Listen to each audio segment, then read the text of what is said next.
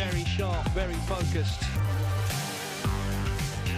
And that's a shot that again will live long in the memory.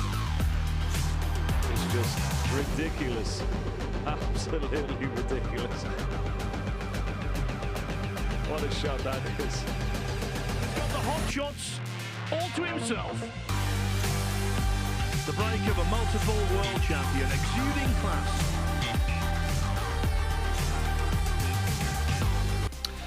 Hello, good afternoon from Leicester. It's the Mattioli Arena. It's the BetVictor Championship League, day 10 of 21. We're still, of course, in the first phase. We had a great day yesterday with Dave Gilbert and Lepe Fan winning pretty dramatic groups. And we'll have two more group winners for you by the end of what is quite a warm day here in the East Midlands. And very shortly, we'll be watching last year's World Championship runner-up Jack Jones. Kicks off an all-Welsh affair with young Alfie Davies, and it's an interesting lineup here. We've got Belgium's Ben Mertens, and from Brazil, Jonas Lutz. On table 2, Jimmy Robertson starts out against Sam Craigy, and then Mark Davis, the veteran, takes on a new professional, Connor Benzie. So you can watch that, of course, on the Match of Multisport YouTube channel. But as for us, as I say, Jack Jones, the top seed in this group, world number 21. He was in the top 16 last season, but did lose his place. So starts 21st. But of course, in the Invitation Championship League here last season, he made 32 century breaks. He was in pretty much every group, but even so, that's a new world record. Alfie Davies is actually the son of a former Welsh professional, Anthony Davies, and he is the current Welsh amateur champion. Rob Spencer, the referee. Just wait for Marcel. Remember, it's 4 frames. Maximum. It can end in a 2-2 draw, if so they take a point apiece, but if there's a winner, it's 3 points, and one of the 4 will go through to the second stage in a week or so's time. Jack Jones gets underway, delighted to be joined today by someone we'll be watching tomorrow. It's Alan Taylor, and looking forward, Alan, to your commentary debut. Thanks for having me, Dave. Yeah, really looking forward to it myself, and looking forward to seeing some good snooker today. Obviously, Jack Jones will be a clear favourite for this match, but haven't seen Alfie hit a ball until in about 10 seconds time. So yeah, it's nice to join you. Hopefully I can learn a few things or two, and I don't talk too much as I've been told I have done in the past. But there we go. That was a good start, and a good opener for Alfie. Yeah, it's a good opportunity for him as well, isn't it? Because you know, he's here off the Q School top-up list. We've seen a few of the amateurs, you know, cause a few problems for the established players. He got to the penultimate round of the first Q School event, so he's here off the order of merit. But Welsh champion, we know how competitive it is in Wales. He was actually runner-up the previous 2 years, finally won it this year. And I'm sure he knows Jack, so he won't be overawed by him. Yeah, I just wondered if his Q School kind of campaign here in the Mattioli maybe give him a little bit of confidence, driving up the same streets. You know, probably same players' lounge, similar layout. Obviously, a totally different vibe here with the Championship League. Obviously, there's no crowds, not even guests are allowed into the main playing arena. But he seems to be kind of looking relaxed already. So again, it'd be nice to see how this match unfolds. Yeah, and also, I mean, already he seems to have got the measure of the table. It's a Rasson table, and playing under the TV lights will be different to what he's used to year round.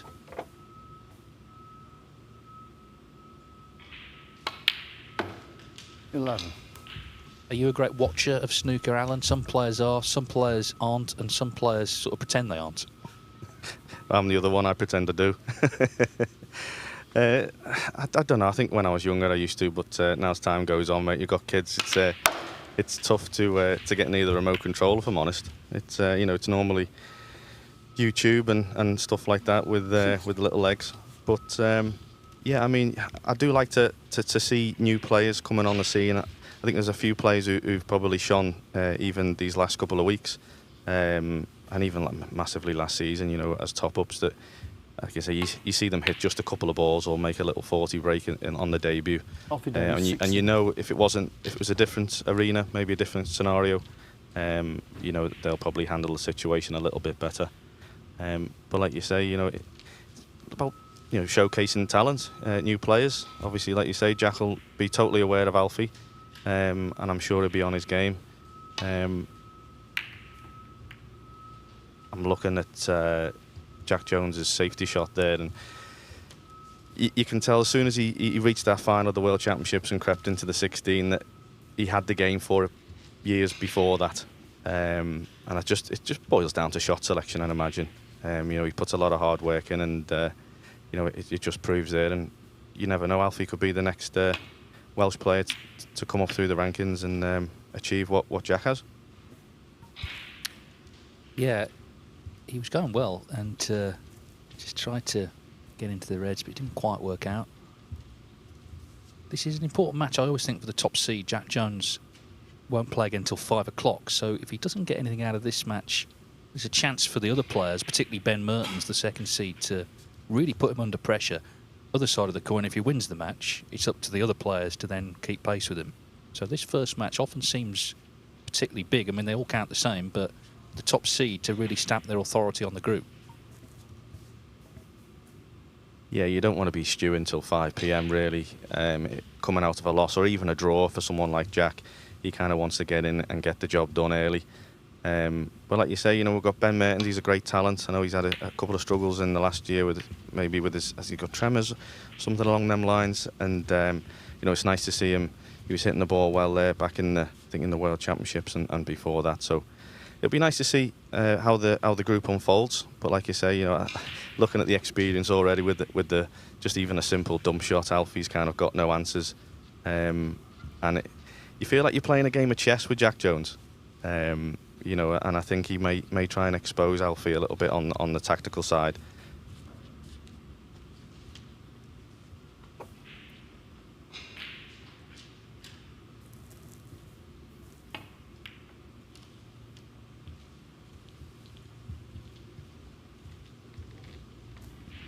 Jack Jones was the first round victim of Jiazing Tong at the Crucible. He hadn't played, though, for a couple of months because he wasn't in those Players Series events, so he came in rusty, whereas, of course, Jiazing Tong had already had to win 4 qualifiers.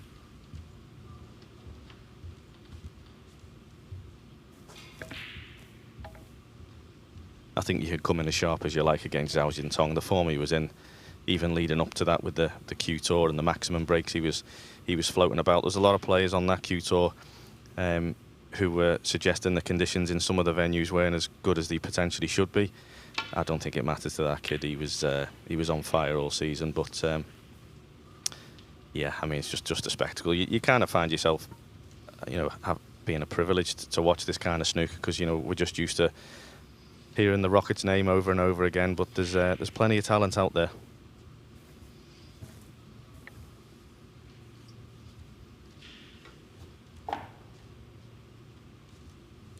Just to say, Sam Craigy, who we didn't see last season because of his neck issues, is starting out against Jimmy Robertson. They're underweight. You can watch it on the Matchroom Multisport YouTube channel. Jack Jones has had a good start to the season. He's qualified for the Wuhan Open and British Open venue stages, and in fact only lost 1 frame. He beat Oliver Brown 5-0, Gong Chengzi 4-1, made a century in each match. So that's already 2 good results under his belt as he attempts, of course, this season to get back in top 16.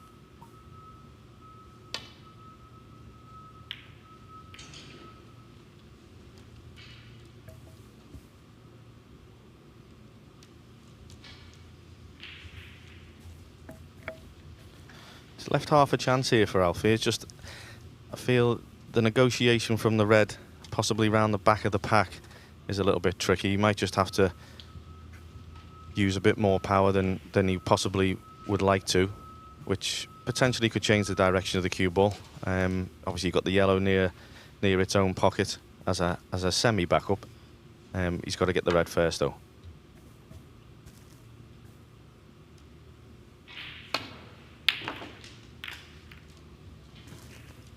One.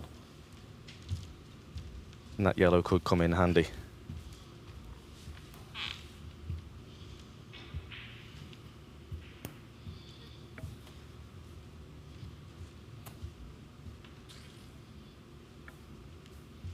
It's a similar shot to the red he's just played. If you can get round the back of the green, there's a red towards the black spot, and maybe use a couple of cushions. He seems to be in a confident mood, so I'd expect him to, number 1, get it, and number 2, land on the red. in it goes. That table looks like it's playing lovely. Absolutely perfect shot. 3. Well, he's in a relatively rare position, isn't he? Because his father, as I say, was a professional, Anthony, so he has been there and played in big venues against the top players of his day. 4. Of course, we've had Jeff and Neil Folds, Peter and Oliver Lyons as well, father and son professionals. Alfie Davies trying to join the tour. Been to university as well, though, so, you know, he's got qualifications, he's got a degree. So I guess the next couple of years, you've got to really decide which path he wants to follow. Well, I'm sure if he can get this match won and win this group, that'll probably make that decision a little bit easier. Obviously, it'd be nice to follow in his father's footsteps, and Anthony's a great player. I've had the luxury of witnessing him. He came back, I think he played in the Pink Ribbon a good while back, down in the Southwest Snooker Academy. You know, just even the style of play, you can tell them old style players, you know, the golden eras they were proper match players. You know, there's nothing technical about them. Everyone done the same thing but different, and you know, just great solid match players. So you know, he's got a lot to live up to, but he's also got a great teacher in Anthony there. Just hasn't quite landed here, so he's had a couple of chances in this frame. But back to the safety. Alfie Davies 9.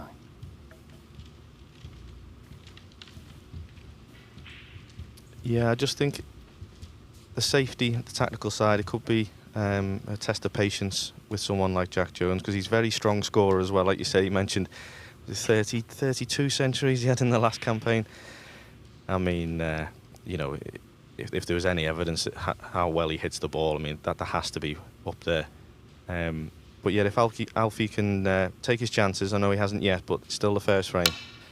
And as we see that long pot there by Jack, it just shows you how dangerous the top players can be if you don't weld that cue ball to the top cushion. But test of patience, like I said, and you know, as the match unfolds, you'll probably loosen up a little bit, and like you say, just score a little bit heavier. But hey, I'm asking a lot from him after only half a frame. But Jack's got a bit of work to do here before this comes to a clear-cut chance. Like you say, though, the safety from Alfie Davies just Sam. wasn't good enough. He left the chance. Good pot. Yeah, one of the 32 centuries was a 147, so he kind of enjoys the Mattioli, I think it's fair to say. 56 in the campaign altogether.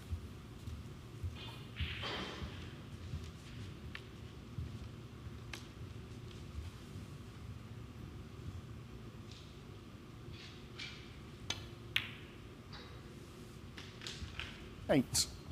I think what was interesting and impressive actually was that he didn't sort of let the fact he'd been in the world final go to his head. I mean, everyone player dreams of that experience, but he was very keen to put it to one side last season and try and press on and start winning tournaments. He said his ambition was to get in the top 8. It didn't quite happen, obviously, but doesn't mean it can't at some point.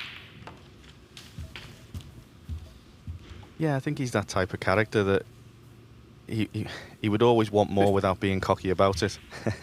You know, I think he's spoken about it. I wouldn't say he goes under the radar as such, but you know, he wasn't a big kind of favourite to get to that world final. But when he got there, when you look back at his seasons prior, it was always a journey that he was on. Obviously, he's got goals and targets for the rest of his career, and there's no reason why he can't achieve that with the talent that he's got. 23.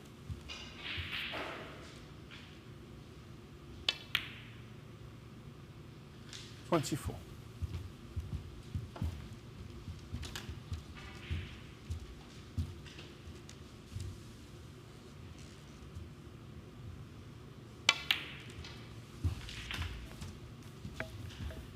He's looking in a decent position at the minute, but he's still going to need that red towards the right cushion, or he could attempt the one down the black rail, but I'd rather be leaving that to the last once the frame's won, especially in the first frame of the group. As you were saying, Dave, how important this first match can be. Even just the first frame, I think, in this format, you're kind of almost in your own mind. You're halfway to the draw.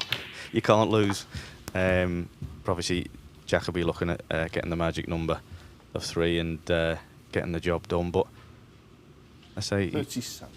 He's looking like he's hitting the ball well. I think every shot he's kind of hitting a little bit sweeter. Although he looks like he could be maybe needing a touch aside for this red.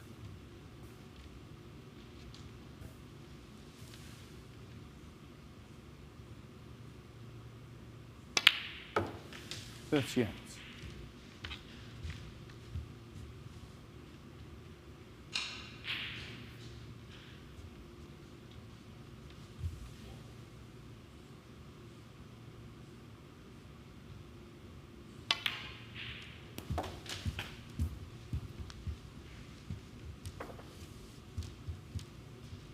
$45.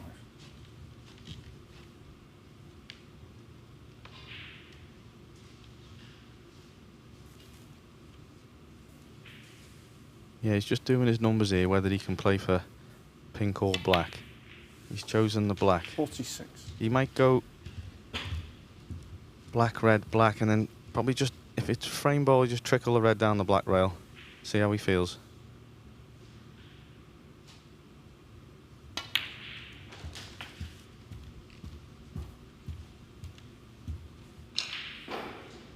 To be fair, they have been going in quite comfortably on these tables. I think the interesting thing though here is this is his first scoring chance, and it looks like it's going to be a frame winner. So that just sends a message not only to Alfie Davies but the other players in this group.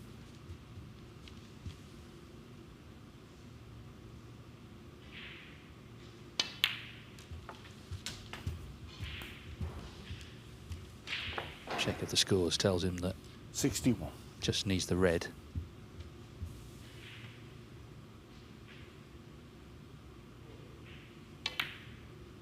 $62.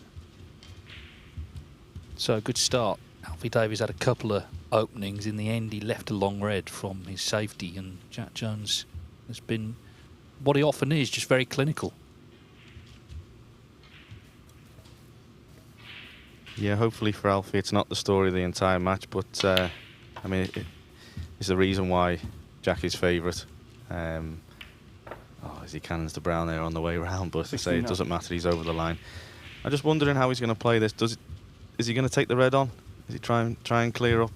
Or would he play safe so he doesn't let Alfie have a little bit of match practice? He could be taking this on. Oh, yeah, Jack, 17. stop it. Yeah, well, he looks comfortable, doesn't he, Dave? He certainly does, and a chance, therefore, to begin proceedings with a century.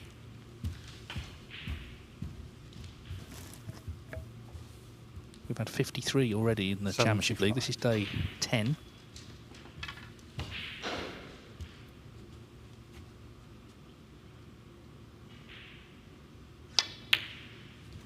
Cheers, Jack. Thank you. 77.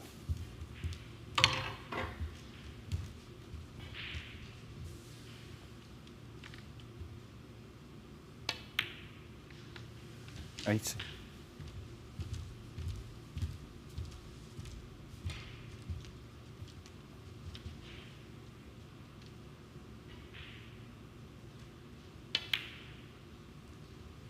$84. Well,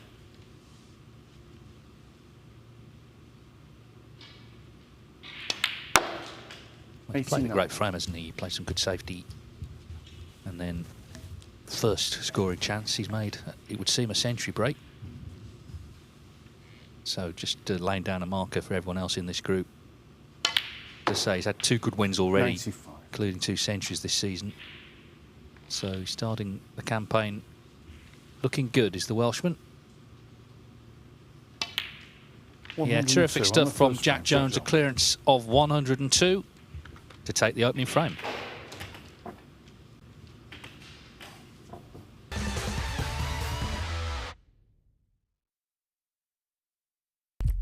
What do you need to become a champion?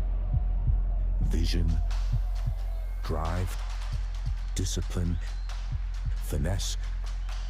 But what about a world champion? Victor. conqueror. Peerless.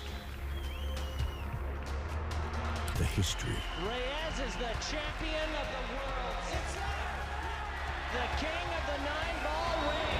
The biggest prize. The crown jewel of 9-ball.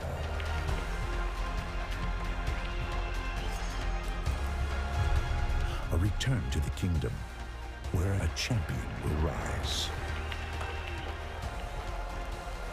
The World Pool Championship.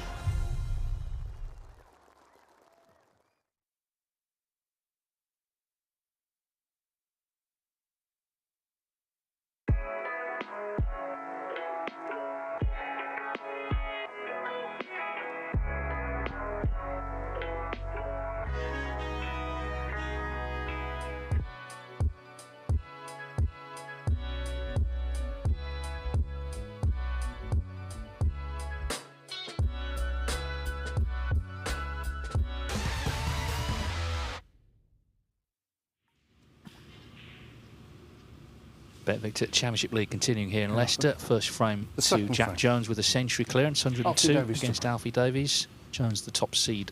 Ben Mertens and Jonas Lutz also in this group. They'll play next. Sam Craigy's won the first frame against Jimmy Robertson on table 2. Mark Davis and Connor Benzie, the other players in that group. And remember, each group winner goes forward to the next stage. 32 players in 8 groups of 4. The winner of each of those go into 2 last groups.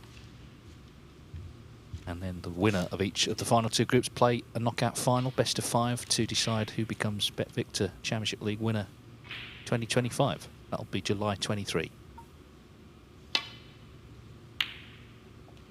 One. And what a way to start the second frame, Dave. He's potted a very similar red to what Alfie opened up the match with. But you can just tell already that his cue arm's going through a little bit smoother after that nice century break there in the first frame.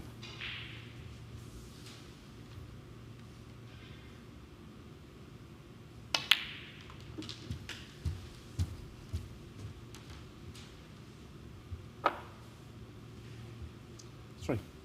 I think Jack's method to this match might be just try and get them open as early as possible if he knows he's in nice score and fettle. Maybe a few thick safeties, put young Alfie under pressure, but that's if Alfie can get near the table. Let's see how he gets on here. 4. Black obviously goes. Just depends if that red goes after it goes back on its spot.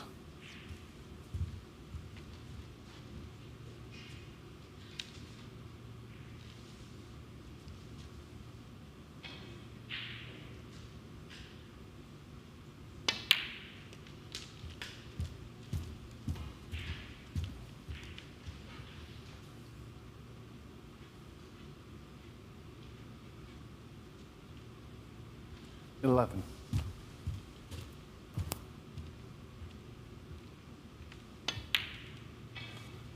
12. And here's the key.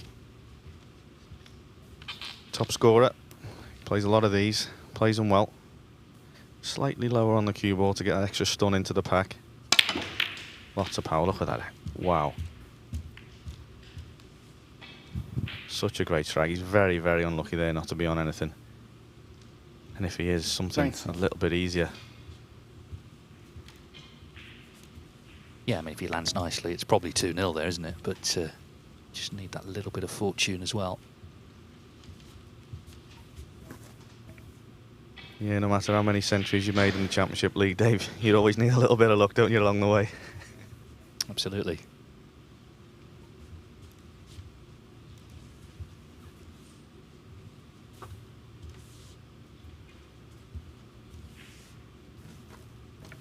He's just eyed up this red into the right centre pocket here as we look. Full-blooded. Ooh. 20. And a nice little kiss on the green as well. So it could be 2-0 after all, Dave, but he's probably found himself a little bit fortunate there to land on that red. But again, with the century in the first, he was kind of signed up to take it on.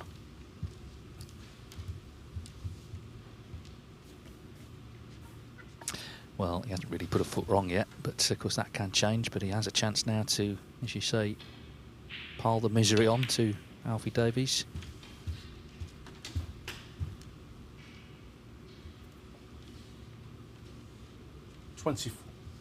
Speaking of Welshmen, of course, Alan, you were up against Jackson Page in the World Qualifying, where he had that historic achievement, 2 maximums in the same match. What was that like to witness?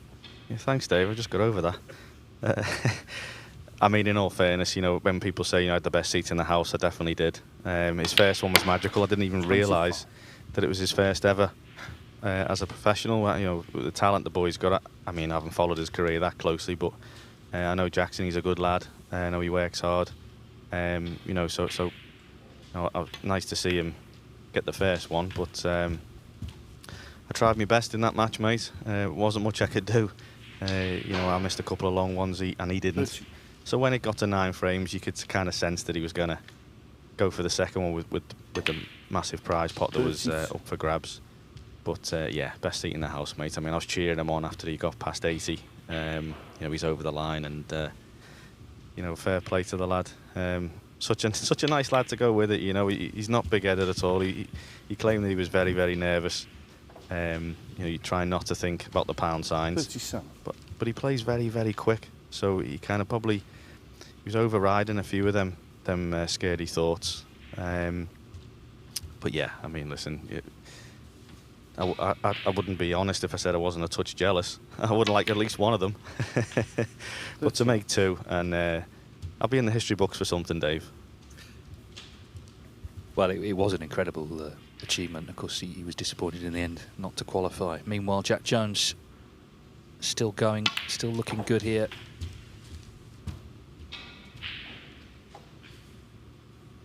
Just has a sort of understated way about him, doesn't he? Which means he just lets his snooker do the talking, really.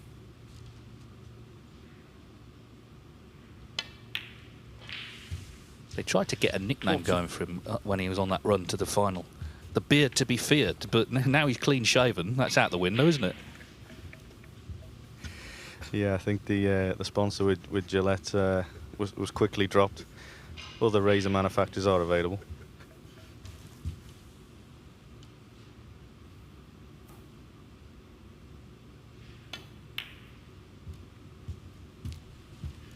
Well, there's the first mistake. Jones. And it sort of came out of nowhere. Okay, he's holding for the red, but expected him to pot that.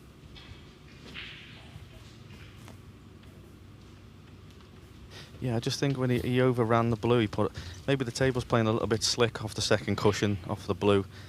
Landed a touch high. He was stretching a bit, but you'd still fancy a player of Jack's ability to pot that pink. I know he's just had the century and his Q arms nice and warmed up, but there's a chance for Alfie to warm his Q arm up here. Let's see what he can do. He's got choice of opening reds, just which one he fancies the most. He's taking the one by the green. Give himself a chance of a couple of ball colours, so there's no pressure on this at all. Having said that, maybe there was. Yeah, well, I guess part of it is just the fact he might have thought, well, Jack's only made 1 mistake, he might not make any more. I've got to take this chance, and he hasn't. And it's as if Jack Jones never missed. Just straight back in again. Very tough for Alfie, of course, coming in. Still relatively alien environment for him. Big day for him. Yeah, I think I mentioned it to you prior to this match, Dave, that I think the conditions play a massive, massive part in these lads who are coming in as either fresh pros or top-ups. I mean, I know Alfie, like you mentioned, got to the penultimate round of one of the Q schools, but I think by day 4 or 5, them tables won't be playing as nice as this. So your ball striking has to be on point. And you know, you can easily, like I say, overshoot screw shots. Easy for me to say. But I think that's where you look at how relaxed Jack looks around the table at the minute, and 14. His cue ball. As I know we mentioned, he overran 1 shot, but he can be forgiven for that 1 shot. A lot of the top players are kind of accustomed to this environment, and that at the end of the day could just be the difference. Well, that pink is frame ball, so that one miss to middle he's forgotten about, and guaranteed already a point and looking a strong favourite to take all three. And of course, if he can win 3-0, the way the format works, after points won, it goes on frame difference. That would be the perfect start. It really would put pressure on the rest of the players to stay with him. 21. Because we've seen scenarios before now in this tournament where, for example, if the next two matches were drawn, Jack would have to only win his second match at 5 o'clock and he'd be the group winner. That has happened. Yuan Si-jun did it.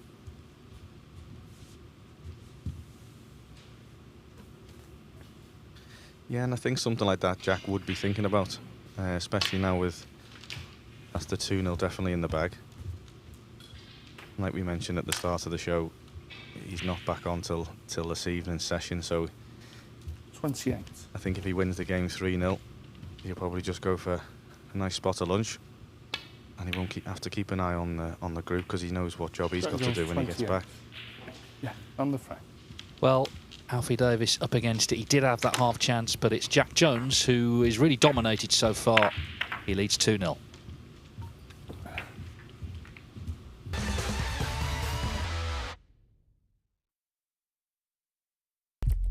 What do you need to become a champion? Vision, drive, discipline, finesse. But what about a world champion? Victor, conqueror, peerless.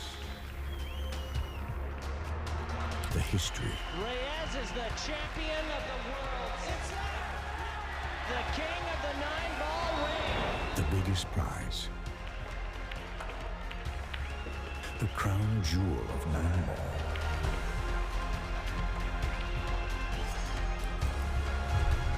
A return to the kingdom where a champion will rise. The World Pool Championship.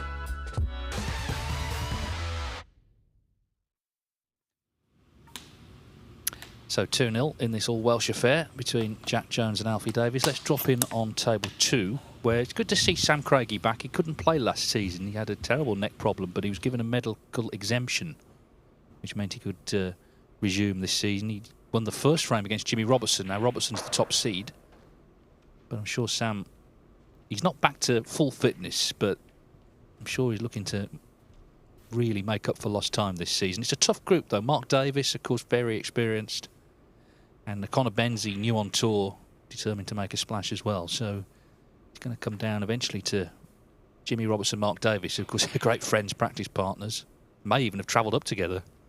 But they're going to be playing the last match. But Jimmy Robertson needs to get something out of this one first. I guess Sam, you know, he's going to be dangerous, isn't he? Because, like I say, it's like a coiled spring having sat out last year.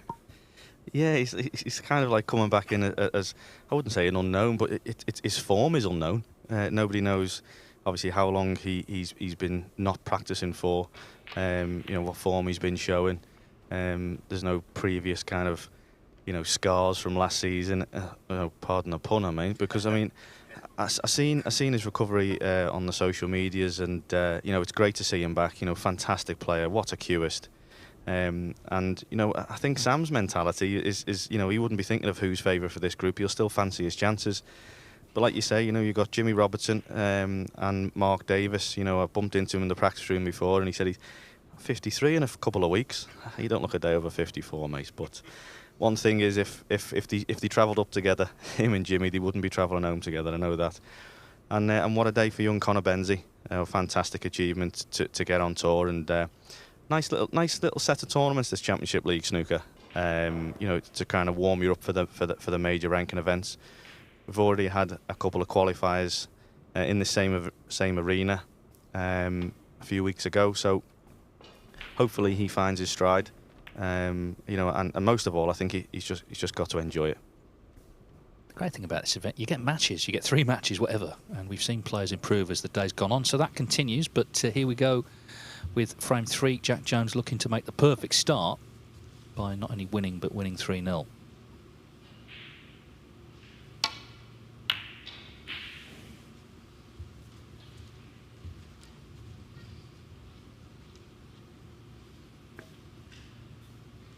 That's a great start to frame 3.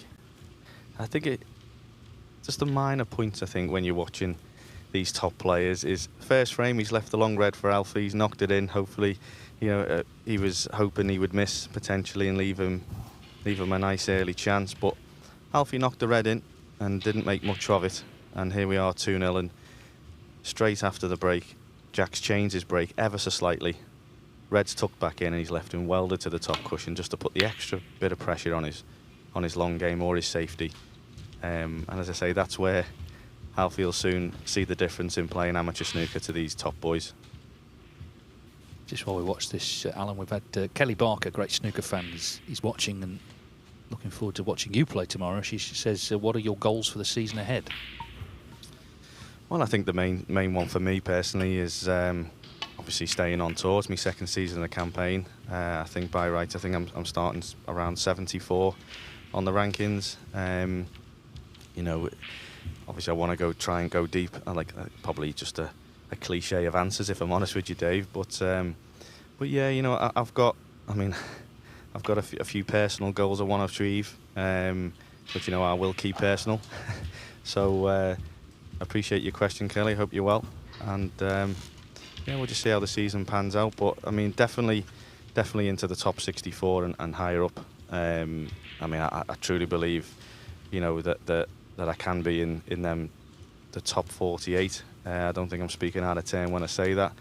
But obviously, there's a lot of good players on tour that I've got to kind of get past to do that. So I've just got to work hard and yeah, just stay focused, I think. As we see another cracking long pot from Jack Jones, that hit the bag a bit at pace, didn't it, Dave? Certainly did. Can he get into these reds? He can, then it'll be a chance to win the match.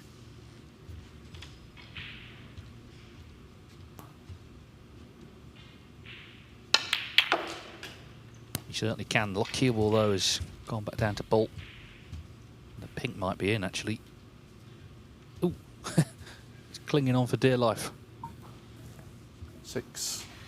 How well's he hit them last 2 shots?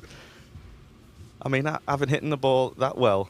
I fancy him potting this long one. The pink's hanging. And if it goes in, it's definitely a great chance for 3-0. 2 out of 3 ain't bad, Dave. I'll take the first 2. Jack Jones 6. Now, I think he can get through to this red to middle.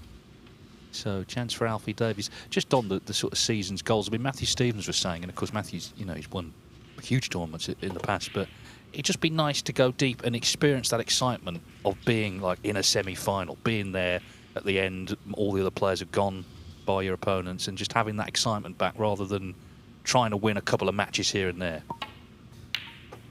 Yeah, I totally understand where he's coming from. Obviously, when I was working with your good self and all the team on doing the MC work for the home nations a few seasons back, that was potentially my only time to experience that, other than being a spectator when I was a youngster. And the atmosphere totally changes. You know, you can physically see the numbers dwindling through the week.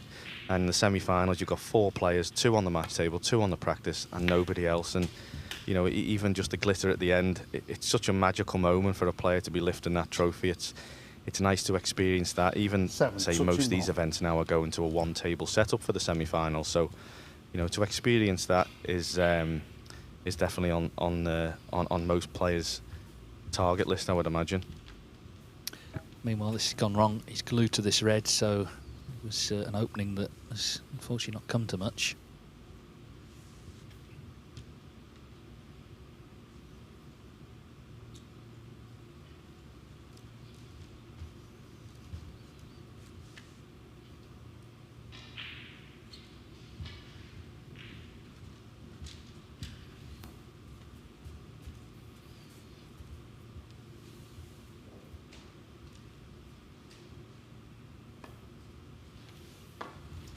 Alfie Davies.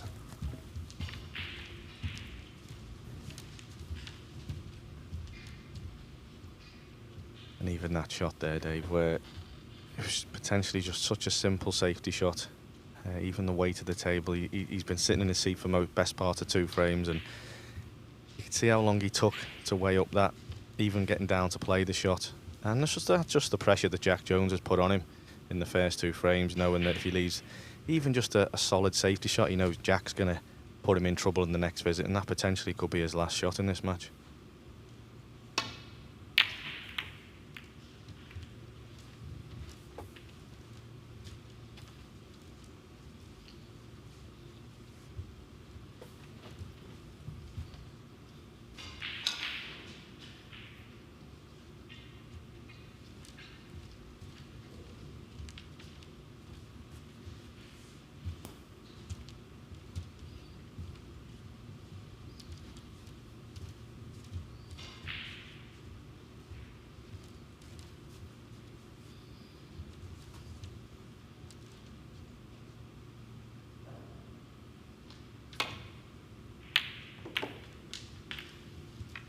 One.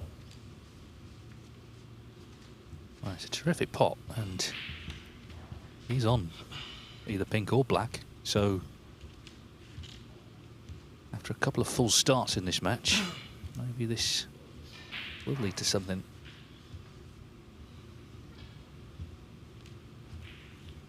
I think to a degree, he's got to just try and enjoy the day. He's not playing for ranking points like the other guys, and I'm sure he's come here just wants to show people what he can do and get some confidence ahead of the amateur campaign to come.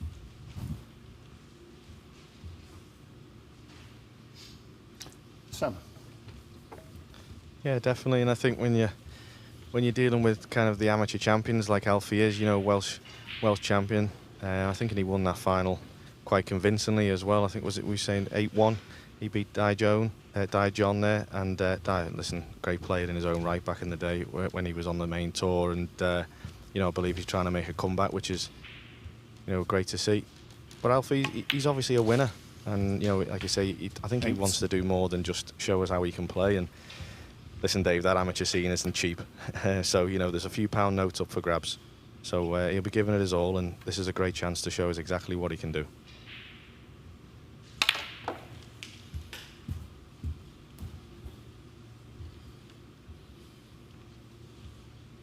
$50.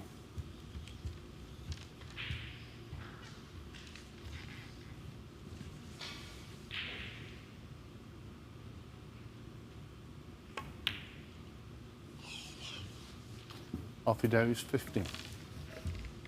Another miss there. He's very, very disappointed. I think with them kind of chances that you're getting against any player, you have to be taken, and he knows that.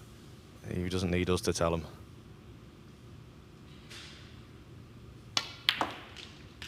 One. But with that red in and a shot at the black here for Jack, you've got to say this potentially could be curtains for this match.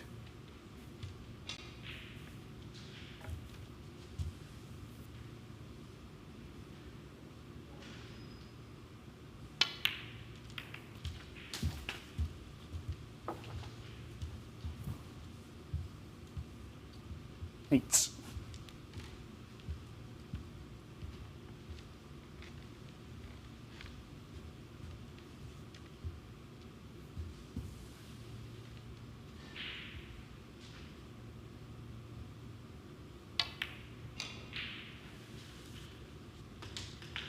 Nine. Nice little recovery there from Jack. He hit that ball so sweet. You can tend to overhit them, possibly go around the houses just to try and get the pot, but again, this probably just shows a little bit more confidence in his cue action and knowing that he can get right back down the table for choice of reds. And if he can land nicely on the next colour, 30. I think there's 5 open reds here. You have to say the form he's in, they'll disappear.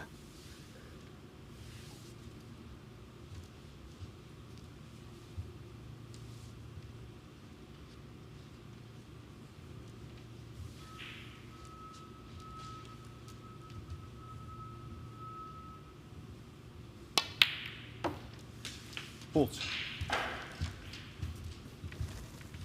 Just very admirably focused, isn't he? He's not a showy player. You don't have to be. You have to be an efficient player.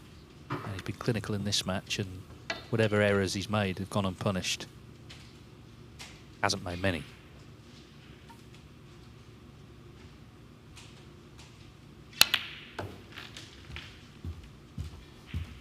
And let's not forget who he beat at the Crucible. He beat Ali Carter.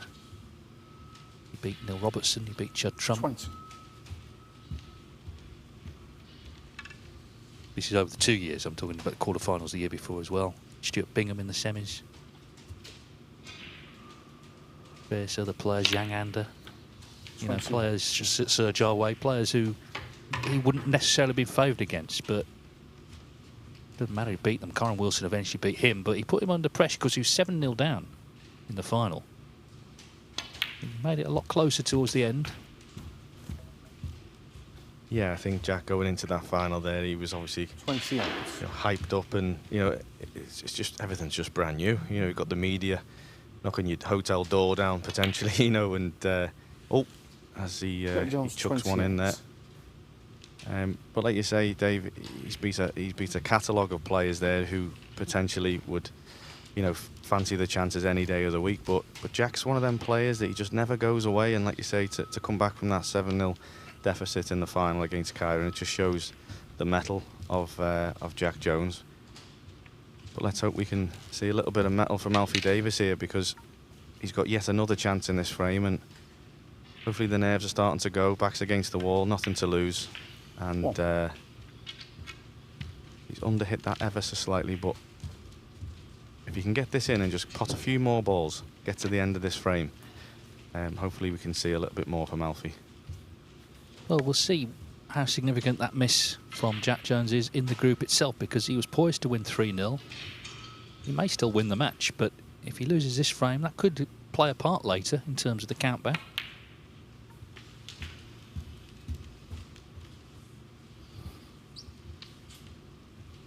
Ali Carter lost a strange old frame in his first match in his group.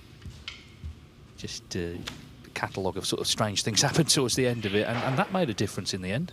He didn't win the group, Liam Davies did.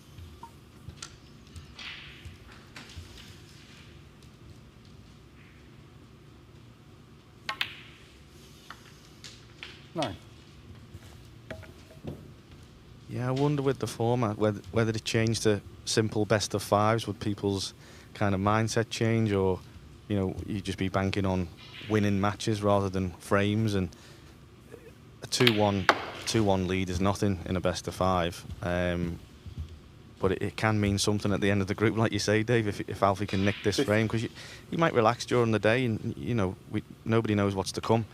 So we'll have to see how this one pans out. But if he does lose the frame from here, then Jack Jones will probably be kicking himself.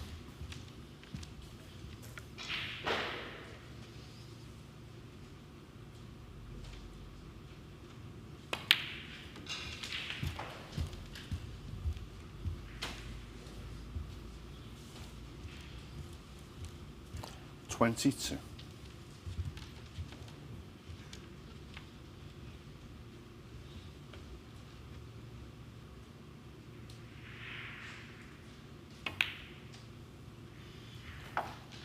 $23.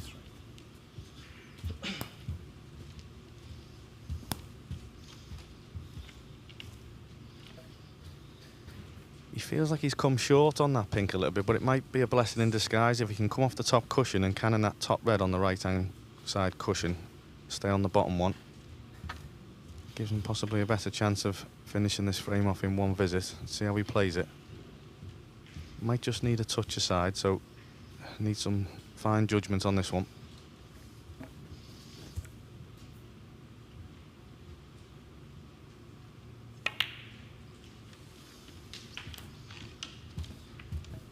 He's played it well. A chance I'm sure he wasn't expecting to get, watching Jack Jones when he was in. And remember, he can still get the point from this match. A draw against the top seed would be a good result.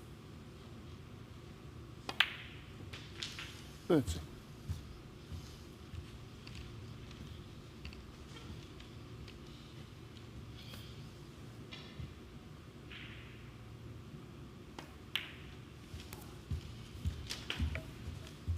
Landed straight on that black, so he had no choice but to play for this one along the black rail. So there's a bit of pressure on this. We've seen Jack Jones put one of these in an earlier frame. Let's see how Alfie gets on. There's no pressure on it, just weight of the ball, drop it in. Yeah, well played. 38.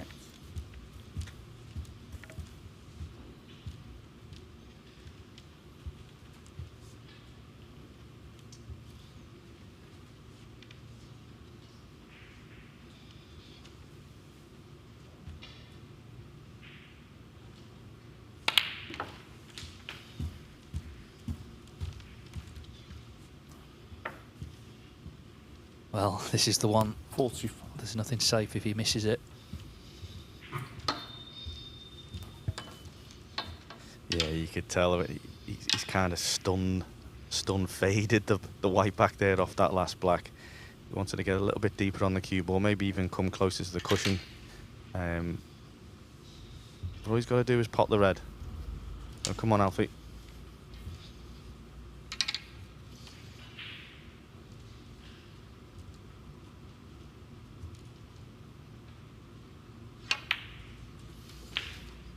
That's a very good shot. He's hit that well. Decided to play with a touch of screw and struck to the cue ball well, considering he was stretching with the mini butt. Adds a little bit of extra weight to the cue, that. So sometimes you don't know how the balls are going to perform on foreign cloths. But he's done well. Yeah, so it was an unexpected miss by Jack Jones. The stage was set for him to wrap up a 3-0 win, but as it is, not guaranteed to win the match full stop, because Alfie Davies has won this frame. This will give him a little boost of confidence heading into the last. 54. And I'm sure the other players in the group would love to see a 2-2 draw here.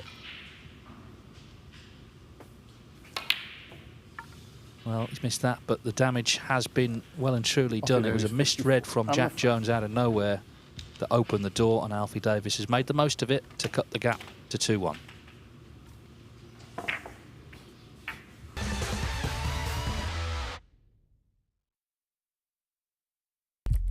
What do you need to become a champion? Vision, drive, discipline, finesse. But what about a world champion? Victor, conqueror, peerless. The history. Reyes is the champion of the world. It's the king of the 9-ball ring. The biggest prize. The crown jewel of 9-ball.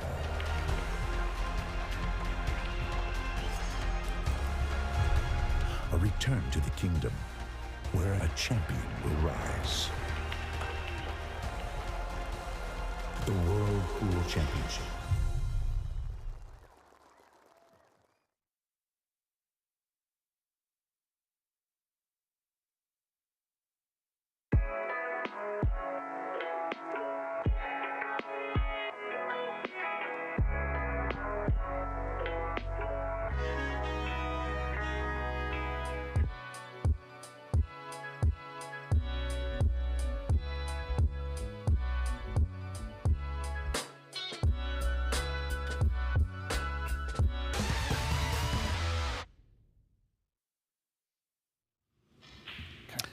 Well, it looked like it would be 3-0, but Jack Jones Alfie Davies to break. will need to win this frame to take the 3 points. Alfie Davies, good break in the end, that, because he, made a few errors prior to that chance, but he took it well, particularly the last red. And here we go, last frame.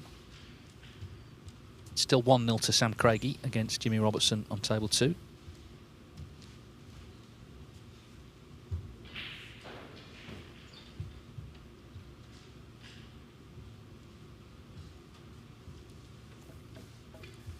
And already that's a better break-off for Alfie Davies.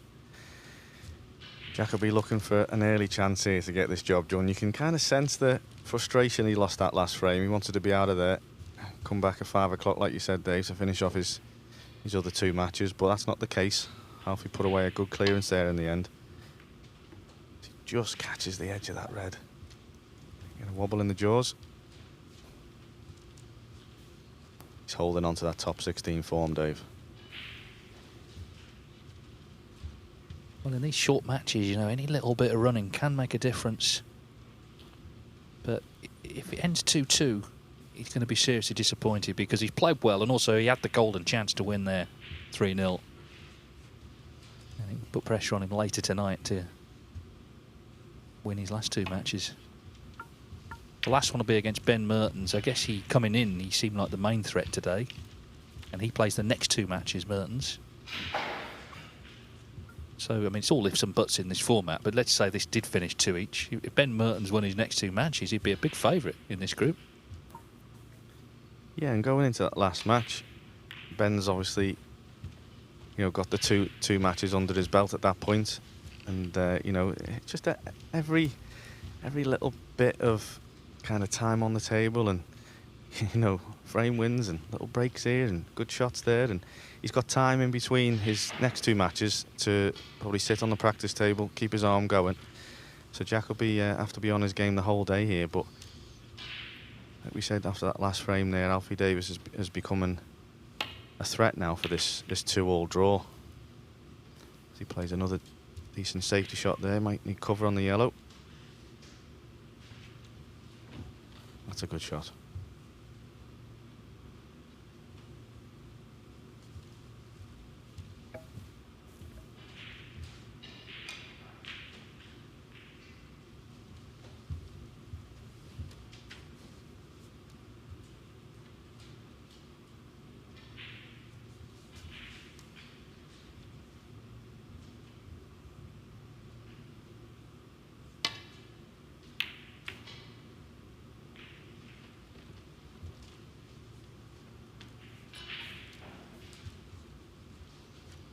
But yet again, Jack Jones replies. Alfie's starting to sense that his safety might need tightening up as well as his scoring.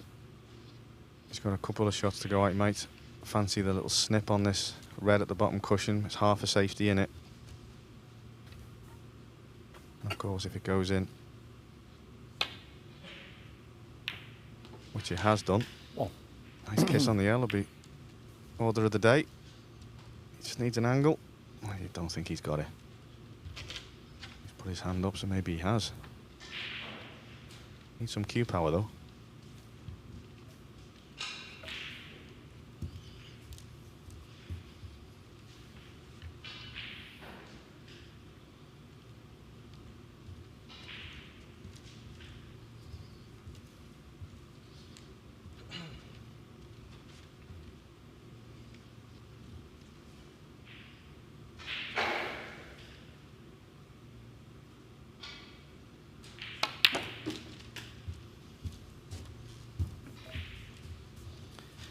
Slightly under hit, I feel, but he's faced with this mid-distance red, and you can just sense that his confidence is starting to grow. Maybe he has relaxed. The worst thing that could have happened did happen. Jack Jones opened up with that lovely 102 break. He's facing a 2-0 deficit. Nicked the last frame. Oh, but he's not hit that one nice at all. He'll be disappointed with that again, but he's got away with it, so just needs to be patient here, Alfie. He doesn't want to let this potential draw run away with him, because he's still got a sniff in this group. Like you said, Dave, by the end of the day, everything and anything normally does happen in these groups, doesn't it? Yeah, and he's been second best, but you know, if he can get this frame on the board, what a great result that would be. And of course, you know, he's looking as well to earn some money from this. Remember, if you finish 4th, you get nothing, but you get money from any of the other positions, so that's also in his mind.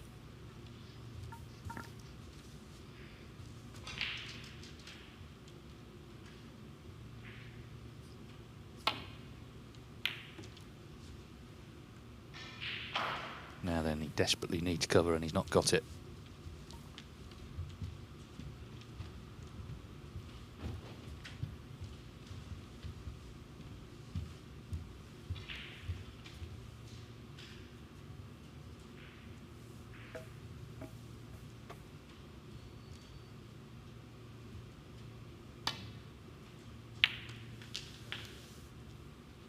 Whoa. Needs it to slow up. Tried to be a little bit too cute for me there, I'm honest. After losing the last frame, he's kind of lost a little bit of momentum, and I'll be trying to get off a blue. just trying to make it easy for yourself. He's tried to play a nice, delicate shot, and he's good at them. Don't get me wrong, but I just think the scenario of that frame, then just try and give yourself another shot and keep the pressure on Alfie Davies. You know he's played a really bad safety there, left the red hanging over the corner. And he's back at the table already, albeit glued to the top cushion. But I'd rather be there than watching him clear up for 3-1. Yeah, definite signs that things have just turned a little in this match. It was one-way traffic, let's be honest, for 2.5 frames. Not so much now.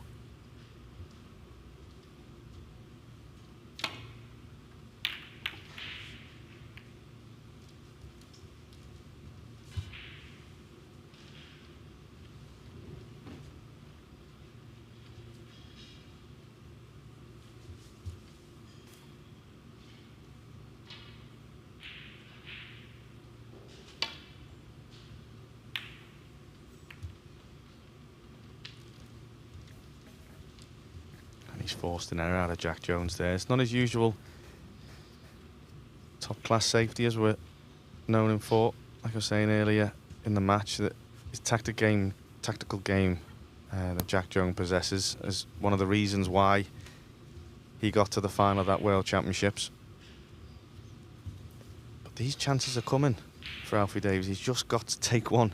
And if he can do it in one visit, especially this one to close out this match with a 2-2 draw, would be just what the doctor'd order. Now he might be able to get through to the pink in the middle here, and if he can, that's probably going to disappoint Jack Jones more than it's going to please Alfie Davies.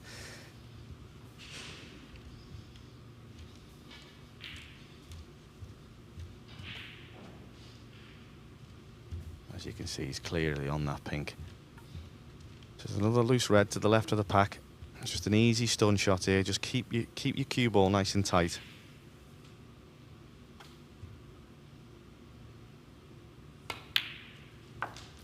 Don't want to be doing any kind of distance or over-hitting shots, and especially like we were saying with the conditions of these lads coming in fresh onto these main tour tables. You want to be doing as little mileage as possible. 8. No sooner did I say that. Has he overhit this for the black? Oh, he's clear. Suddenly, though, the pressure is on him from looking like a certain 3-0 loser to being able to get a point out of the match would be a massive result.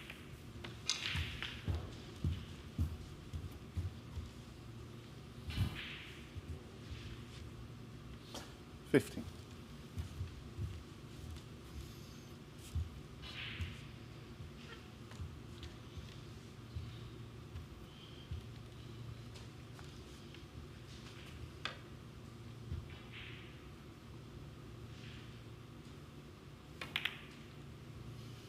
$60.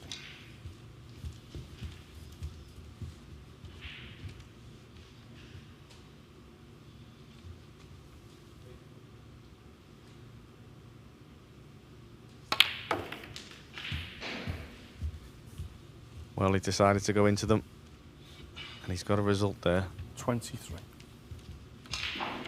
Looks like that bottom red has just tucked itself back into the pack. I think he's just gone round to have a look if the one next to the pink is available. It's possibly not. So he's going to have to go into that bunch again at some point. Again, them 2 reds on the black cushion look a little bit too close together for my liking. He's got options with this red. He just needs to mind his work here. 24.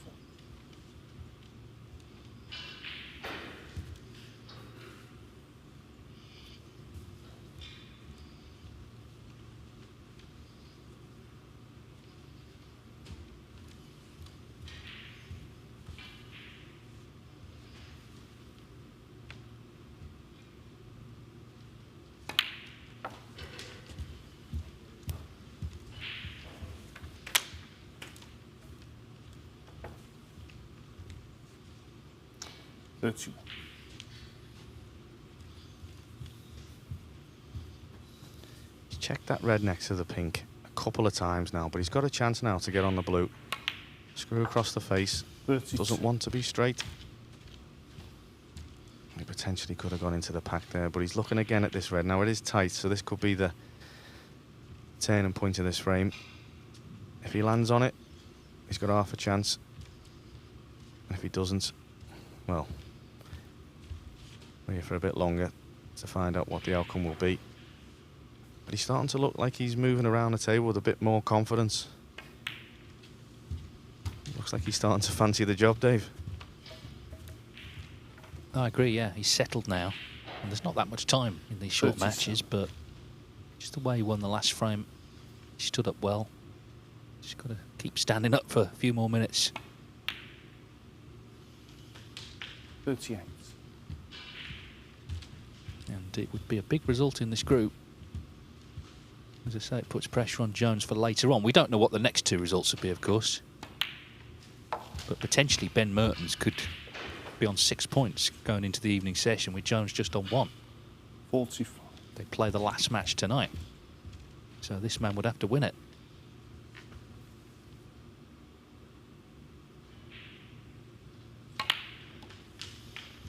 46. Worth saying, Alfie Davies, he beat Marco Fu in the German Masters 2024, got to the last 32 there, so he's had some good wins as a top-up player.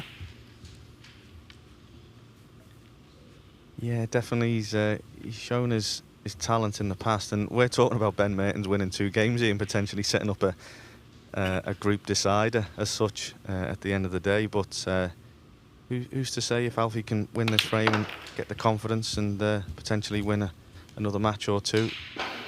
The story could change yet again. 53. Well, we're at a key moment here and a key moment on the other table as well. Sam Craigy back on tour, having had that enforced year off. Needs the pink with the rest here to lead Jimmy Robertson, the top seed there, 2-0.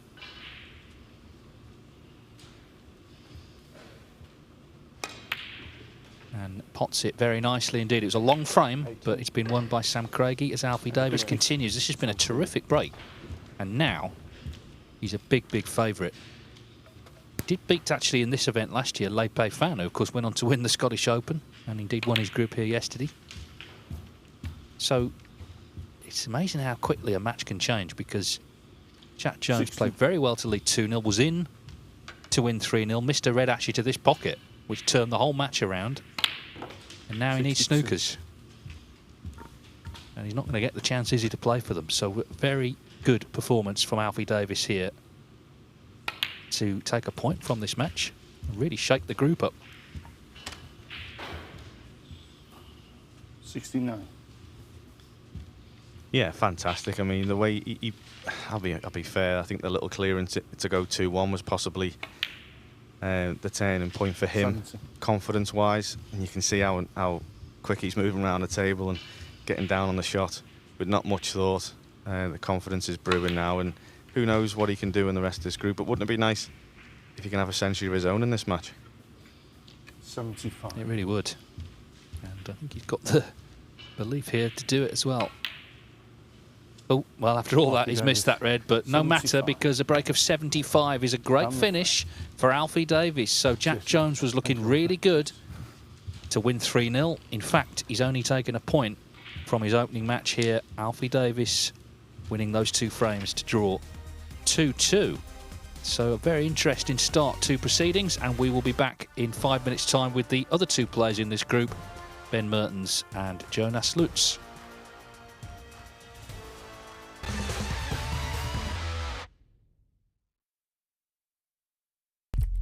What do you need to become a champion? Vision, drive, discipline, finesse. But what about a world champion? Victor, conqueror, peerless.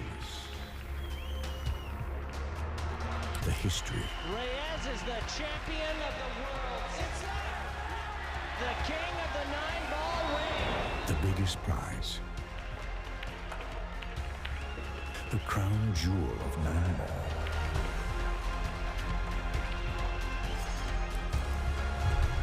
A return to the kingdom where a champion will rise.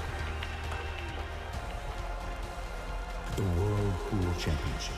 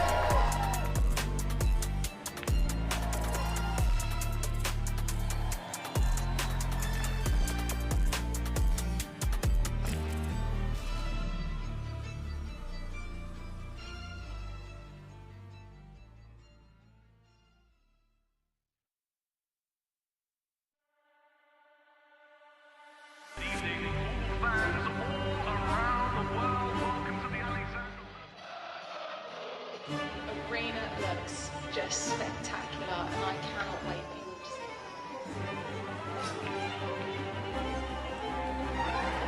Lulus, don't worry. Yeah, there's plenty of guys that need to be ready. We're the champions, you need to come take it. I mean, you want to follow me in there next? Yeah, I know you're ready. All we've been doing is Can you speak English better, please speak? Because I ain't actually working that.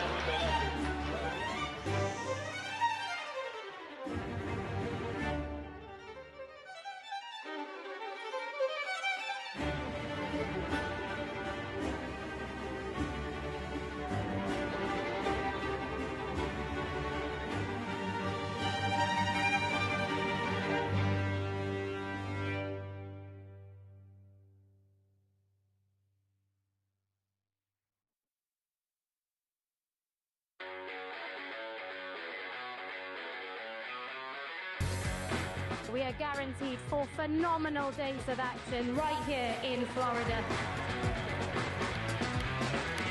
Drama is certainly guaranteed in front of a hugely raucous crowd. The American fans really getting to the spirit.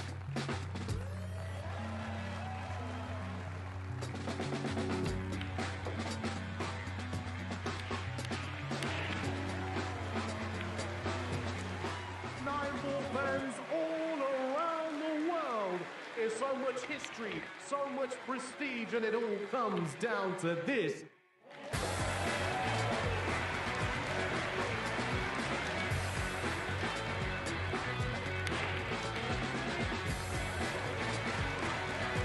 So much action lies ahead at the Caribe Royale in Orlando, Florida.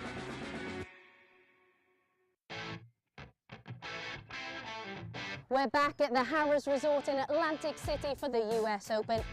It is one of the most prestigious events in the calendar. Record breakers, history makers, it's that time. Let's play 9-ball.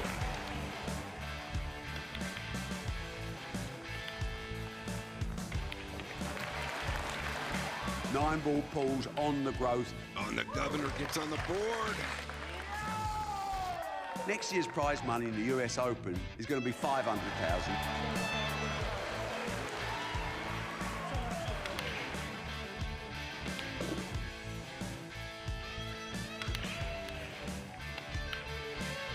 The man they call the Ghost has left everyone for dead.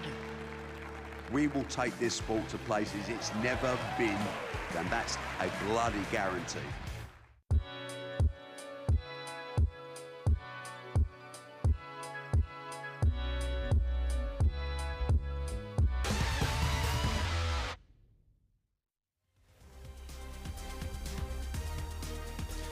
Welcome back to the Mattioli Arena. Well, 2 matches that have been very different in terms of pace. Jack Jones and Alfie Davies sharing 4 frames. It is a 2-all draw to start the day on table 1. On table 2, Sam Craigy 2-0 up on Jimmy Robertson, but it's taken a while. Next here on table 1, we're concentrating on Belgium against Brazil. It would be a good football match. Let's hope it's a good snooker match. Jonas Loos against Ben Mertens. Remaining in the commentary box for this one is Alan Taylor. Have you played either of these 2, Alan? Okay. The first frame. Thanks very much, Phil. I don't actually think I have. I've seen a lot more of Ben Mertens than I have Jonas. Like me and Dave alluded to during the first match, is Ben's got a great opportunity here playing back-to-back matches. If he can get on a roll, he can potentially obviously be group leader and put the pressure on everybody else after that surprising 2-all draw. But Alfie Davies played his part in that match and deserved them 2 frames in his own right.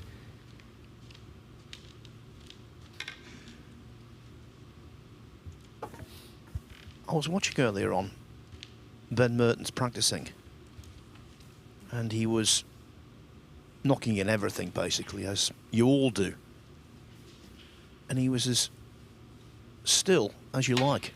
Now you'll see during this match that he does tend to shake a little when he's playing. I didn't see that in the practice, so obviously that's competition related. Yeah, I haven't spoke to him in depth about it, but I believe it's kind of developed over time slightly, but hopefully for his own sake, as he strikes in that lovely first mid-distance red. But hopefully everything's under control in that scenario. And he's a great player, he's an attacking player. You know, he is good to watch when he's in full flow, and my lord, he's grown a bit in the last couple of seasons, hasn't he, Phil? He's a big kid. He is. And you're right, he's full of talent.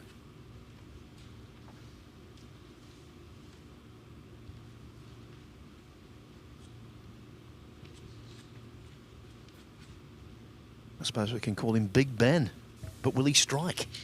That's the thing. This is a dream come true for me, this, Phil. Hearing these live and up front. And knowing that they're not written down, these horrible, cheesy, corny puns. I don't even bother to write them down. I'm making a note of them, that's for sure. But early signs there. That strike on that yellow there from Ben Mertens was lovely and crisp, and he's landed on this red. So if he can negotiate, I can probably make another cannon on that next red. Land on the black. It's an early test of this, but if it goes in, it's a great, great chance in the first frame.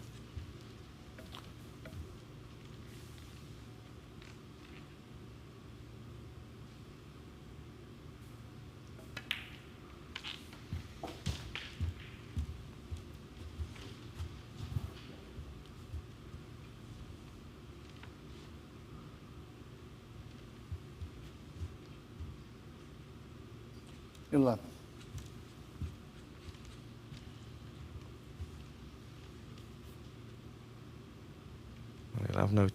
have no problem bridging over this with the height of the lad, but this is not easy. Oh, especially at pace, but he's hit that well. 12.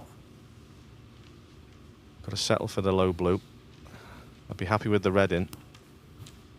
Again, just keep giving yourself another shot in this first frame and get your arm going. Like you said, Phil, you've seen him on the practice table warming up before this match, and if he looks settled on there, then it's half the battle before you go out.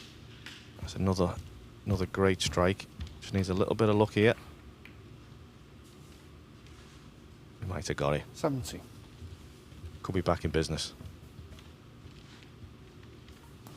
Yeah, if the red northwest of the black goes through that gap, which clearly it does, get a bust through there. 80.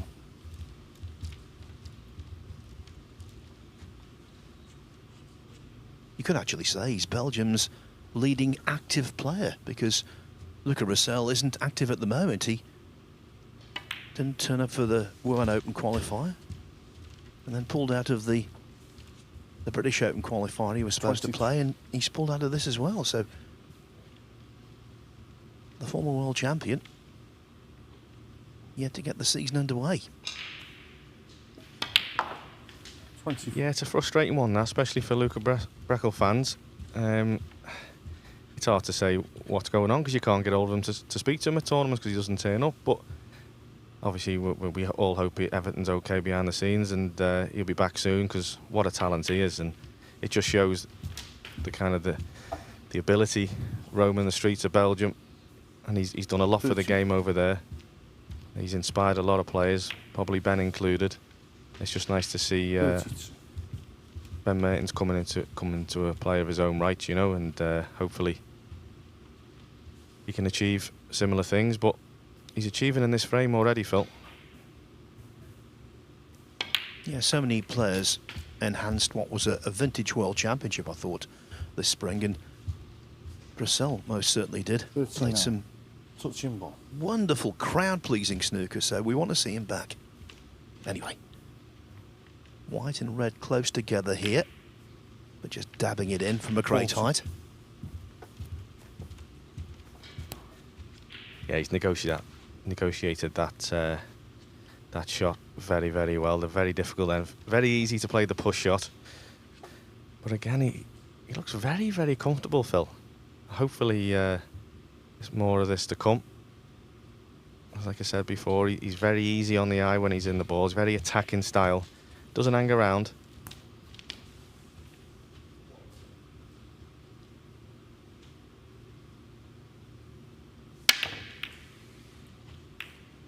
Now that is a double negative.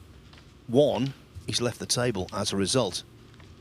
But secondly, that kind of shot can linger in the mind. Next time he's got a deep screw shot, it'll be somewhere up there, gnawing away. He's been lucky, actually, not to leave an easier pot, because this is hampered queuing by multiple reds.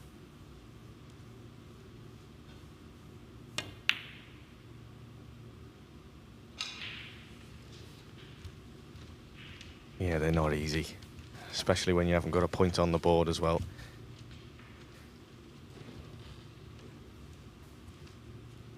Got away with a little bit there, Ben, but he'll still be frustrated that he didn't pot the black and make a frame win and break. But just a chance to settle things down now. Nice and easy safety shot. He's not played that great, but again, got away with it. Jonas Luz at the Saudi Arabia Masters last year, he knocked in 10 reds, 10 blacks at the start of a frame. We're all getting quite excited. That's where it stopped, 80. He actually left the arena, and the next thing I know, the scoreboard is ticking over for the other guy. I think he assumed, having made 80, the frame was over, so left the arena to go and answer the call of nature. But his opponent was potting balls.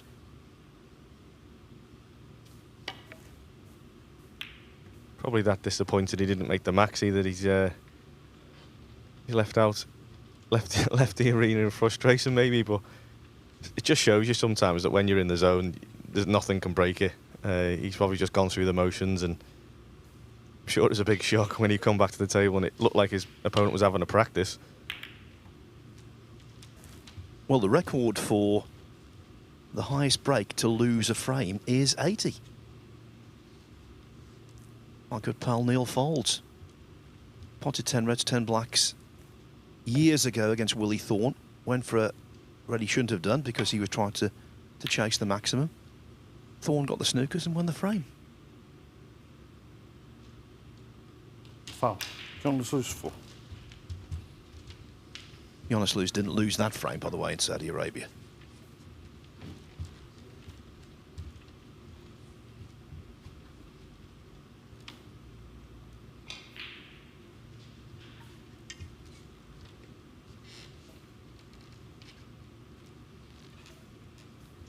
Looks like he's eyeing up the right-hand side of these two reds near that corner pocket.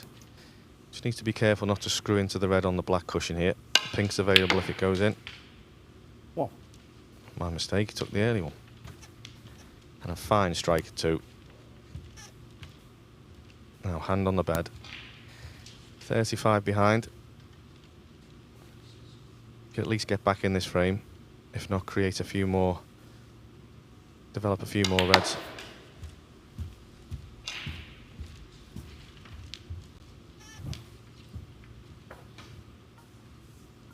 Seven.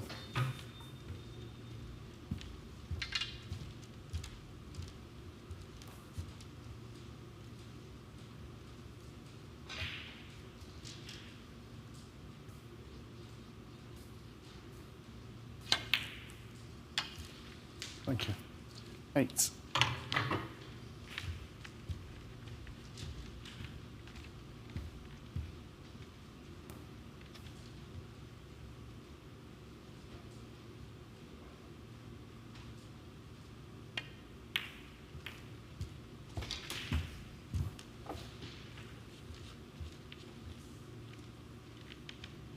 14.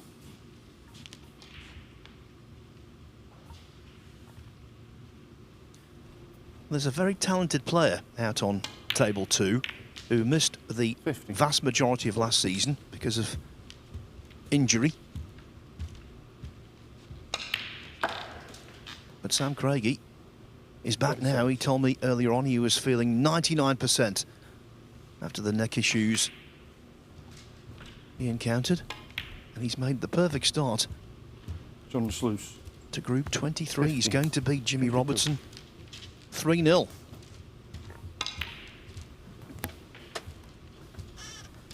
Yeah, very talented player, Sam Craigy. It's nice to see him back. Nice to see him in good health. Such a nice striker of the ball. 57. That's the first match What? in Group 2 of today, or Table 2 rather. Yeah. That takes the edge off the rest of his day. 61. And it puts Jimmy Robertson in a real bind. 66. Very, very occasionally, groups are won by a player who loses their first match, but bear in mind he's lost 3-0. 79. The frame match. Sam Craigy. Cheers, man. Thanks. Next up on table 2, it will be a good pal of Robertson's, Mark Davies, up against Connor Benze from Southampton. 7.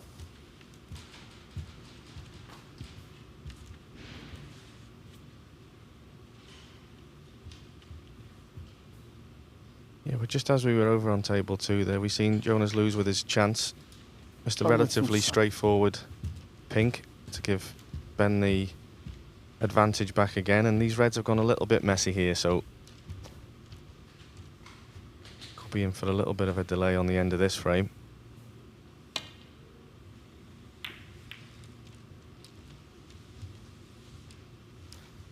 He's flicked that one towards the corner, and if Ben can get through, he's got a chance to negotiate round that red on the black cushion.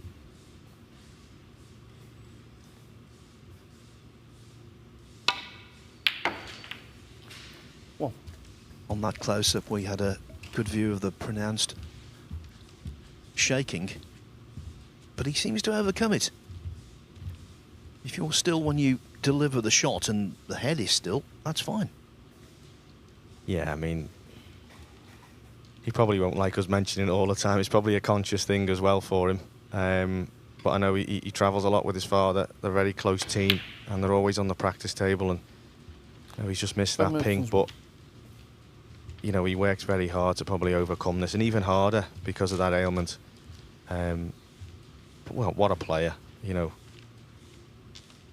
hopefully he can get that under control in the match arena. Because, like you say, Phil, if he's nice and still in the practice room, that's 50% there, you know. Yeah, I saw him play about 10 shots earlier, and he looked $1 million.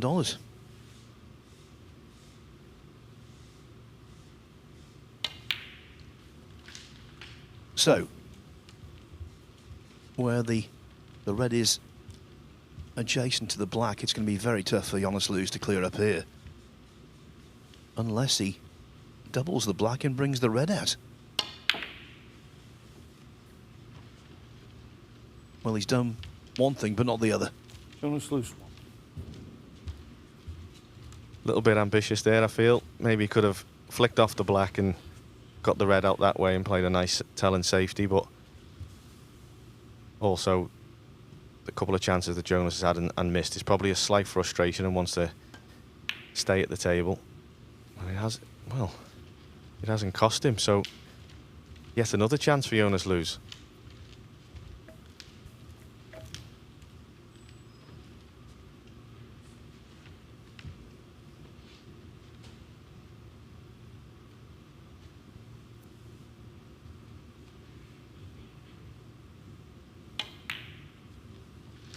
He's a former Brazilian national champion who in 2023 beat a fellow countryman Fabinho 5-4 to win the Pan American Snooker Championship in Rio, and that's why he's on tour.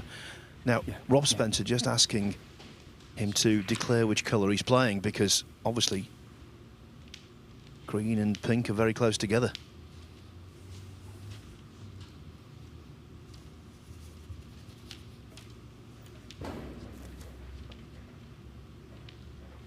This will be a test of Jonas' cue action here. Whether he decides to use a cushion or screw direct off this pink.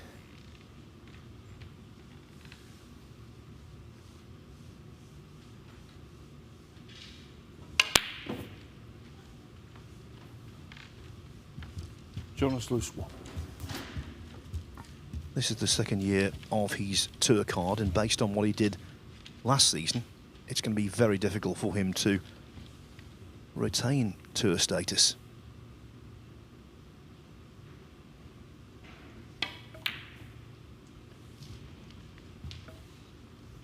Yeah, it's not an easy job, Phil. I've been witness to that a few times in my career. And you would have thought missing pinks like that, it could cost him, and that's maybe the reason why he's lost matches. But it can be forgiven. First frame of this Championship League for both him and Ben, and they're both missing their fair share, so he's got yet another chance. And having bringing that black out before on the attempted double, it's all in the open there for Jonas here.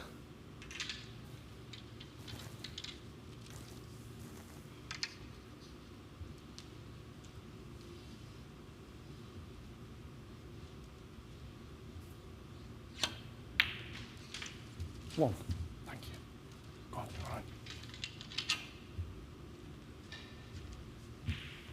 Assuming the black is potted, he'll be 19 behind, so he will need all of the colours.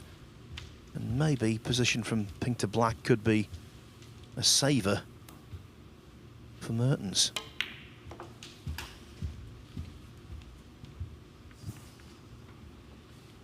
Well, that could be a saver. Well short on where he should have been on the yellow.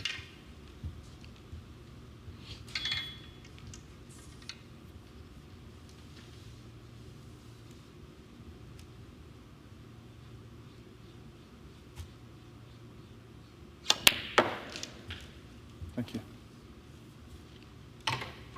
And there's the knock-on effect, short of where he should have been on the green.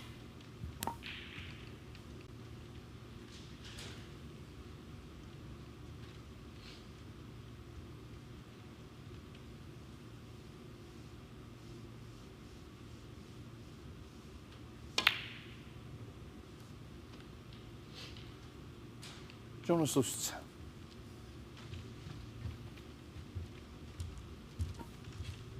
I hope, for his sake, Louis Heathcote isn't watching this, because yesterday he played very nicely and came up against two opponents who never missed a ball. Yeah, it can be frustrating, but that's out of his control, and hopefully he's not watching anyway. But it's a totally different opener to the first match. Obviously, Jack Jones made a nice century in that game. This has been far from clinical from both players, but both players are still in a chance to win it, and every frame, like we keep saying with this format, is very, very important towards the end of the day. Them last couple of matches could mean everything. Like we see Alfie Davies took the 2-2 draw with Jack, and that kind of left the group wide open, really. So potentially Ben Mertens knows that. Might put a little bit of added pressure on himself to get the job done here. Having seen how Jonas has not taken his chances so far. He knows the opportunity's there to win this match, but he's not doing it so far.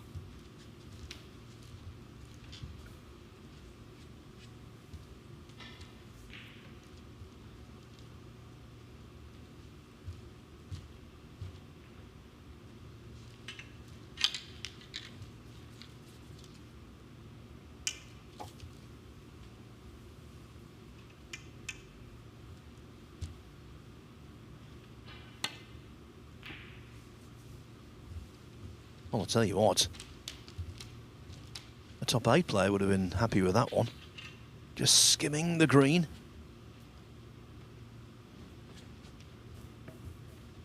Yeah, very good shot, and I think he's left a similar shot here for Ben. Might choose to put the green on the side cushion. He's gone for the thin clip and missed. Miss. Jonas loose 5. Free ball. It is a free ball. That could be really costly.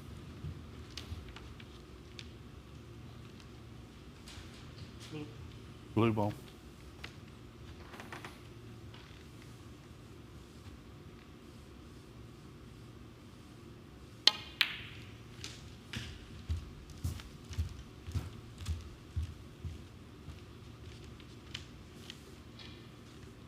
Yeah, and with that free ball and the blue going in and adding another 3 to the scoreboard,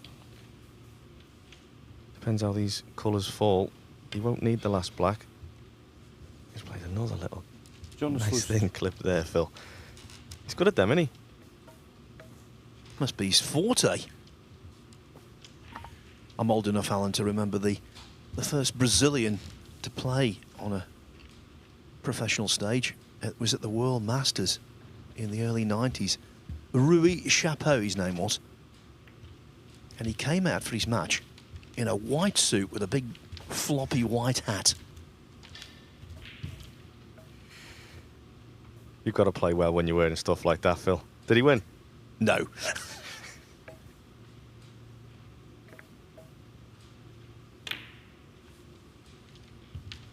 Yeah, when you wear flamboyant clothes, it does put you under pressure.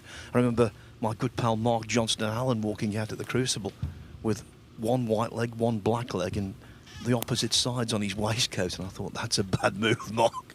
And it turned out to be he lost.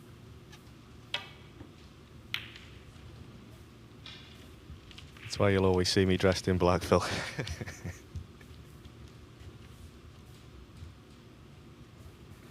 Jonas has got a chance here. If he can send the green up and down the spots rather and get the pink close to that yellow pocket.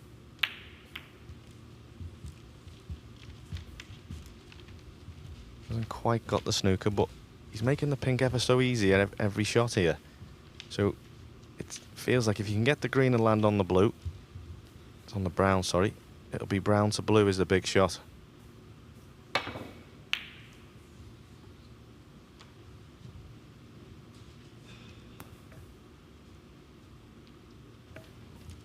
Well, I'll tell you what helped him there.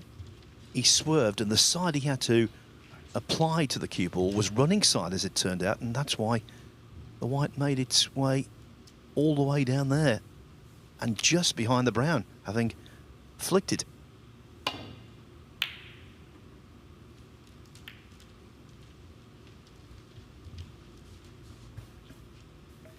Oh, he's had a touch of run there. That green's path there was going towards that right corner pocket as we look, and would have been a chance for Ben, and we know how good a long potter he is. He would have fancied it, but here we are, another safety needed. Just taking an extra second on this, Ben, because he knows one good safety shot, it gives him the chance. Even though it's been a scrappy frame, if he can get it on the board, give him the confidence to carry on in this match. Yeah, it's a well-worn cliche, but it's true. It's just as important. This frame counts just as much as a frame where you make a century. Perhaps psychologically even more, because both have had chances. Yeah, and I think I alluded it to before to Dave during the first game. If this format was a straight best of 5, I think the mentality of every player would be, I have to win, which is normal for a snooker player. I think when it's a straight 4 frames, there's a victory there, there's a draw there, there's a loss also lingering. It's hard to tell how you're going to attack the game until you get out there, but it just shows you that the pressure on this first frame is massive. As we see him going off, and that's another 4 to lose. So he's just 5 behind now with his green. He definitely doesn't need the black if he clears up. Which, where the pink is, that's a big help.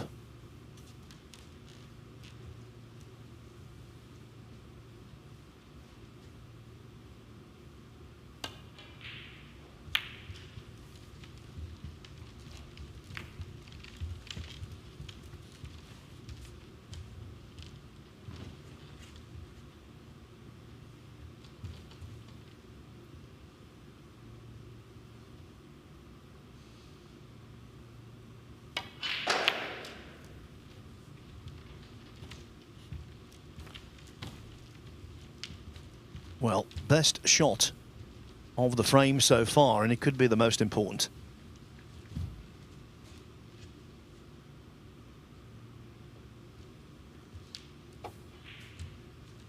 Yeah, perfectly weighted, and with the green in open play and kind of close to the black, Jonas feels like he has to go off this right-hand side cushion.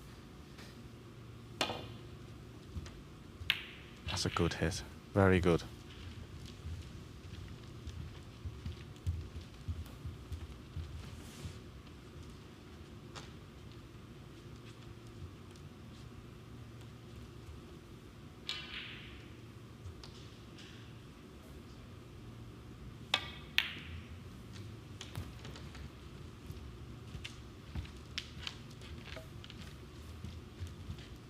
No attempt at the double.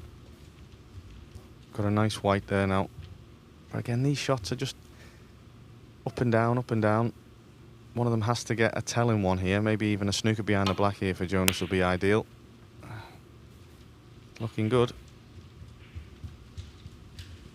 And with that green going next to the pink, this is a big escape here for Ben.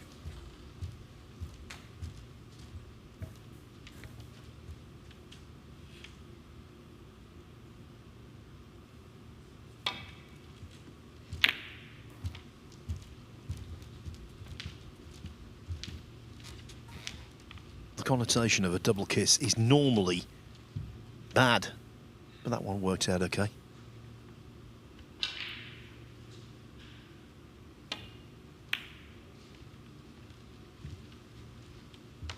What a tussle this has been.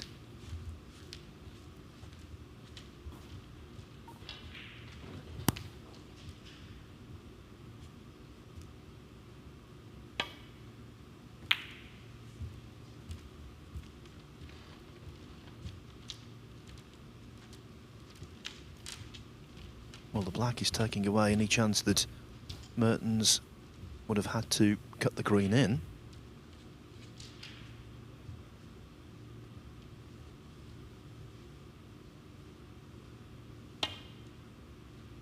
Should I say lose his chance to cut the green in. Well, well, well. And the beat goes on. Another snooker. It's turned into a green ball frame, this, Phil.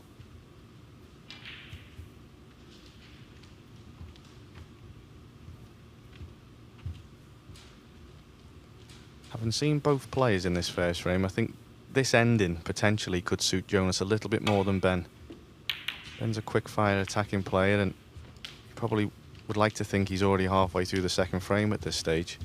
That miscue on the black early on scuppered that chance, and these balls are sitting nicely for both players, so whoever gets this green ball's got a great chance of opening up this match, and as we've alluded to a lot of times, could affect the group later on in the day.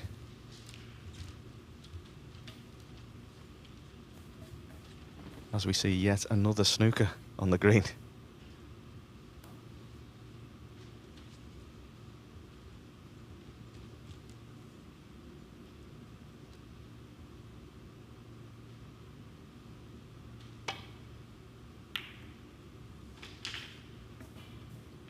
Three. My apologies, I think my eyesight's going, Phil.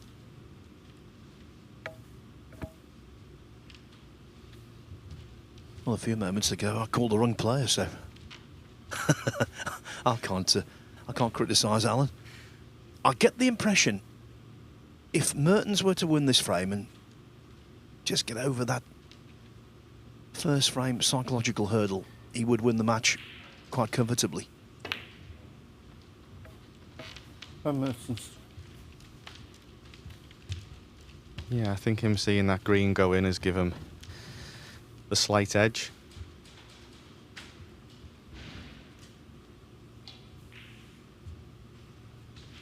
Now only 8 ahead. Lunas will need that black.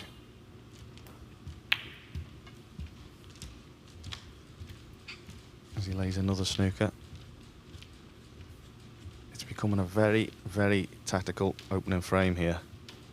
I think all we're missing is a fluke or two, and something could happen the way it's gone.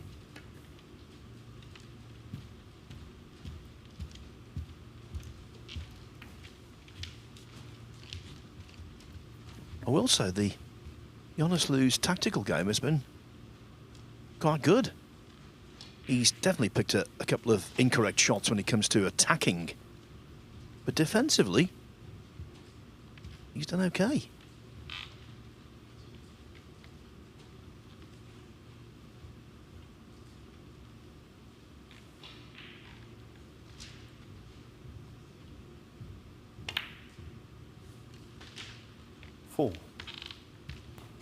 Just taking the 4 points. It actually reduces the workload for Mertens if he gets in. He just needs blue and pink anyway.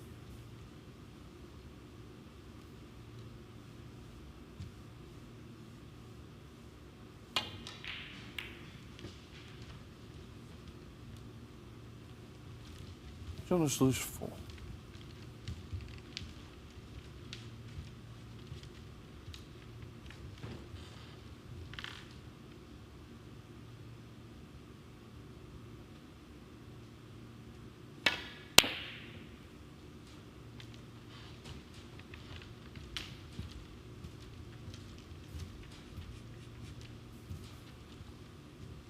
Yeah, nicely weighted shot there from Ben. You could almost say, Phil, that Big Ben sent that round the Houses of Parliament. That wasn't written down either. You could say that. But I shouldn't. I think we're having more fun than them.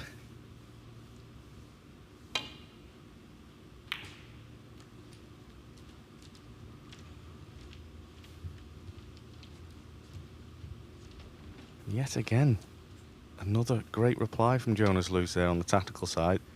Didn't have much to go at with that blue, but now Ben's got a decision to make here. Is the safety shot, or does he try and power this in? He's queuing up gently, so possibly just the safety. Cushion first.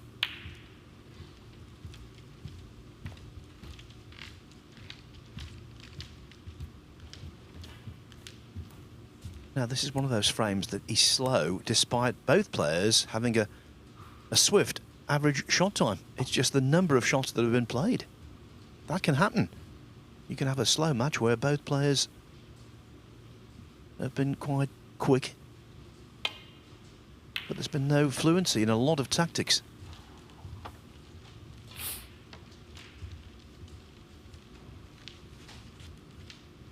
Yeah, and I feel the knock-on effect in this group potentially, because Ben's playing straight after. Alfie Davies has just come off the table there, 2-2 with Jack Jones. Would like to say he got out of jail, but he played well in his own right to have that draw. He's probably itching to get back out there. Ben doesn't want to be dragging this out and let that lead into his next match. He wants to win convincingly and potentially put the pressure on. There's that fluke we were talking about, Phil. That's probably all we needed to get towards the end of this frame, but... Yeah, I agree. It had that feel into that something strange was going to happen. Now, Mertens only needs the pink to limp over the line.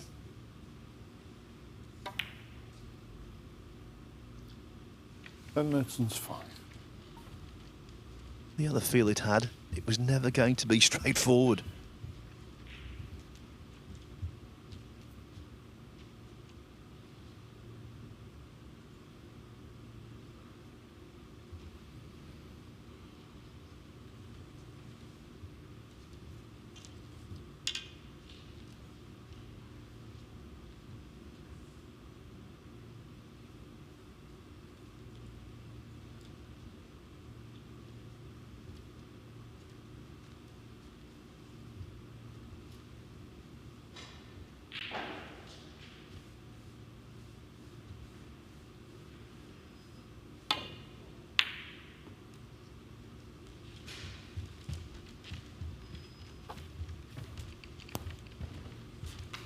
I'm unsure if Jonas Lou's actually went for the pot there. He felt like he didn't have much else to do. He geared up for it, checked the angle.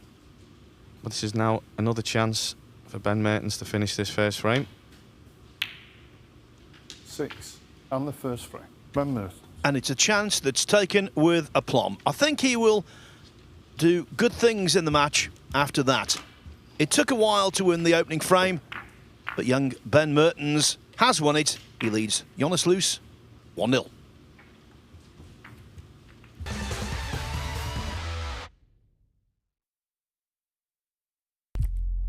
What do you need to become a champion? Vision, drive, discipline, finesse. But what about a world champion? Victor, conqueror, peerless. The history. Reyes is the champion of the world. It's the king of the 9-ball ring. The biggest prize. The crown jewel of 9-ball.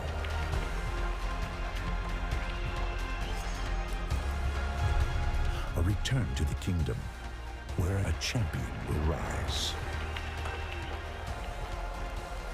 The World Pool Championship.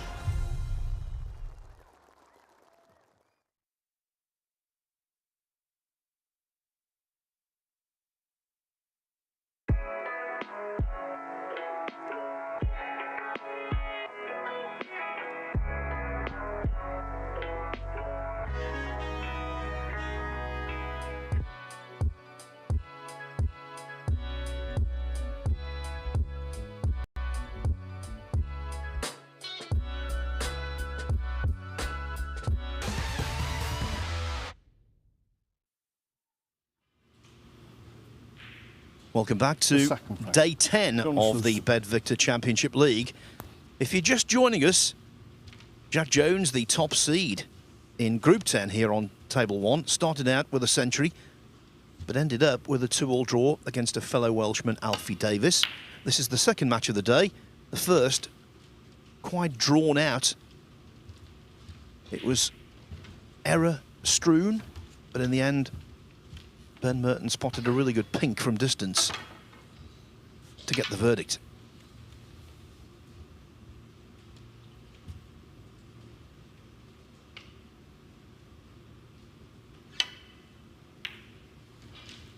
On the other table, Sam Craigy started with a 3-0 win over Jimmy Robertson. That's Group 23. And the second match of the day underway. Mark Davis taking on Connor Benzie.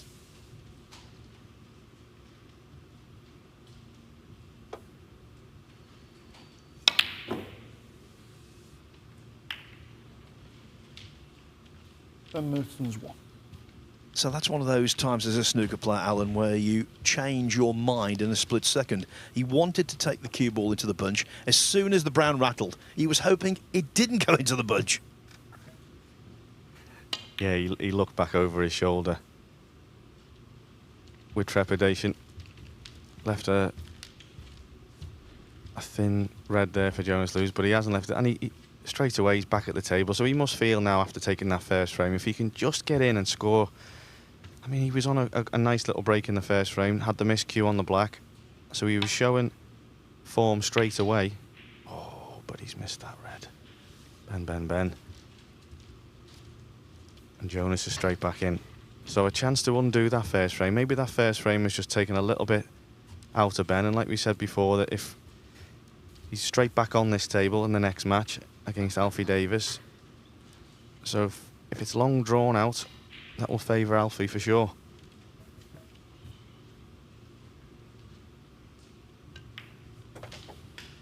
One.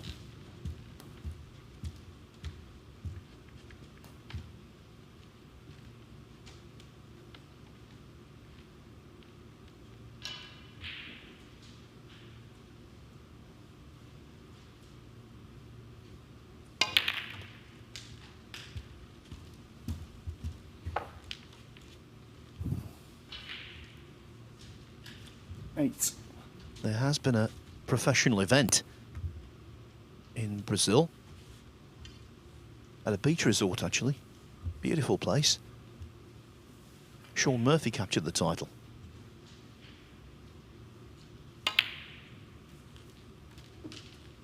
Nine.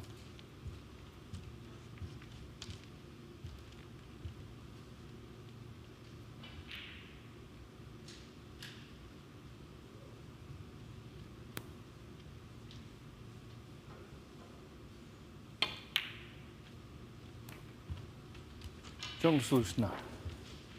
But this is not title capturing form, just the reverse.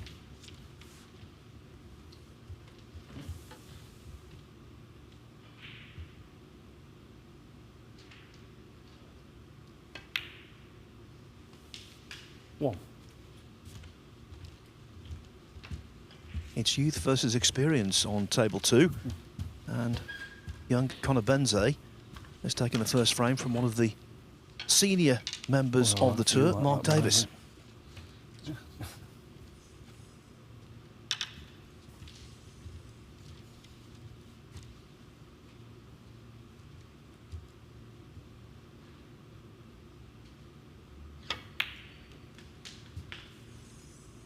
Thank you. Now that was nicely played. Widening the angle with lots of side.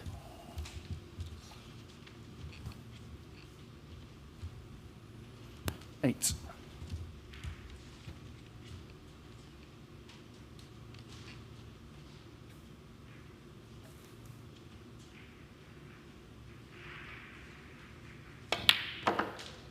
Nine. Needs a good split on this pack here off this black bent. Like we alluded to early in the first frame. He looked good on the practice table. Maybe, oh, he'd be frustrated with that. Maybe just winning a little bit softly for me. 60. The frustration's creeping in. Even though he's got the 1-0 lead, he'll feel like he's not as authoritative, I think is the word I'm looking for. He's looking to put pressure on Jonas, and he's just not doing it at the minute.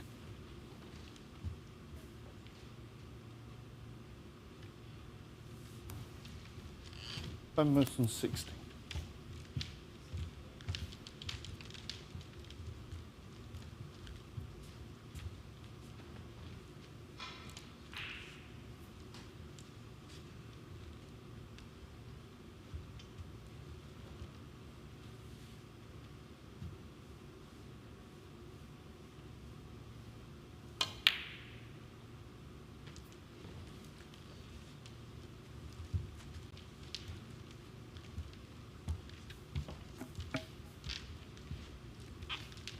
Ben Under hit that safety shot there and left that chance for Jonas, but another miss from both players, and with another red going on the side cushion, let's hope this isn't another scrappy one.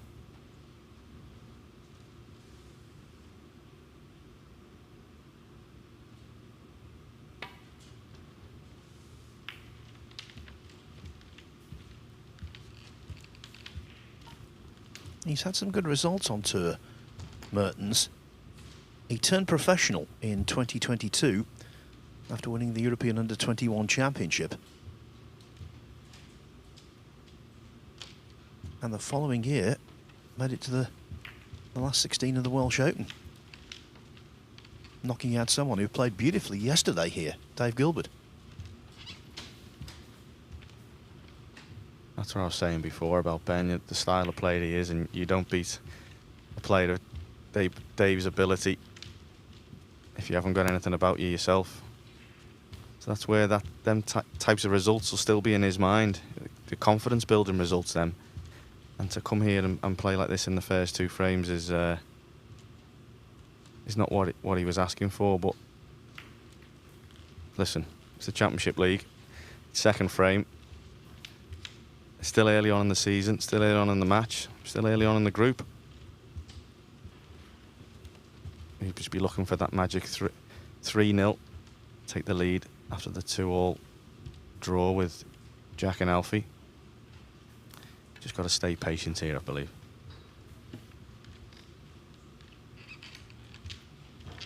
Yeah, sometimes it's not about the performance, it's about the outcome.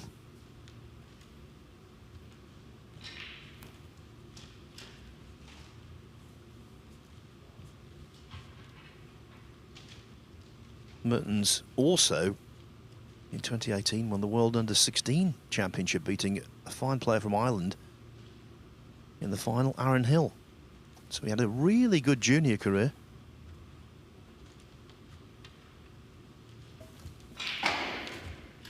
Yeah, and we've all seen how Aaron Hill can play the game with the results he's had, and a fantastic season last season. Starts inside the top 64. Lots to build on for himself. It just shows you the calibre and the grassroots is there.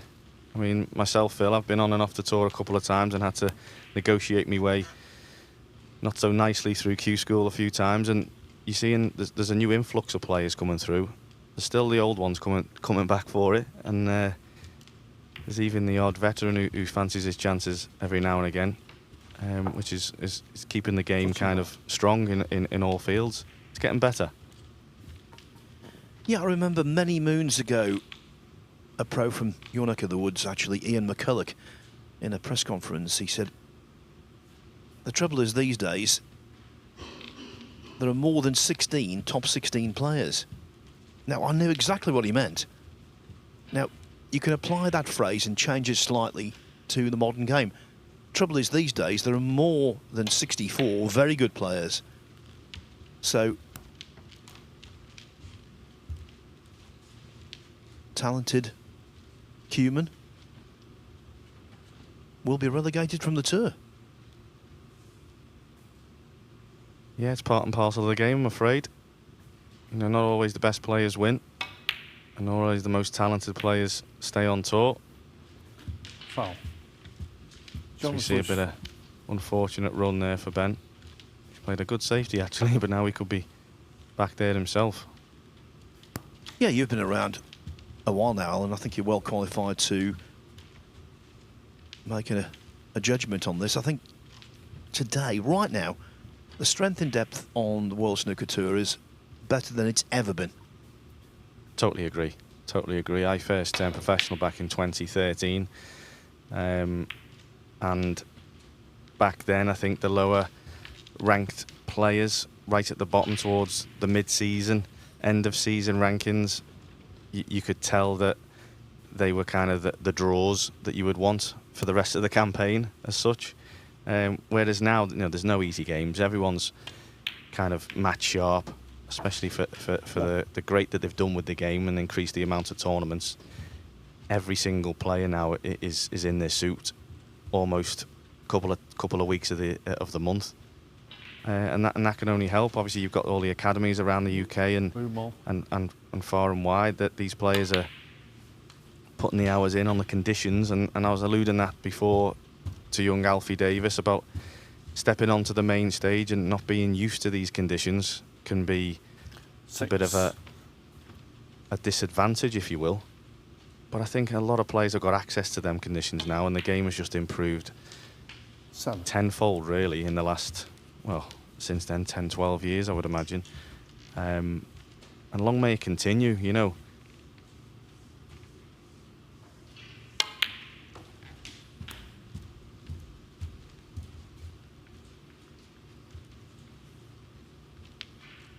So.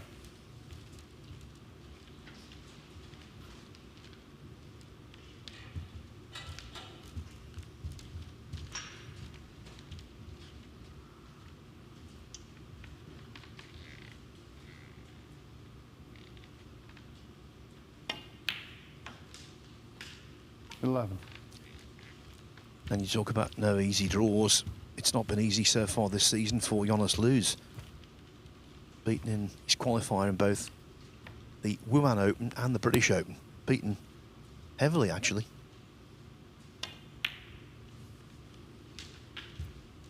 But against two fine players. Ryan Day beat him to make the trip to Wuhan, 5-1, and then Carl Chung from Hong Kong won 4-1 when they met in the British Open first round.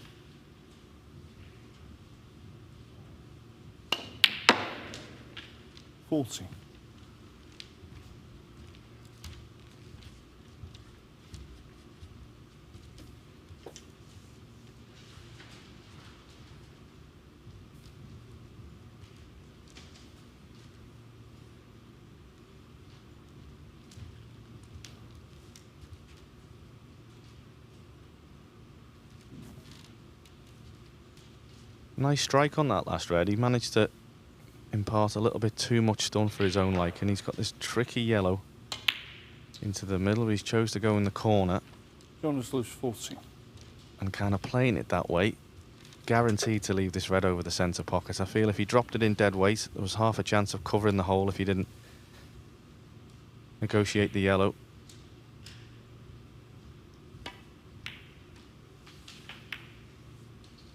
One. And it's just not falling nicely for Ben at the minute. He's still got shots to play every time he's at the table.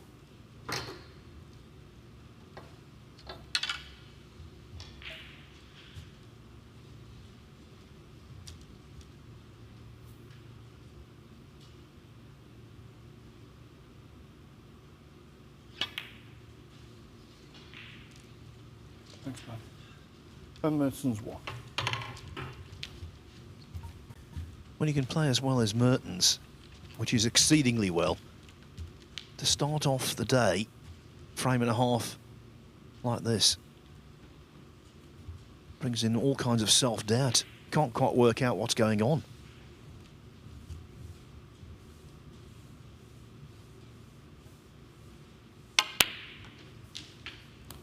One. Yeah, he'll be getting to the stage now where he's just looking for the W. He wants to get to 2. That might take the shackles off, knowing that he can't lose the match, but Ben's normal mindset is he wants to go out to win. And if that's not happening, even though he is 1-0 up, it doesn't feel like he's 1-0 up. 6. Sitting in his chair. Because he wants to be round the black spot scoring like we know he can. 7. But for all the misses that Jonas Luz has thrown in, he's still in it. He's ahead, and he's at the table.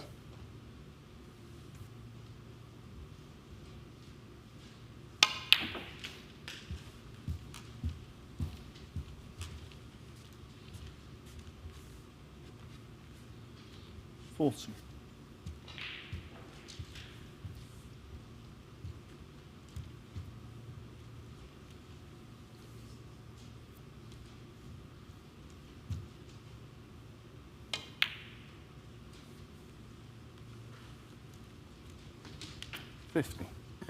Well, he was walking on that one. It did drop, but only just.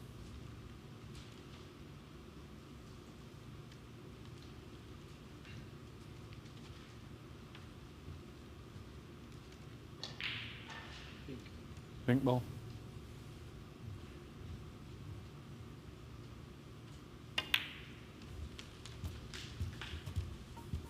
With the World Snooker Tour qualifying criteria now, 21.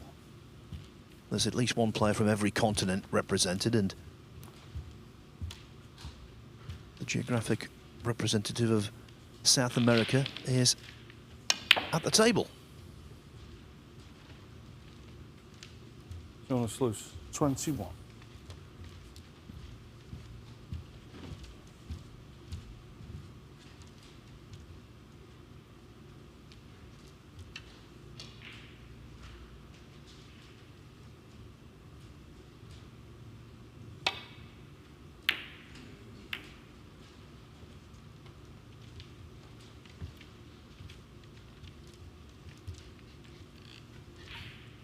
Almost certainly not as planned, but it could have been a whole lot worse.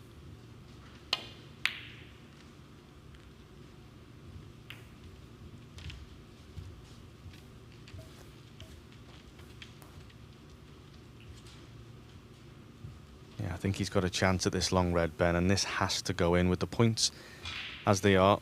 Jonas Luz 30 ahead. You'll only need a red and a high value colour to get over the line in this frame, so in it goes. 1. Now. Can he pot this and get it on the last red? It's not going to be an easy clearance of the brown by the side rail, but he's right-handed, so it's all about this positional shot for me.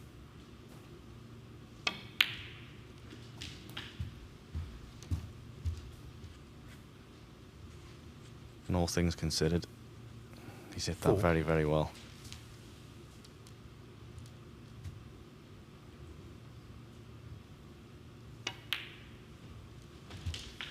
5.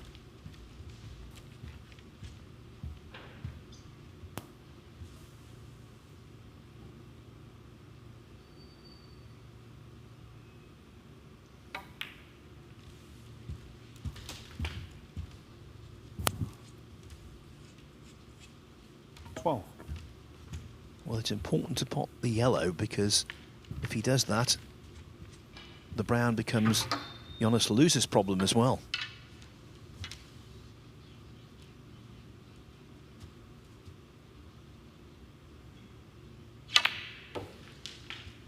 Yes. 40.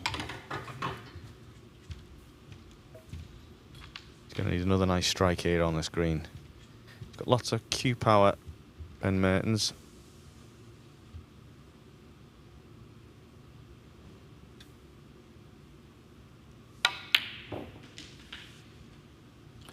Is it that lovely?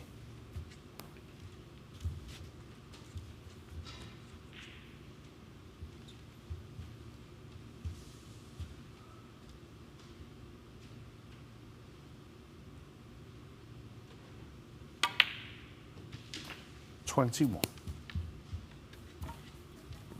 Don't want to put the hex on him, but this is the real Ben Mertens. Yeah, them last two shots are really nice. The brown, more so, I feel. 26. He had a slight angle on it. You had to time it well to stay this side of the blue.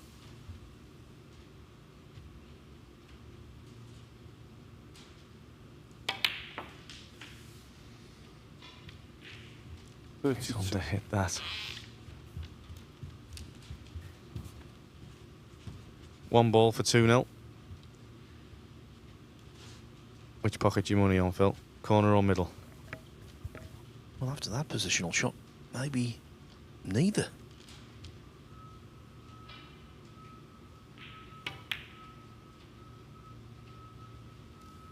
By Mertens. 32. It should have been over. It should have been a very useful steal.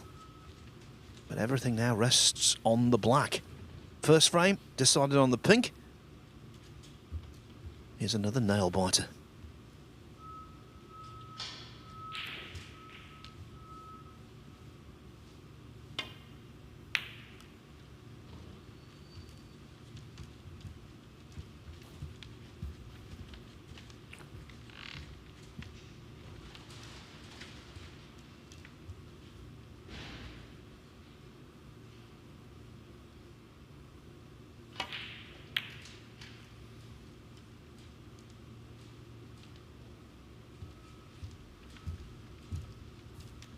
The snooker table is 12 feet long, and that's about the distance between the two balls.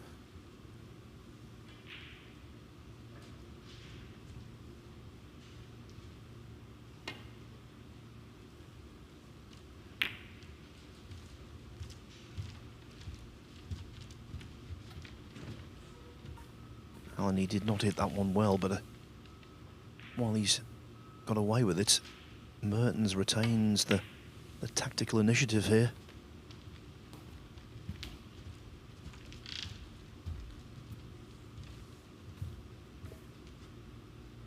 Yeah, I just feel there's something else that's going to happen here. I don't know what it is. I don't know whether Jonas is looking at a double.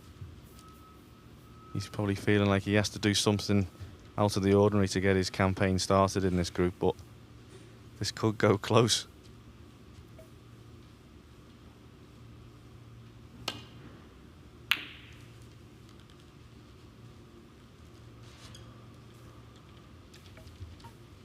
That was almost one of the great calls in your second match as a commentator.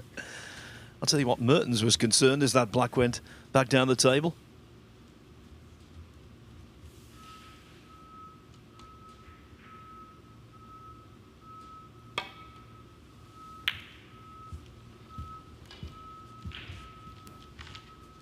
He's played a couple of good safeties on this black as Ben. And in all honesty, he probably deserves a crack at a long pot or at least something easier. But having said that, he did have that easy opportunity from pink to black. He didn't quite convert, so another tough one here for Jonas here.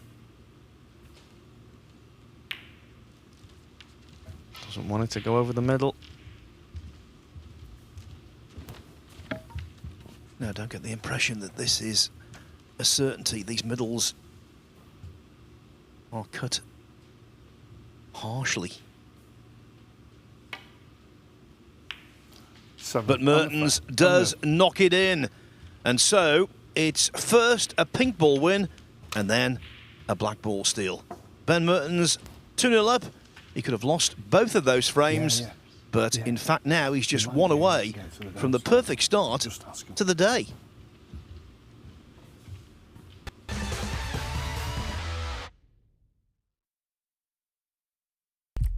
What do you need to become a champion? Vision, drive, discipline, finesse. But what about a world champion? Victor, conqueror, peerless.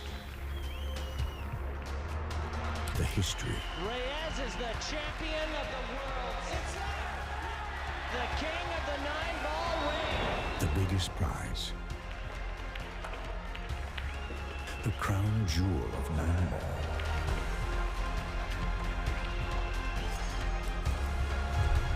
A return to the kingdom where a champion will rise. The World Pool Championship.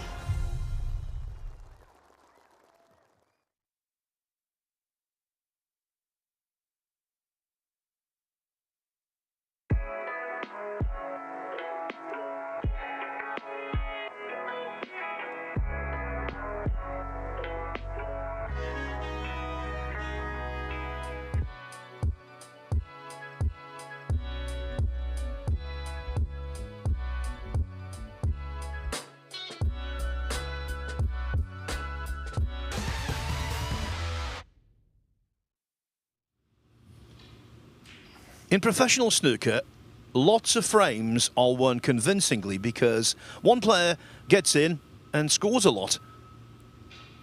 So when you get close frames, you savour them. We've had two on the trot here. Not the highest standard, but a pink and a black ball win, both for Ben Mertens, has given him a 2-0 lead over Jonas Luis.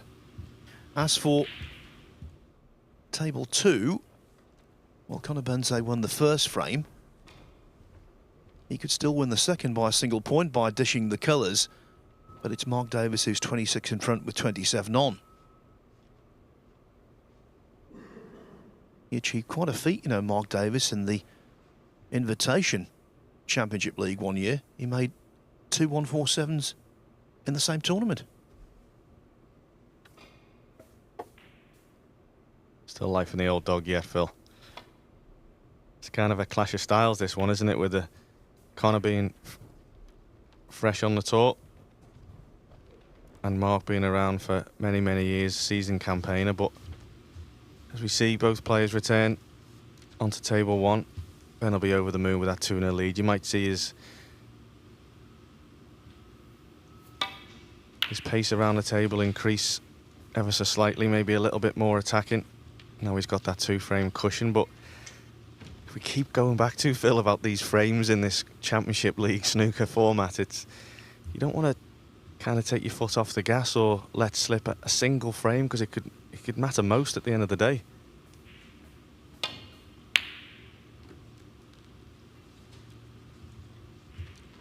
Yes, and also high breaks can really help, and that's why Jack Jones with his 102, that could come in highly useful.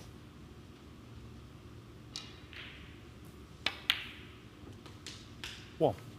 Now can Mertens make a big score and show his true colours?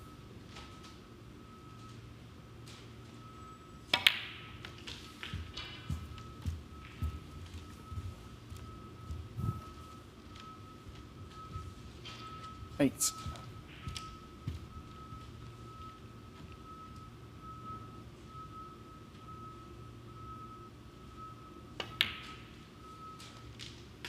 Nine.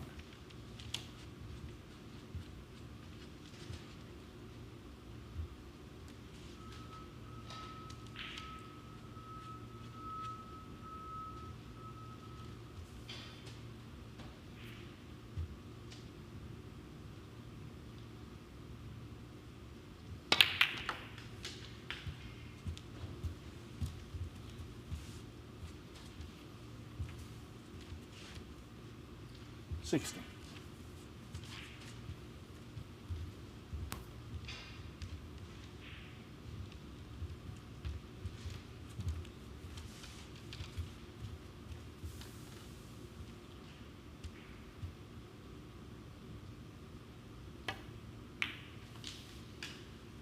$70.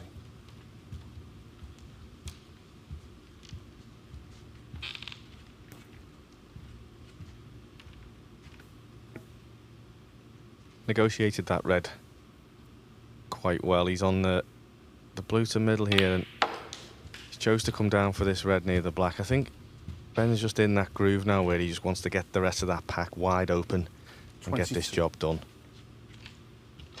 I think that miscue in the first frame stopped him in his tracks, and when he's got in and scored a few, he has hit the ball well.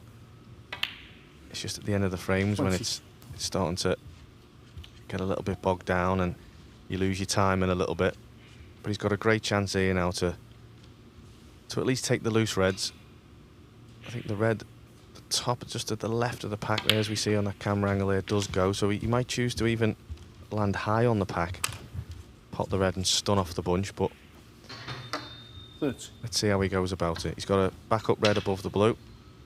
This is a great chance. 31. Cheers, bro. Thanks.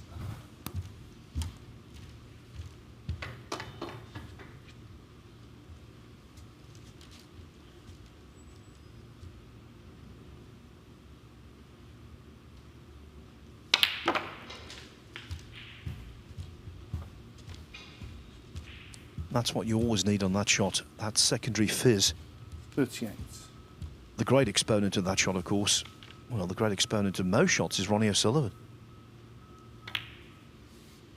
39. He comes up a lot in them conversations, the Rocket, doesn't he? But you're right, Phil, yeah. I think a single shot like that can give a player such confidence to carry on in a frame, in a break.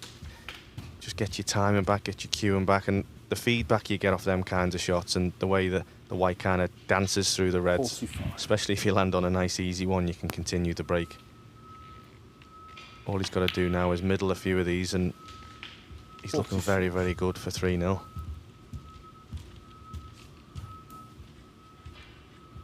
Yes, and if he does tuck the frame away at this visit, then doesn't want to switch off the concentration, maybe try and chase down Jones's 102.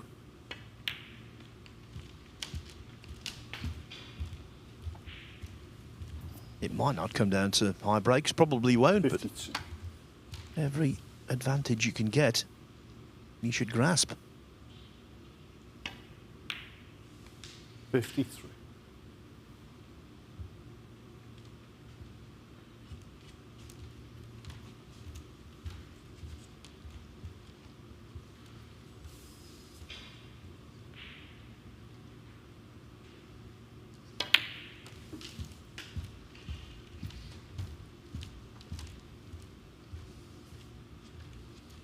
$55.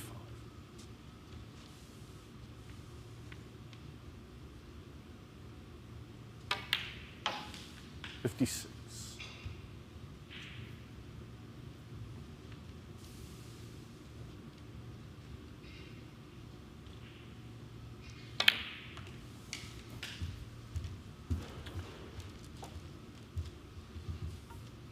It's amazing how players just come to life.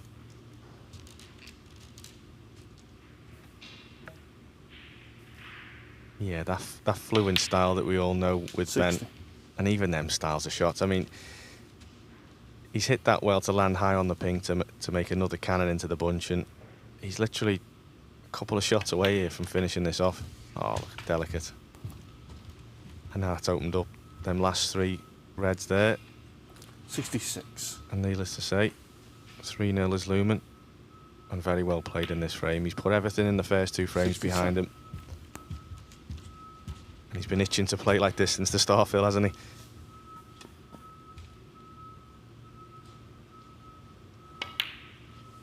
Yeah, this is the kind of snooker he likes.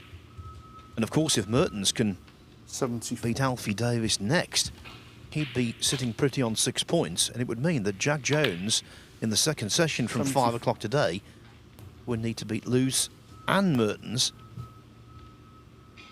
to top the group.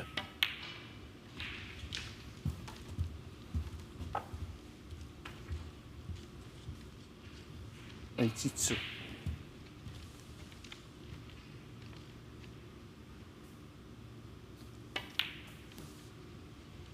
Ben's wanting to get the highest break in this group, just in case it does go down to deciding points. He'll have to get this red off the side cushion. That's probably why he's done it now. He's gone early. That's a nice little shot, this. He's got a great chance now to eclipse Jack Jones's 102 that he made in the very first frame of this group.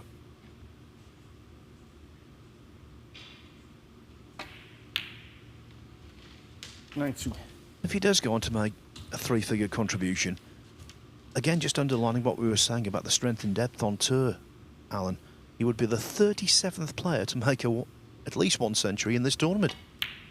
And it's only day 10. It's incredible, isn't it? 98. What we spoke about in the first match with Dave Hendon is, in last season's Championship League campaign, Jack Jones made 32 by right in his own. So, and there it is.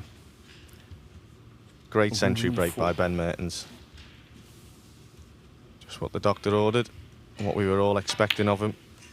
How can he clear these colours? I'll make sure of every single one, Ben, because it could count later on in the day.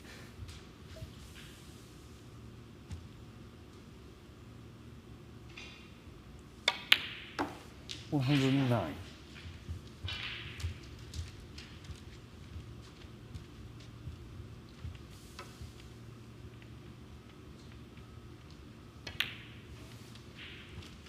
$130. What an unusual match it's been. Basically chalk and cheese. 180.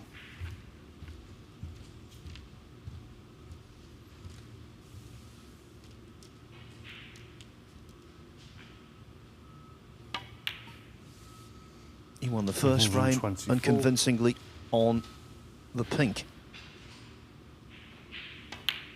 He shaded the second frame on the black, but there was nothing unconvincing about that. A total clearance in the third. Ben Mertens finding his form to clinch victory. He defeats Brazil's Jonas Luz by 3 frames to 0, and that was the perfect confidence boost, because in 5 minutes' time, Mertens remains out there to take on Alfie Davies.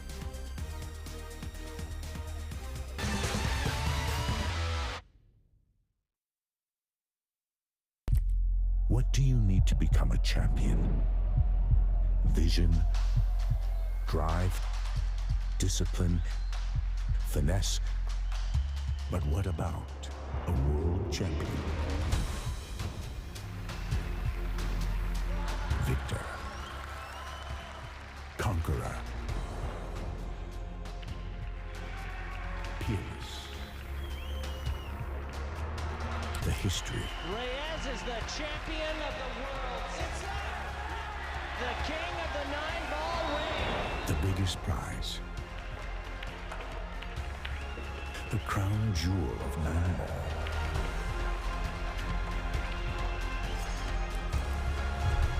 A return to the kingdom where a champion will rise. The World Pool Championship.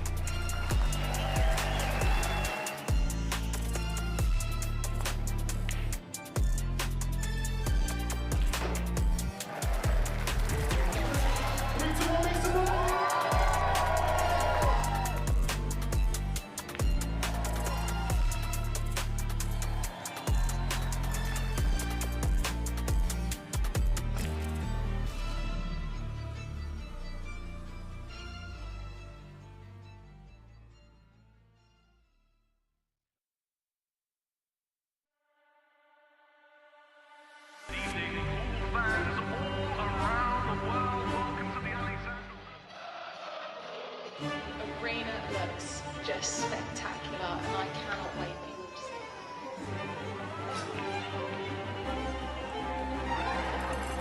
Don't worry. Yeah, but plenty of the guys that need to be ready. We're the champions. You need to come take it. I mean, you want to follow me in there now? Yeah, I know you're ready. All we've been doing is Can you speak English better, please speak? Because I ain't understood a word you said.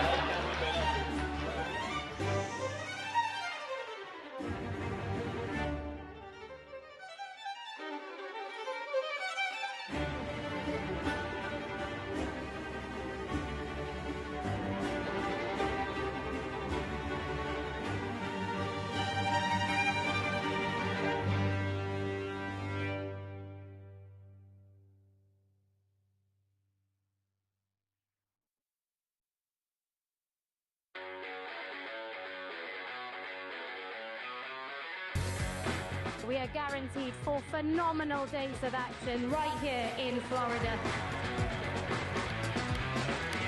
Drama is certainly guaranteed in front of a hugely raucous crowd. The American fans really getting to the spirit.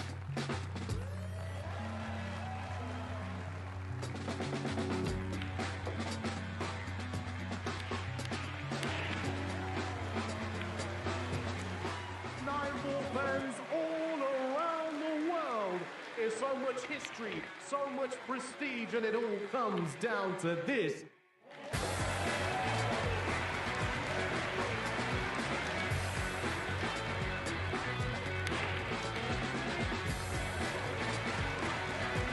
So much action lies ahead at the Caribe Royale in Orlando, Florida.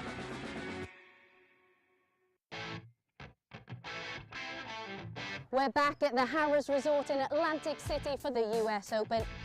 It is one of the most prestigious events in the calendar. Record breakers, history makers, it's that time. Let's play 9-ball.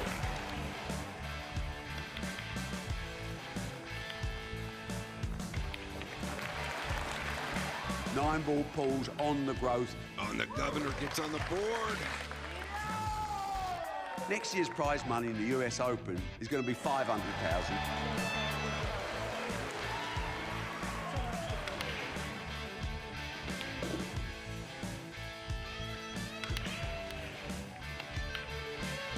The man they call the Ghost has left everyone for dead. We will take this sport to places it's never been, and that's a bloody guarantee.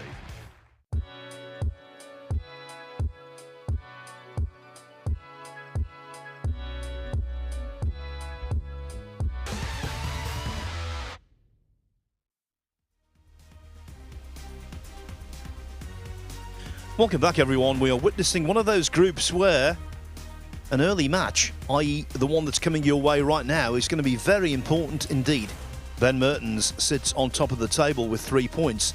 He's just completed a 3-0 win over Jonas Luz, 1 pink ball win, 1 black ball win, and 131 total clearance to clinch. Jack Jones and Alfie Davies played out a 2-all draw earlier. Luz at the bottom of the table right now. Coming up next, it is Mertens again against Davies. Over on table 2, Sam Craigy made the ideal start with a 3-0 win over Jimmy Robertson. Mark Davis and Connor Benze have shared the first 2 frames.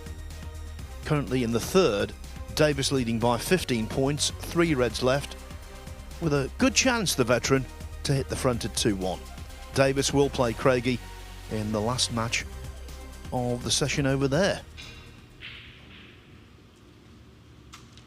So I'm joined by David Hendon for this one. And I think Mertens will be hoping to replicate the form he showed in the third frame against Luz rather than the first 2. Yes, well, he's holding all the cards, isn't he? Because not only did he win 3-0, he had the 1-3-1, and you know, if we go back on the count back, that could decide things. So this is a very important match. If he can win this, Ben Mertens, then the pressure is on the shoulders of Jack Jones tonight. Of course, he plays the last match against Mertens. Alfie Davies, though, I thought was very impressive from 2-0 down. He struggled early on, which is understandable, and he looked certain to lose 3-0. Jack Jones missed a red in the third frame. He made a good little clearance and then an excellent fourth frame as well. Made a 75 break, in fact, but he's left a red here for the Belgian.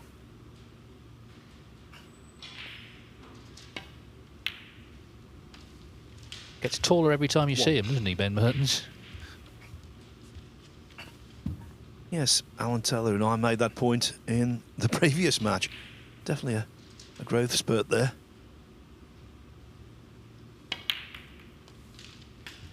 One of Britain's best basketball teams play here at the Mattioli Arena, the Leicester Riders. 8.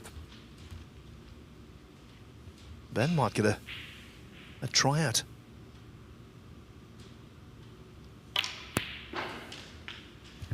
We saw yesterday Dwayne Jones 9. played the second match, won that, went straight back on, and was very impressive in his next one as well. And Ben Mertens has got that same momentum coming into this, having just made that 1-3-1.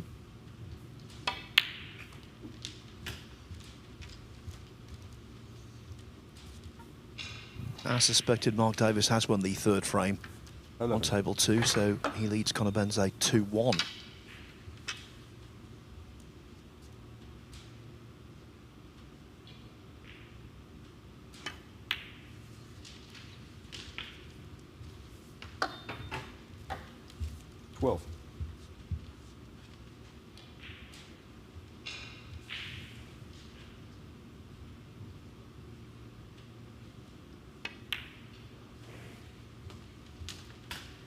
Chose to just drop on the loose red.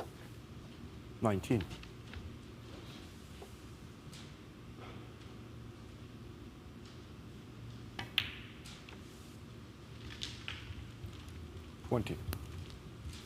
Now with this angle we might see some action.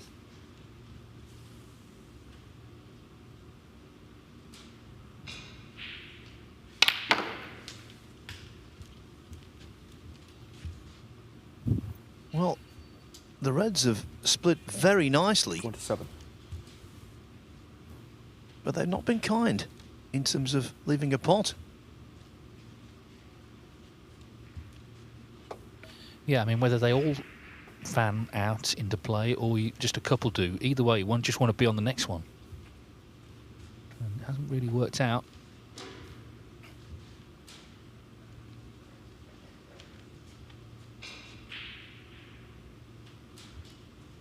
Got this cut back to the left corner. Big shot, really, because they're all there if he doesn't get it.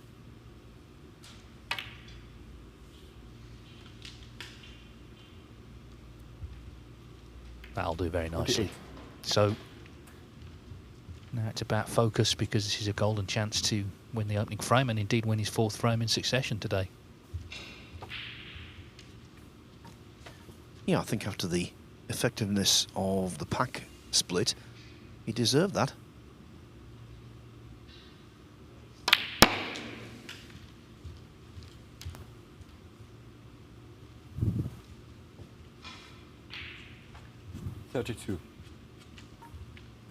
Surprisingly, they've only played on one previous occasion, these two.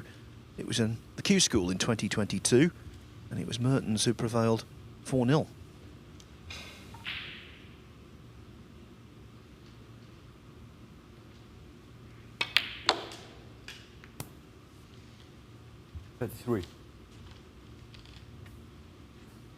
Now, was the kiss powerful enough to remove the blocker? Yes, it was.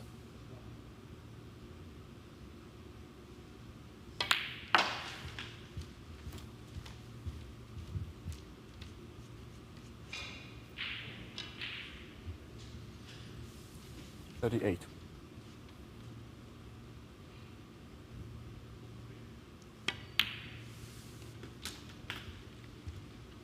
39.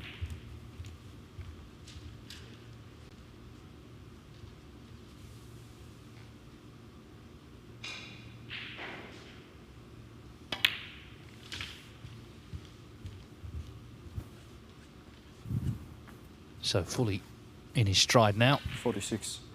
Looking, I guess, for a quick kill. And another 3-0 obviously would really underline his dominance in the 47. group. Jack Jones has got Jonas Lutz at 5 o'clock. Would need to beat him and then beat Mertens in the last match.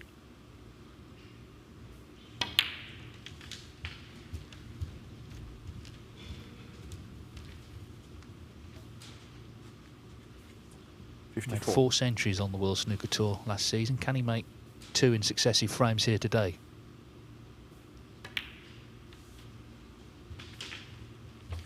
Yeah, given his 55. obvious talent, 4 is a low number. Should be making more than that because he looks really good when he's flowing.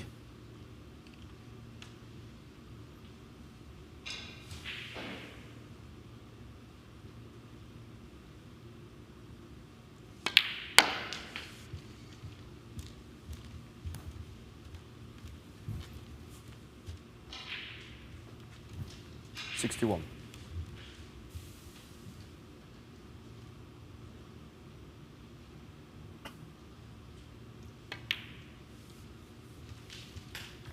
$62. So pink is throwing ball, and this has been what you really the very definition of a quick kill. Of course, Belgium has a proud Q Sports history with carom billiards in particular. You've never seen 68. that. It's not a game of potting because there are no pockets. It's a game of cannons, very skillful game. Raymond Koelemans, a great legendary player, but they've had plenty of others as well. 69. Well, I know, Dave, you've done quite a lot of commentary on carom, 3-cushion billiards, and I would fully agree their skill level is remarkable. And if you ever see one of those trick shot exhibitions as well, some of the things they do with the balls, well, it defies physics.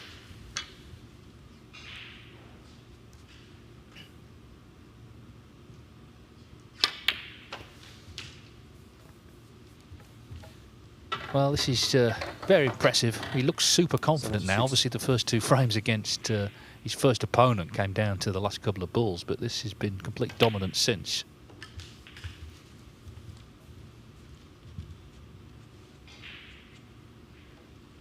$82.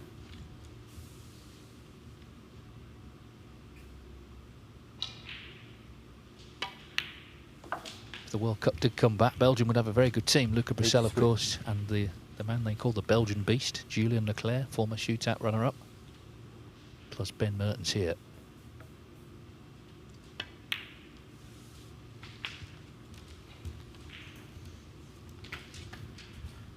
Yes, in his youth, well, he's still young, but he has played in the World Cup with Brissell before, but that was just the 2-man teams. I think the World Cup is better when it's 3.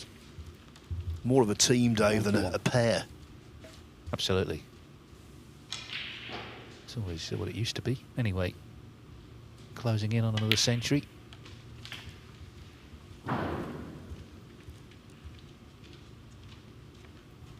split was a good one. He looked at first he'd been unlucky, but there was a red that he could cut back to the left corner, and he hasn't looked back since. The blue then, and it's back-to-back centuries across the 2 matches for Ben Mertens. Very, very impressive. 103.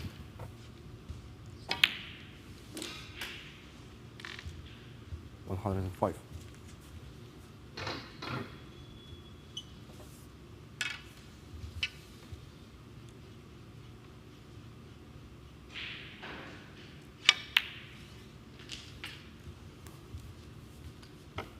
$108.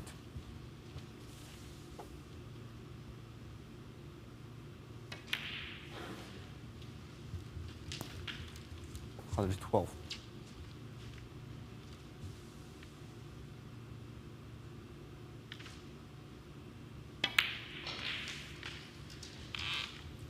$117. He's got pink and black for not just centuries back-to-back, but total clearances. 123.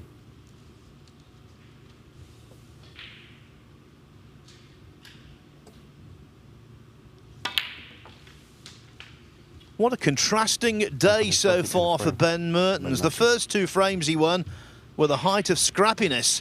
The last 2 have just been flawless.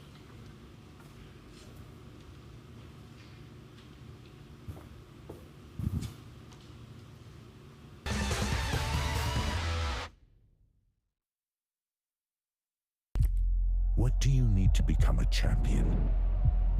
Vision, drive, discipline, finesse.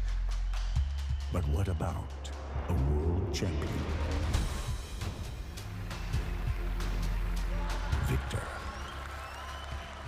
Conqueror. Peerless. The history. Reyes is the champion of the world. It's the king of the 9-ball ring. The biggest prize. The crown jewel of 9-ball.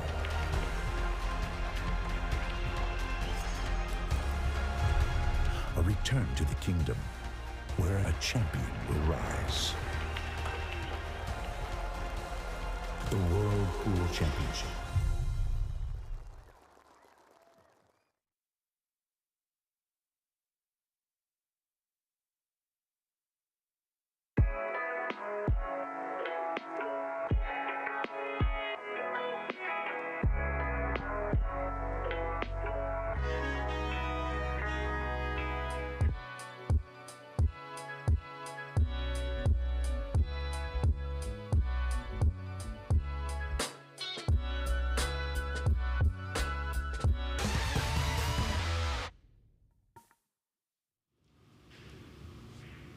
Belgium's Ben Mertens has suddenly gone into the zone. Alfie Davies to break. He finished off his 3-0 win over Jonas Loos with a break of 131.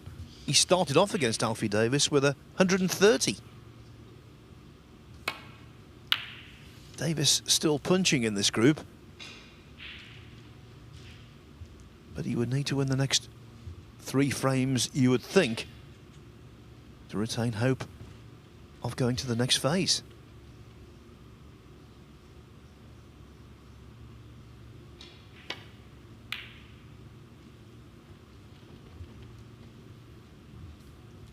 Well, given what we've seen last 2 frames, that was a surprising miss.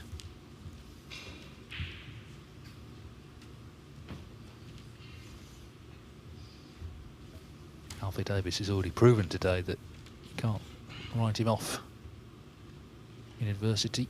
Got that excellent draw with Jack Jones from 2-0 down.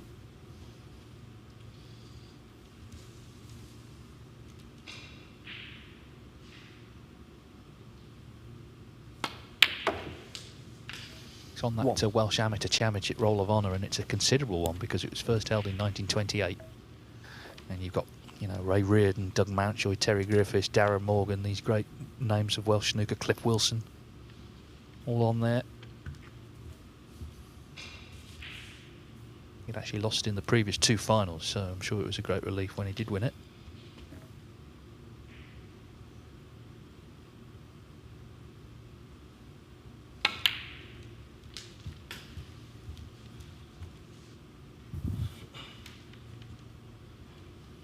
Eight.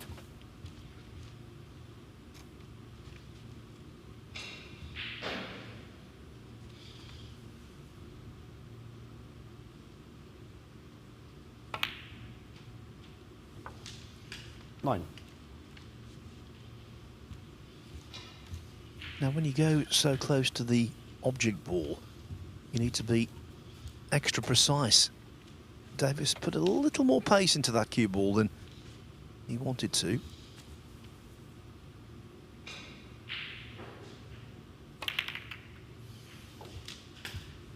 But it's all worked out for the best. 16. As it has for Mark Davies next door. He lost the first frame to Conor Benzie, but has won the next 3. So 3 points for Davies, who stays on to play Sam Craigy. He beat Jimmy Robertson 3-0 first up. Ooh, meanwhile, that red does not find its target. Last thing he wants to do is start handing easy openers to Ben Mertens, the form the Belgians in. So that could be a big, big mistake, actually.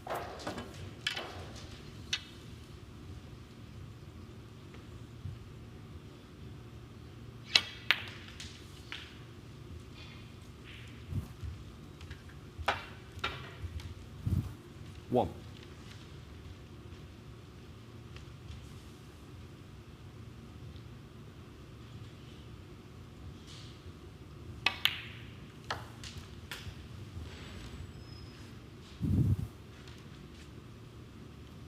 8.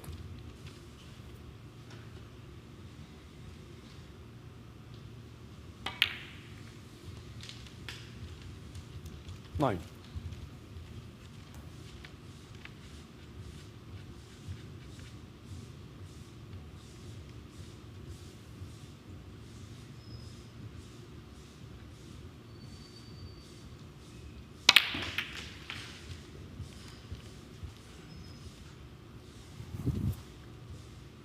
'Another one of those shots that 16.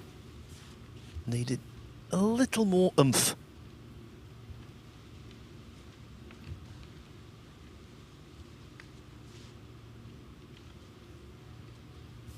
Horrible shots to judge these with white and red so close together.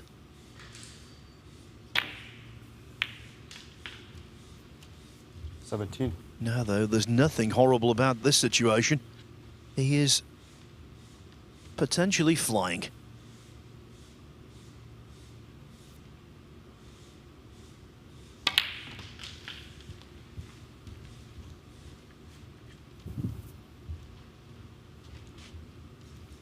.24.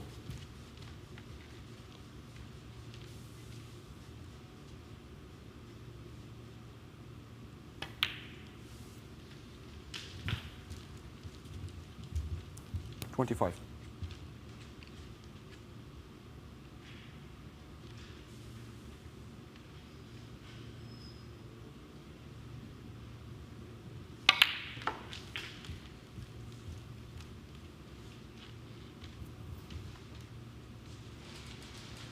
32.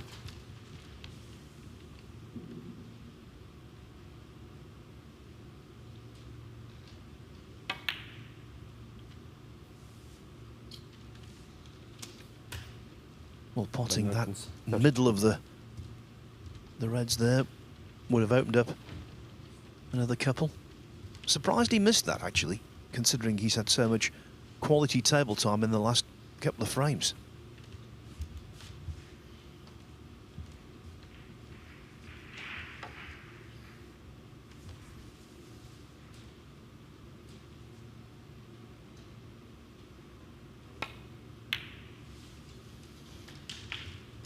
One.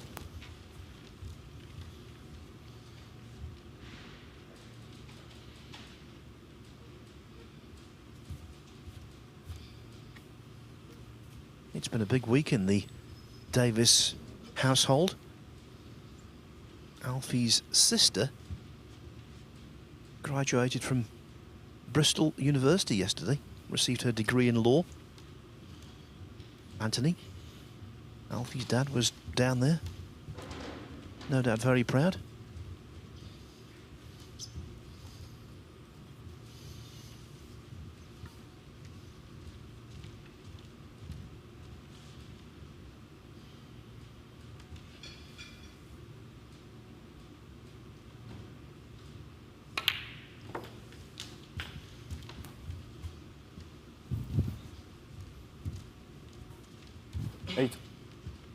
Had a rather fraught university graduation day, Dave. Our car broke down on the way. I was almost late. Late to be given my degree by former Prime Minister Harold Wilson. But we made it just about. I'm sure Harold Wilson was greatly relieved by that. 12.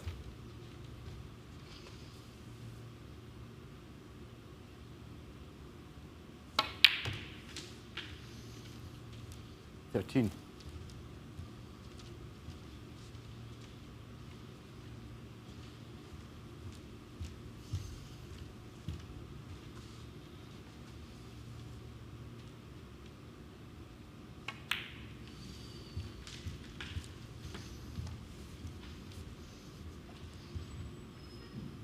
So it was an unexpected miss from Mertens, and we saw Jack Jones do similar against Alfie Davies in that third frame. Just missed a red out of nowhere and ended up going from a certain victory to just a draw.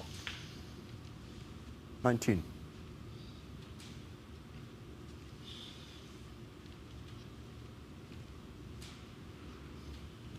Still with a bit of work to do, though, where the reds are.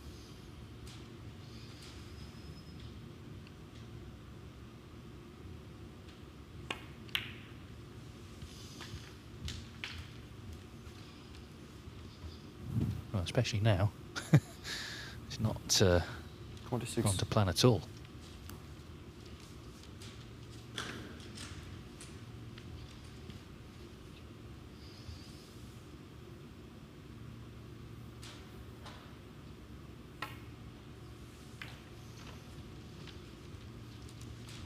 Alfie Davies, 26.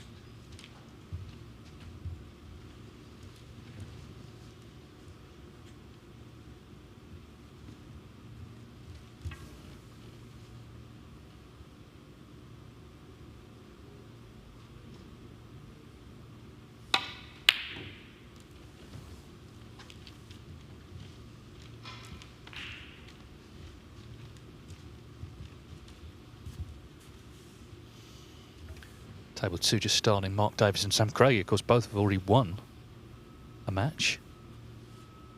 So it feels like quite a significant game in that group.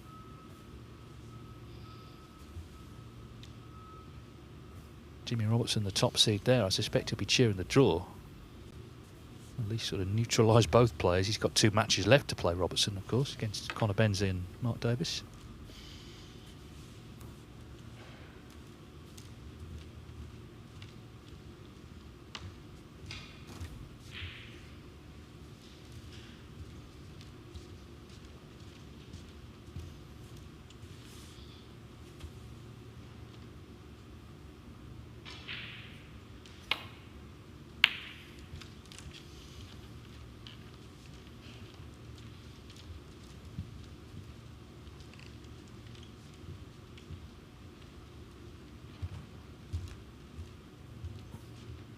If Mertens can win this frame, it would guarantee that at the end of the opening session he would lead the table.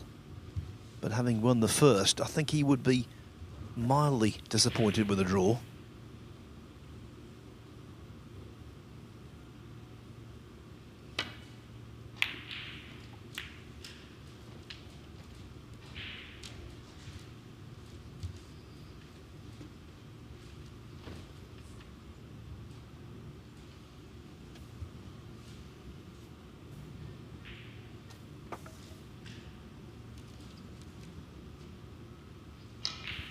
True to say, against Jack Jones, his safety game did open up a few chances for Jack.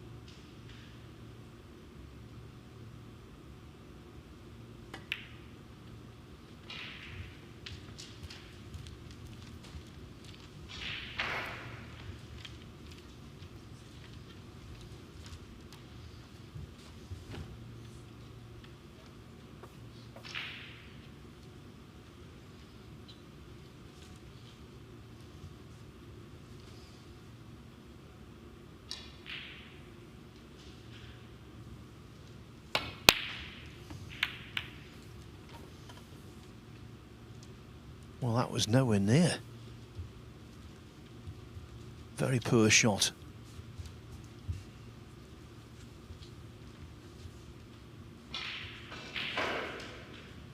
He's left nothing easy, though. In mid-table, white and red, cutting back into a blind pocket.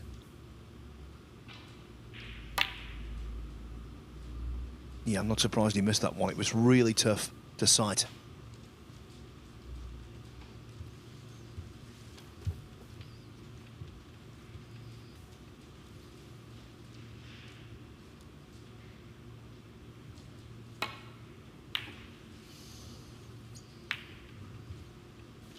Well, it's another mistake, but again, possibly not fatal.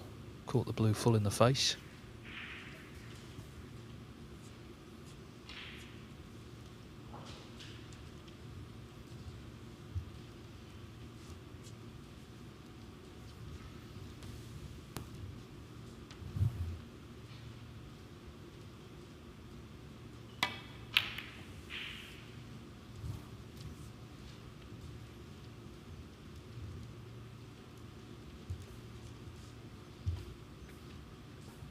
And Mertens there, delighted the red didn't move more.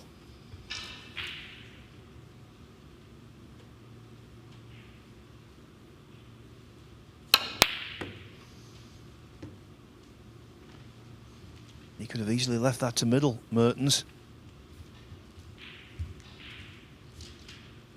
A wild lash from Davies that amounts to nothing, apart from potential trouble. Yeah, I mean, the fact that he's held the cue ball in the middle of the table, so he's likely to leave some sort of pot on somewhere, and this is the one he's left on. Not to be, though. It's got a bit scrappy, hasn't it?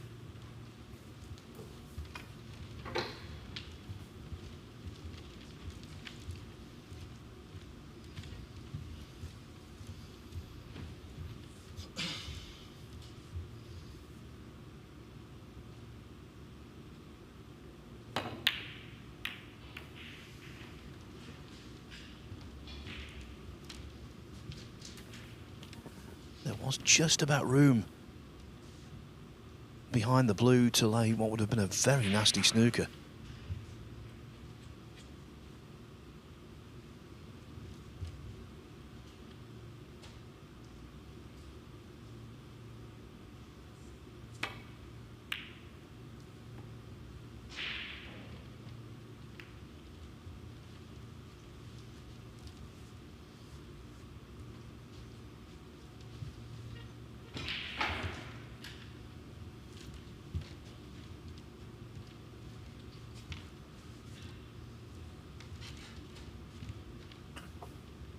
Just wonder with Mertens 10 points behind, just flicking that yellow safe, that'll make a difference later.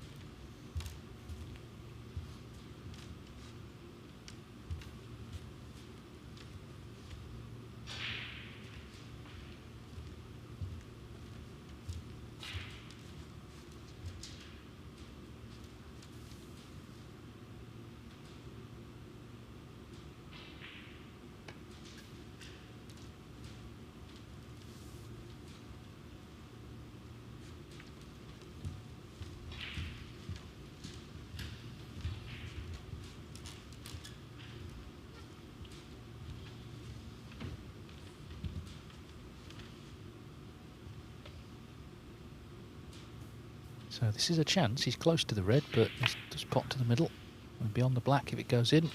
And there we go. So Alfie Davies won that little standoff. Can he now take full advantage?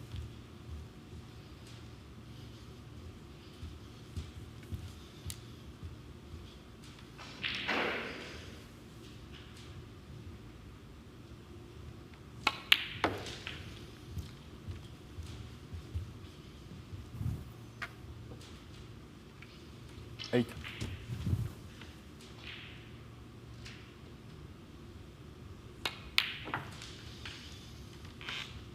Nine.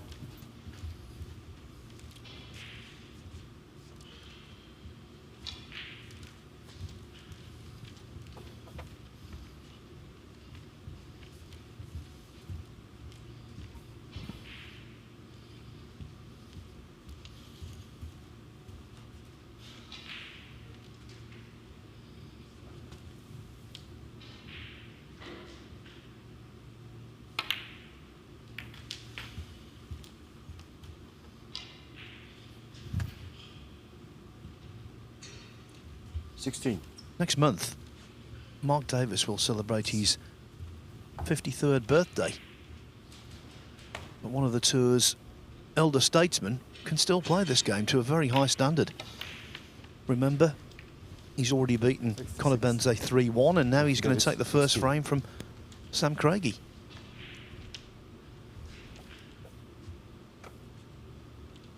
Well, Alfie Davies lost position. He nearly brought the yellow out there, which would have been No good at all for him with the 26-point lead. Just flicked off it. So it's okay.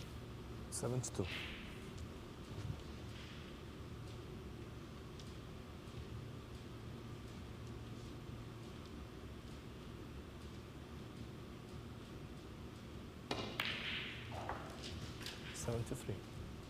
So Mark Davies on a break of 73.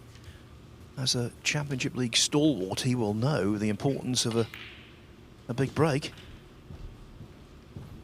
Could be like gold dust at the end of the day. 78.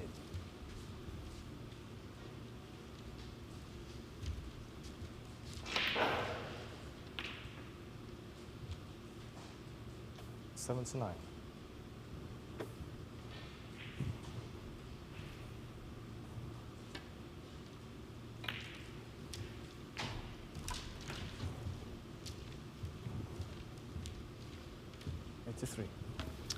Did not go to plan for Mertens, to say the least. Alfie Davies was striding around the table there before the cue ball had come to rest. Motivated 33 in the front. 83 from Davies on the other table.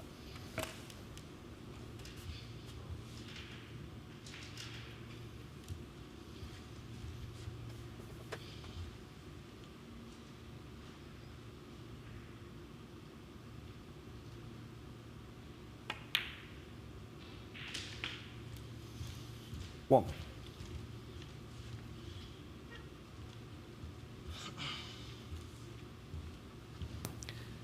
Black-red colour needed for one each.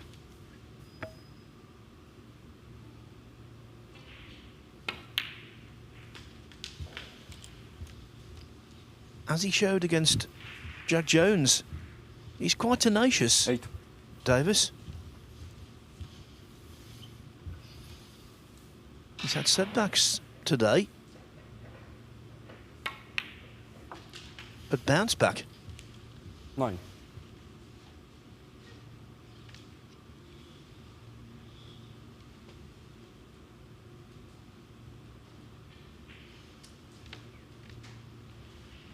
Doing the right thing, not quite settled on frame ball, so getting up.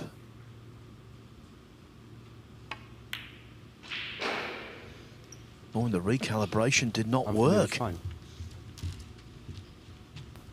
So 35 in front, 35 on. What a ball to miss, Dave. It's a strange miss, isn't it? Because he's not trying to do anything other than pot it. He's not playing position or doing anything other than, in theory, focus on the pot. But the pot didn't come off.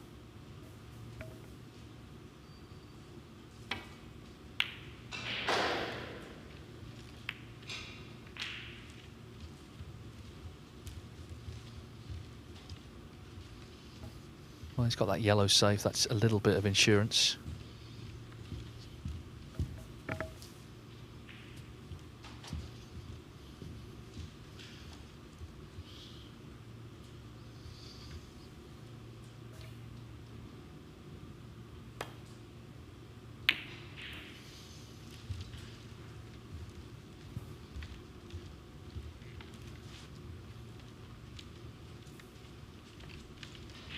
Well, there's a famous commentary phrase, there's always a gap. If there's a gap here, that would be like threading the eye of a needle.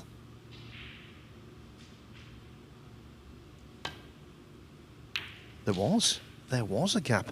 And the angle to come down for the only colour he can pot. 1. The black.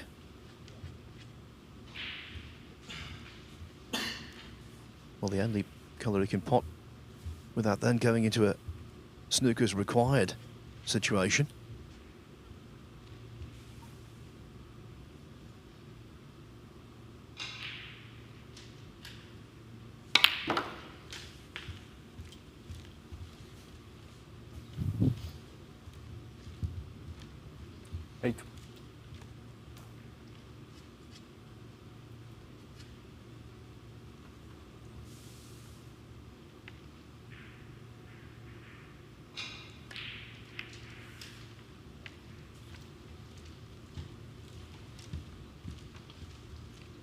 Mertens 8. Mertens had that sinking feeling he was trying to put the cue ball behind the pink.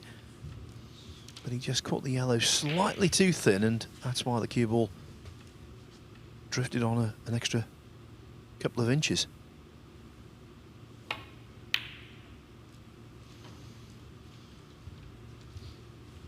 But Davies can't nail it down. No, and this was the slight weakness in the first match. His safety just a bit too open. This frame really should have been his. Best Mertens, of course, at the moment can do is force the respot, but it should have been done by now, surely. Here we go then. Great shot on the yellow, so a chance to clear up for that respot.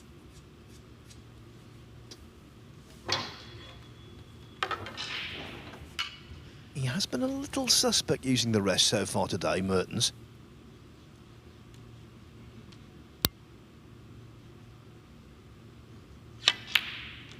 That one was as sweet as you like. We've seen so much, Dave, over the course of the 10 days here. Not a great amount of respotted blacks. Can't recall one actually on this table.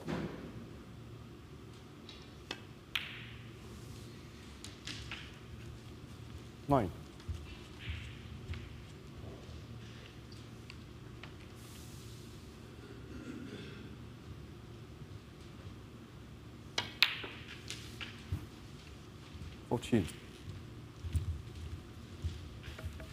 Well, if it is to go wrong, it'll be the shot to the black. But he's got acres of space to be on it nicely.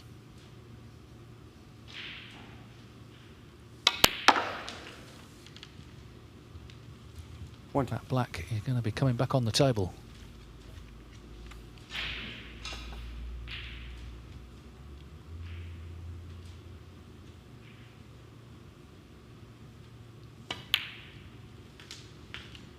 Mertens 27. If you recall, Alfie Davies missed the pink to the middle pocket when he was 35 in front with 35 on. That would have meant Ben Mertens needed 2 snookers. As it is, he's got the chance of a great steal, and this would really hurt Alfie Davies because, of course, in his first match, he drew 2-2, so if he loses this frame, the best he can hope for in this one is a draw. What a big ball.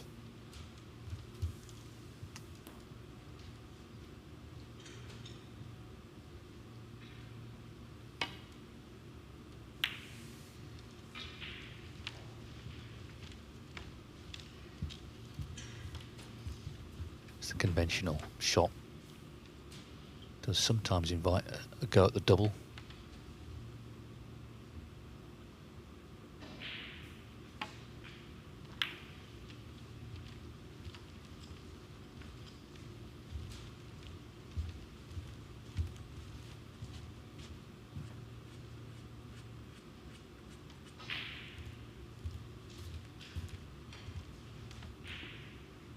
Very first ever Masters final, 1975. Ray Reardon and John Spencer was resolved on a respot. Spencer, the man who won it.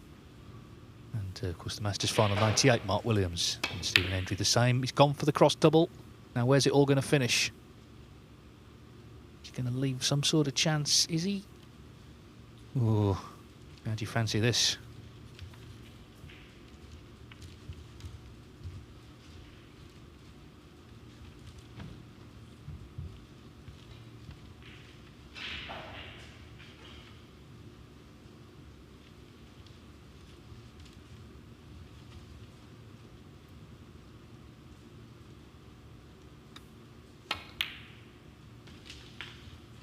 Well done, Alfie Davies. Psychologically, the pressure was really on him there because he should have nailed down the frame earlier. Well, he clung on and got a point in his first match against Jack Jones. He's clinging on here. It is 1-1, still all to play for after the break.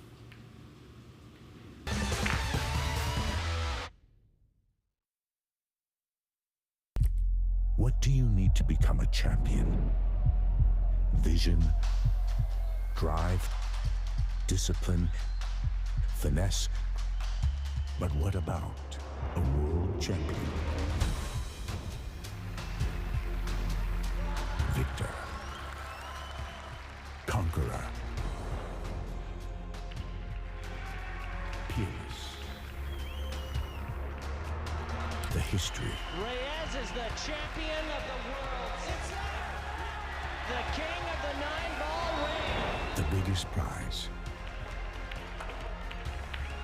The crown jewel of 9-ball.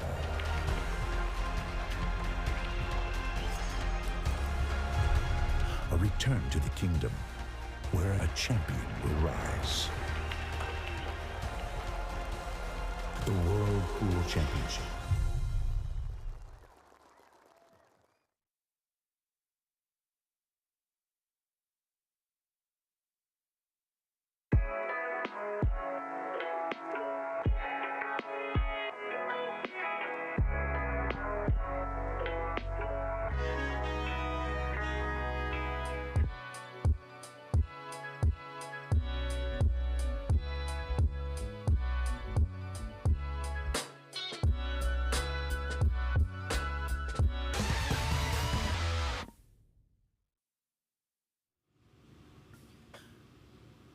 This has been a group of real variety.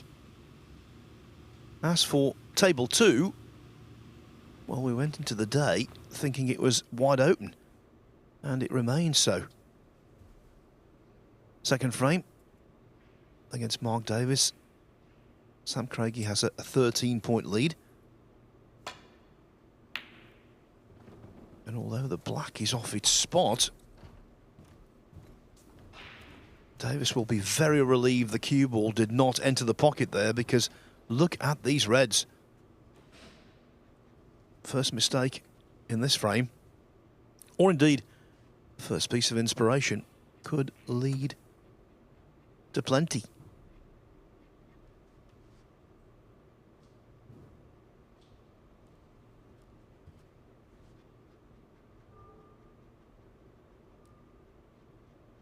Just thinking, you know, earlier, Dave, it must be really good for Sam Craigy to be back competing again. Missed pretty much all of last season through no fault of his own. And now he seems to be physically back to where he should be. And we all know just how well he can perform. Yes, I mean, obviously snooker's not a physical sport, so injuries are such a rare, but in the natural course of events, these medical problems can arise. But yeah, it's good to see him back again. That continues. Frame. As does this match, one apiece. The break. So Ben Mertens has lost his first frame of the day, albeit on a respotted black.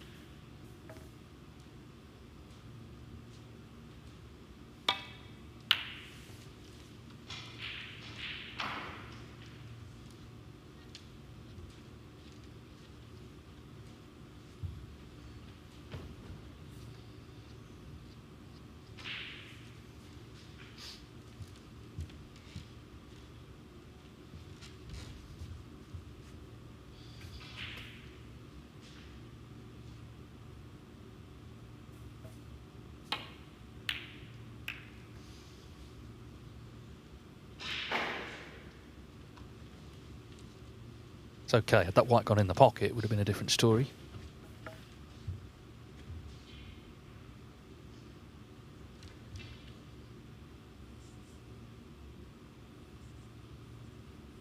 Well, in fact, this red is on to right middle. So it's not okay. One.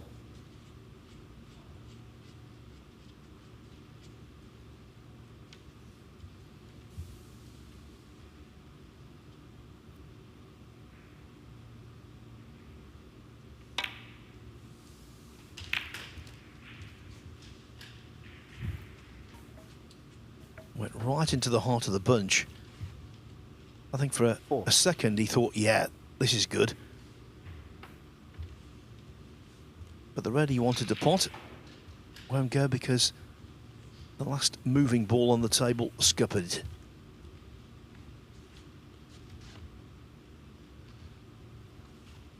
I was going to look at some sort of plant here. The balls are a long way apart. But the red's in. 5.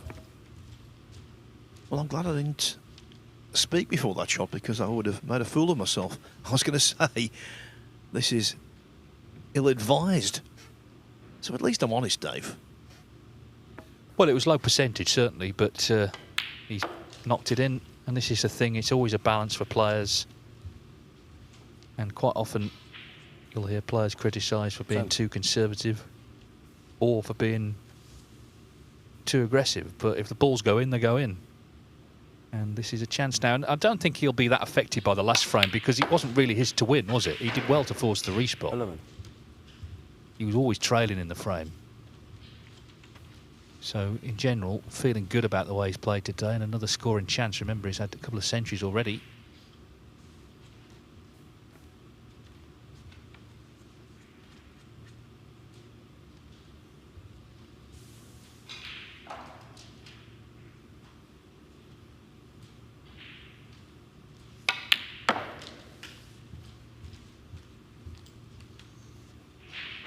Hits the ball really well, doesn't he? He's got great authority to the way he strikes the ball. 13.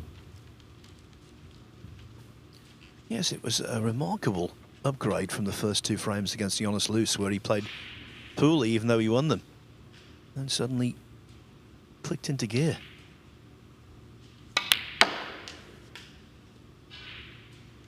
$14.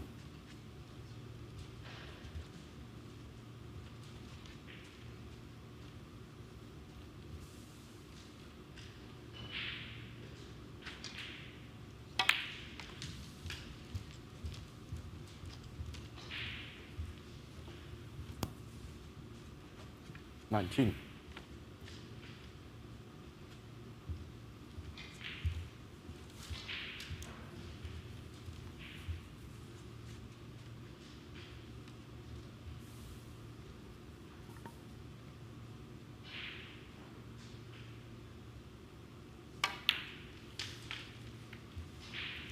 Second seed in this group.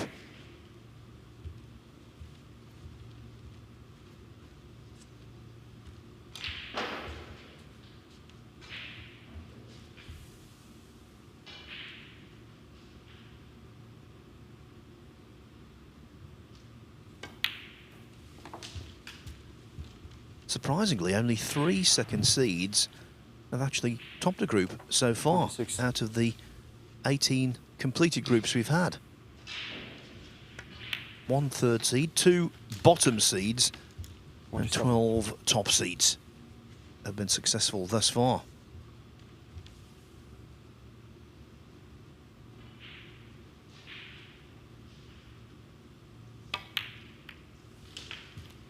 At the moment, 6 nations represented in the last 32. 34.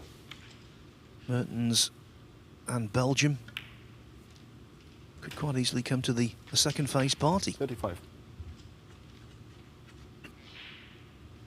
Yes, we've got another week of the first stage, so it'll be next Friday that stage 2 begins.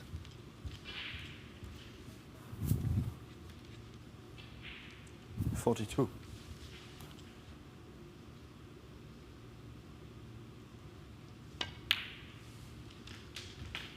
$43. Yes, it already feels like an age since Stephen Maguire played so nicely on that first day here on table 1 to top his group.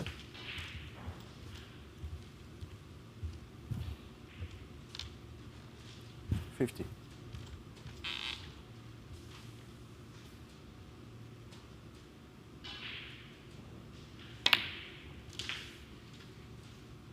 $51.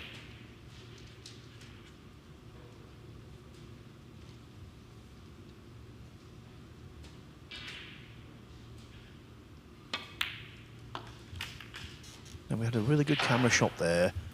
The pink and the red were acting like 56. a plant. Mertens cottoned onto that, so that's why he played the developing shot quietly. 57. Yeah, and he'll need just 1 more red. The one on the right-hand side there. And very efficiently and very clinically would have won the frame. I thought Davies actually hadn't left a red on. He took that one onto middle, but it was available to the opposite middle. And we saw the early plant as well when 64. It looked like going into the reds, one red was covering another. Well, it was covering it, but he used the first red to knock it in. So this is for 2-1, and there's a chance here for a third century of the day for Ben Mertens.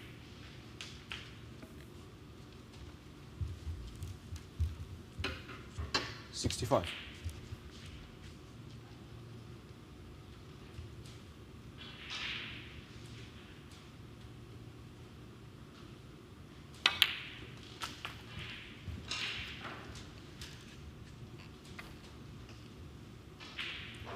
$72.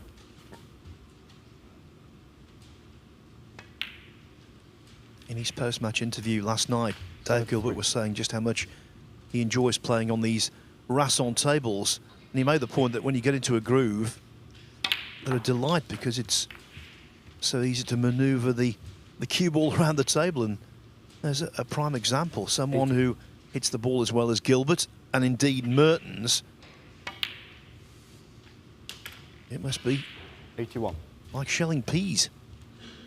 Well, just in case, because obviously it could come down to high breaks, he's obviously determined to make the highest break, the second highest break, and the third highest break, just to really cover himself.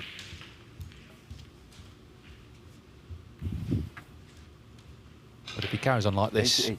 we won't get that far.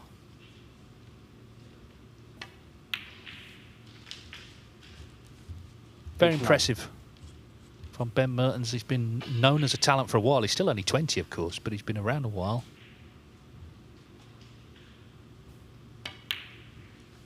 Of course, his compatriot, Luca Brecel, did win this tournament 3 years ago.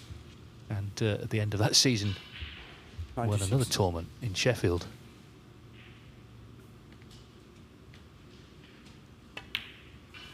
He's not here, but Ben 97. Mertens has more than turned up, and he needs this black for his third century in the 5 frames he's won today.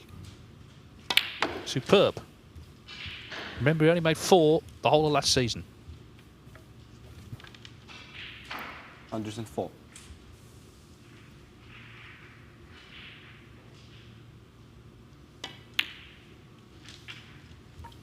$106.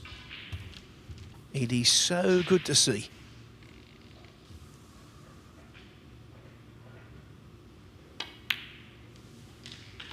Looking to become the 109. second youngest group winner of the tournament. Only Liam Davis is Mertens Jr. in terms of winning a group. He still has work to do. 113. But if he's not confident now, he never will be. Because he's playing beautifully. 118.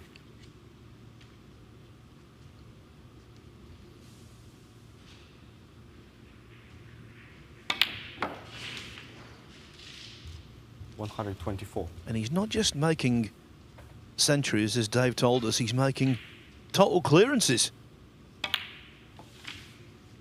Another example of Mertens' excellence.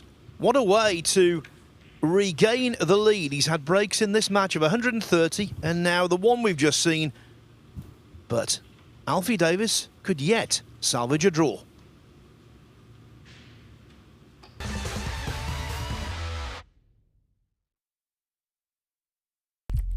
What do you need to become a champion? Vision, drive, discipline, finesse. But what about a world champion? Victor, conqueror,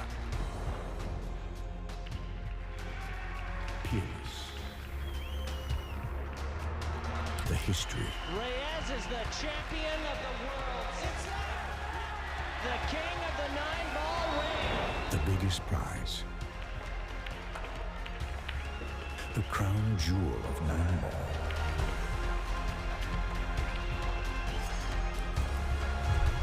A return to the kingdom where a champion will rise. The World Pool Championship.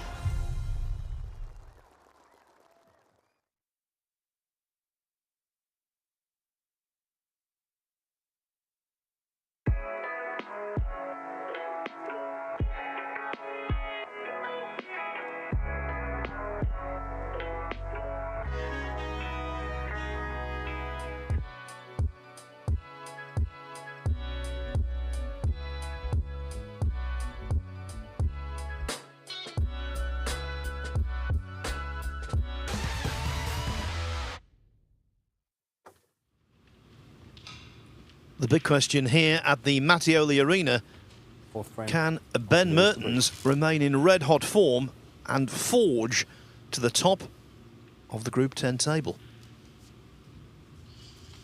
Well, he's going to lead after the first session, maybe with 4 points, but he would love to have a full complement of 6. And to do that, he has to win this frame.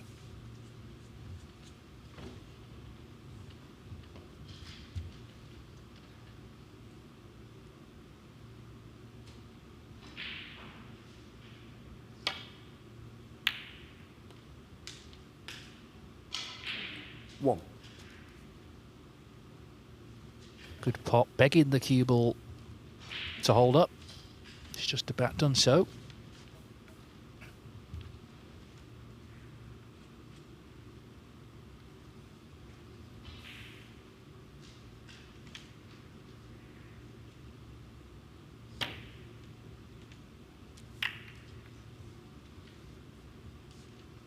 It's a clean hit on the brown, he just didn't pot it. Ben Mertens 1. And it looks like this red goes past the black to left corner. Could have been away again there.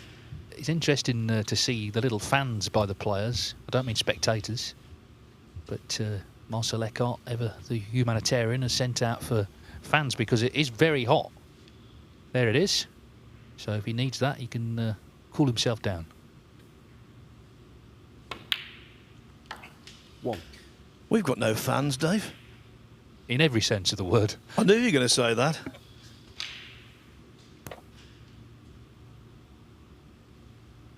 I think the incessant buzz might bleed through onto our microphones.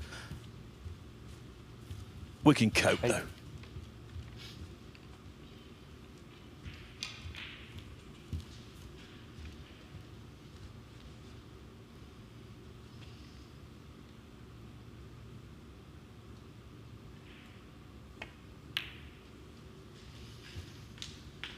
I've commentated in Thailand, Saudi Arabia, Florida, Dubai, you name it, many, many hot countries. The warmest commentary box ever, the 1996 International Open at Swindon. For whatever reason, it was ridiculous.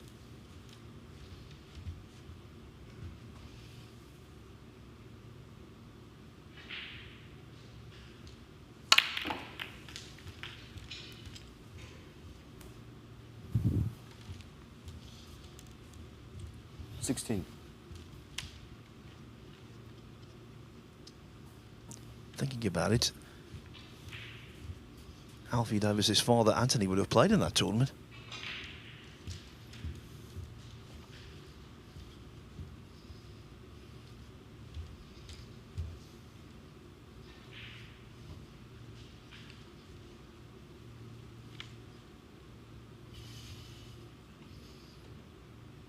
It's just a bit awkward to get to the white here.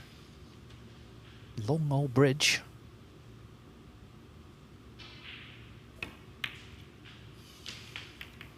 Yeah, and it's affected 17. position. He hasn't got any.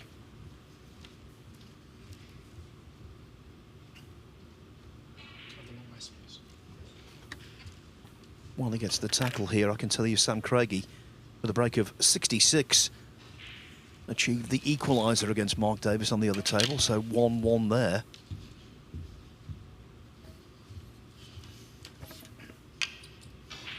Again, this is a bit awkward. Just getting the cue through. The referee will be keeping close watch here. Black ball. He's okay, though.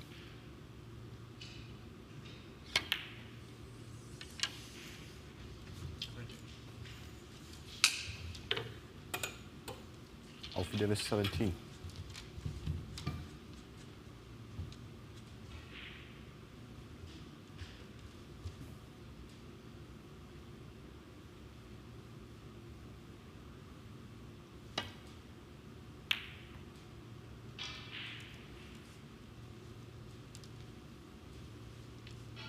Classic shot to nothing from Mertens, just marginally undercutting the red, but the cue ball ended up essentially where he wanted to be.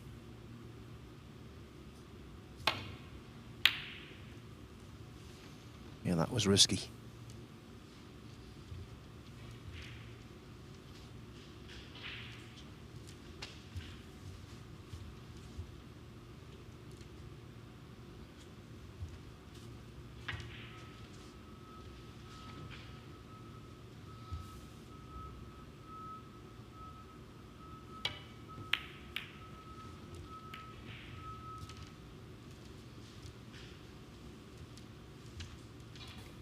Knowing the way he plays the game, Dave, Alfie Davies will take another pop at this one. Big reward, but again, big risk. Well, if he can win the frame, you know, bearing in mind how well Jack Jones played against him and now Ben Mertens with 2 total clearances, if he were to come out of it with 2 draws, okay, he's not going to, unlikely to be the group winner, but that would be 2 excellent results.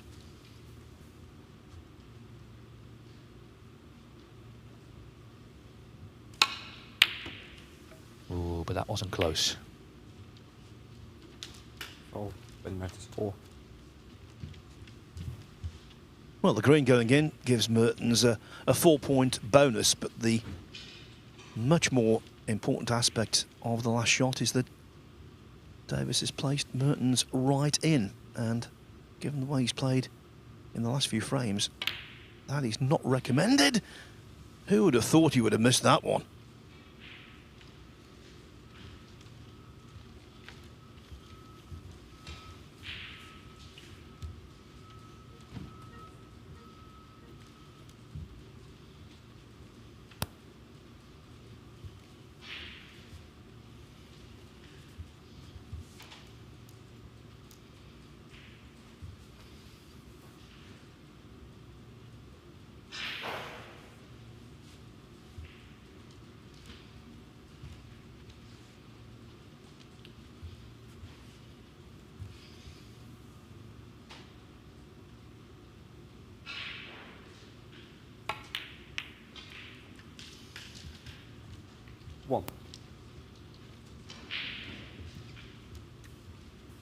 Purposely using the other red to hold on the blue.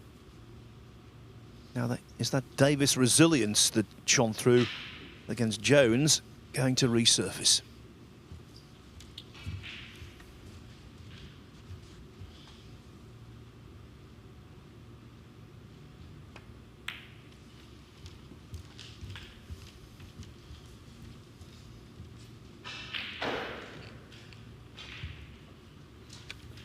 I'm sure Jack Jones will be hoping it does.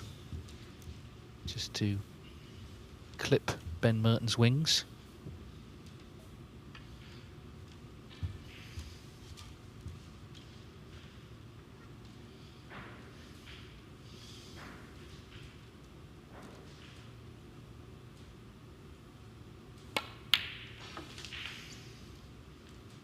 Seven.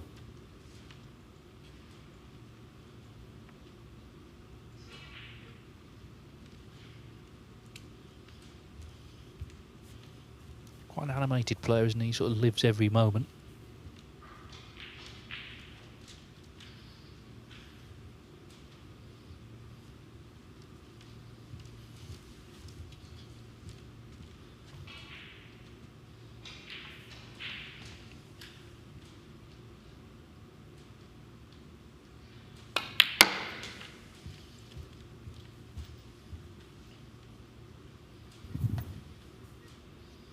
Of course, he doesn't have far to look for inspiration, his own father, but in general, in Wales, so many great names of snooker. Of course, sadly, we lost 2 of them last year, Ray Reardon and Terry Griffiths. 15. And prior to that, Doug Mountjoy had passed away as well. But then we got to the World Championship, and there was Mark Williams at the age of 50 in another final.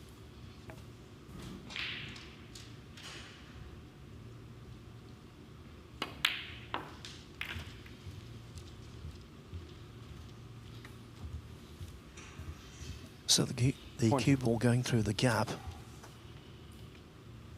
looking for an alternative red to the one across the top cushion here. Because for positional reasons, he has to play this with pace. And that's always a scary prospect.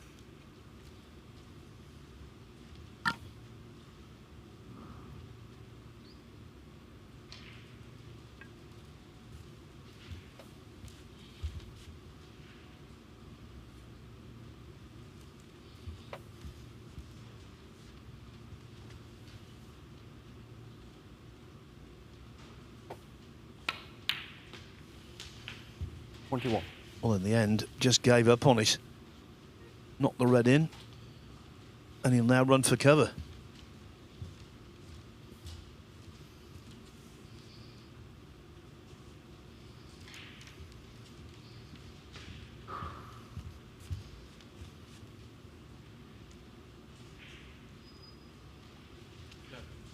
Blue ball.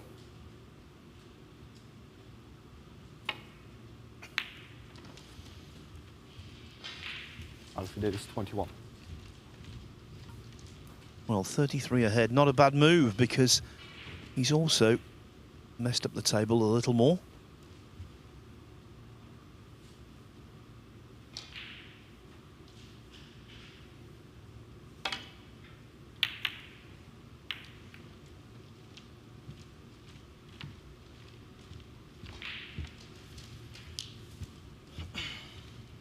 Sam Craigy,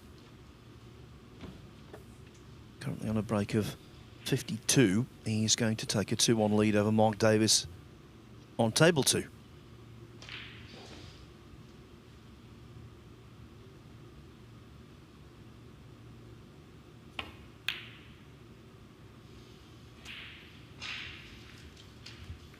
Well, even though he won the second frame, Dave, on a respotted black, he didn't kill it off as early as he should.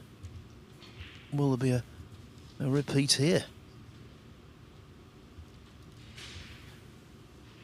Yeah, there could be. He has got the blue safe later on if it comes to that. It might not.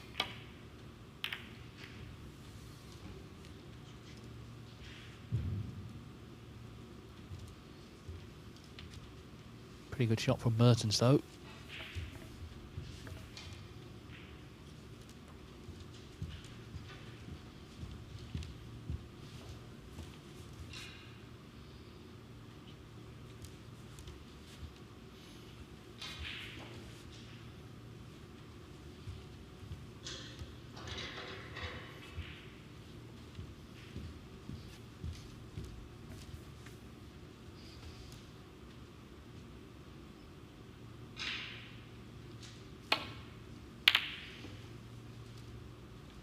Well, that was a wobbler. Nothing's wobbling on table 2, though. They're all finding the centre of the pocket for Sam Craigy, who could, with a clearance here, add to the list of centuries. 83. Remember, Craigy started out today with a 3-0 win over Jimmy Robertson. So if he could win the next frame, he would take all the stopping in the group.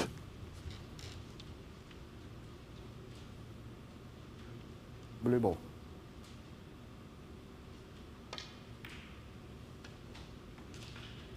'94.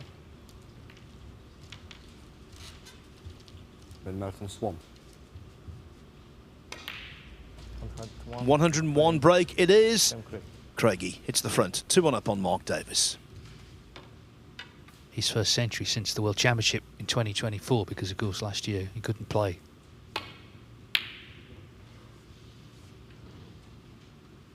Ooh, wow, I thought that was in for sure, and if he had done, he would have left a sitter. He's covered that one, but it would have been awkward queuing anyway. There is a red, though, that pots to this corner, so maybe the apology was a little premature.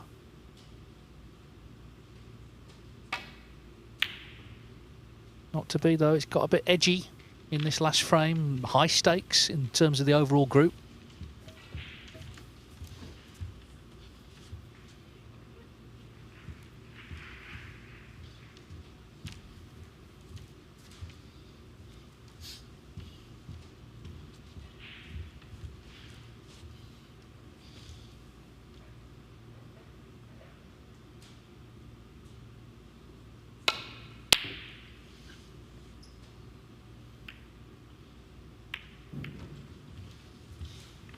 Well, he might want to apologise after that. There is one worrying aspect for Davies. He's missed quite a number of pots from distance, by a mile.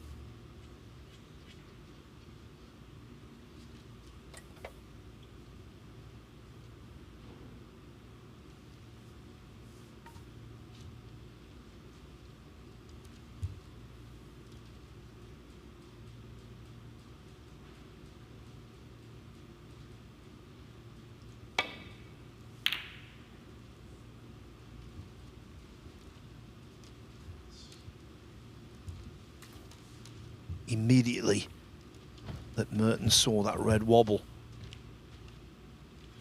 He went round the table to see if there was any hope of cover. All hope extinguished.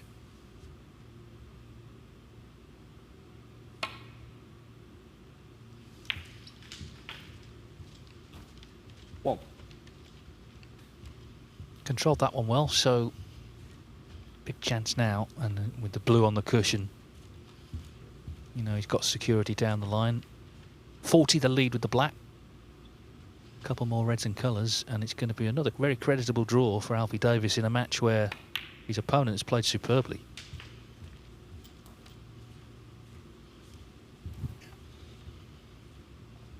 Eight.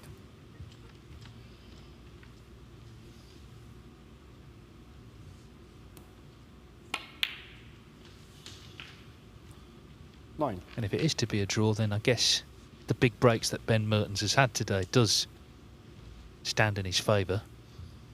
In case that's how it's all decided later, he's got the 3 highest so far.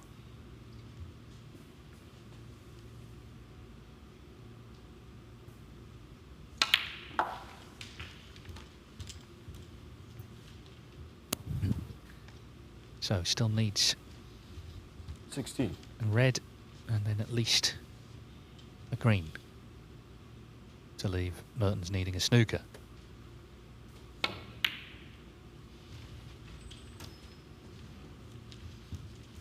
Not over yet. There is 16.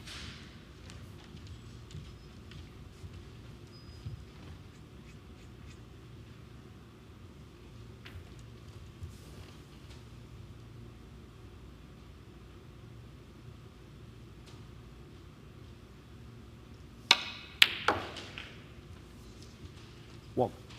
Well, he's made all these big breaks, but in terms of actual pure striking, maybe that was his best shot of the session. He's very tall, he can reach the black, but the blue is in the way. Doesn't want to drape his t-shirt over that.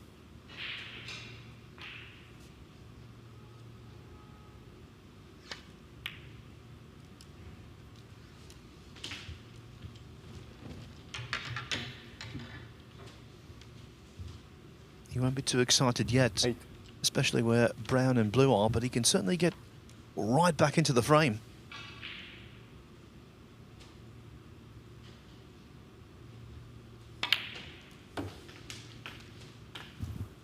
Nine.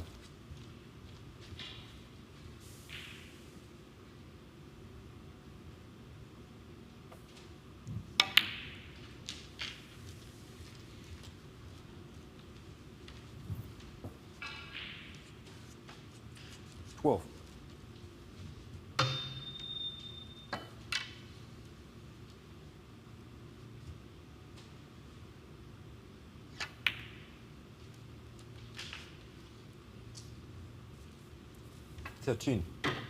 Almost stopped in his tracks there, literally, because the sole remaining red is hampering queuing.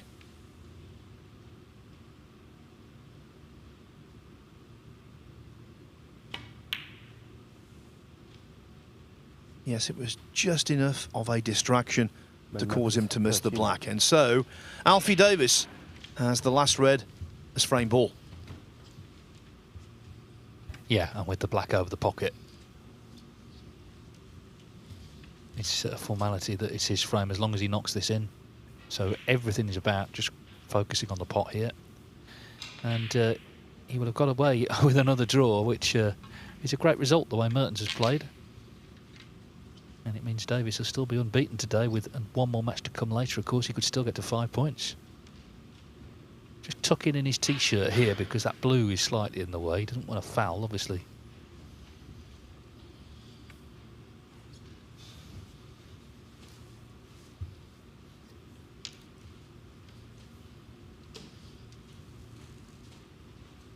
Yeah, it's more the brown, actually. But anyway, he's okay as long as he pots this.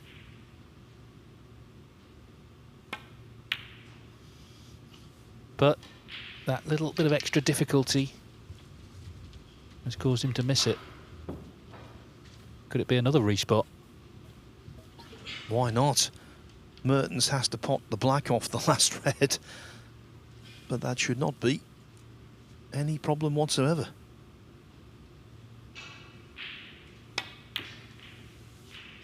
The only problem was the red itself.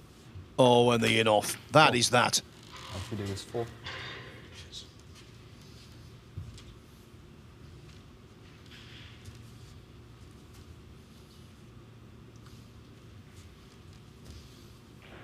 Well, he's battling away. 1 in the frame. Ben Mertens in that match scored 347 points. Alfie Davies didn't reach 147. But in this game, points sometimes don't make prizes. It all ended up even. A 2-all draw, the second for Alfie Davies of the session. And that is a setback for Ben Mertens, even though he goes into the concluding session at 5 o'clock on top of the table with 4 points. It's a good result for Jack Jones because Mertens might have put him under an awful lot of pressure. So we resume again at 5 o'clock, as I say. The first matchup is Jack Jones against Brazil's Jonas Luz. It's still 2-1, by the way, over on table 2 for Sam Craigy against Mark Davis. When they resume Group 23, the top seed, Jimmy Robertson, will take on Conor Bense. The action begins at 5 o'clock local time here at the Mattioli Arena in Leicester. Hope to have your company then.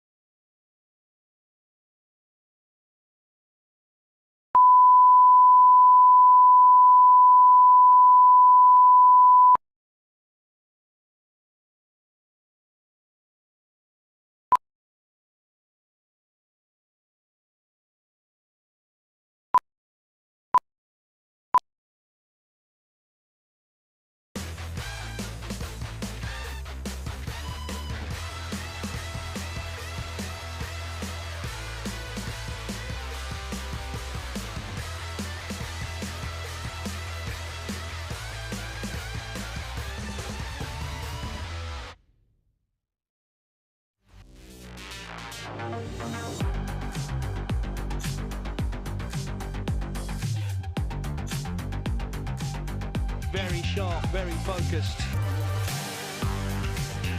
And that's a shot bet again. Will live long in the memory. It's just ridiculous. Absolutely ridiculous.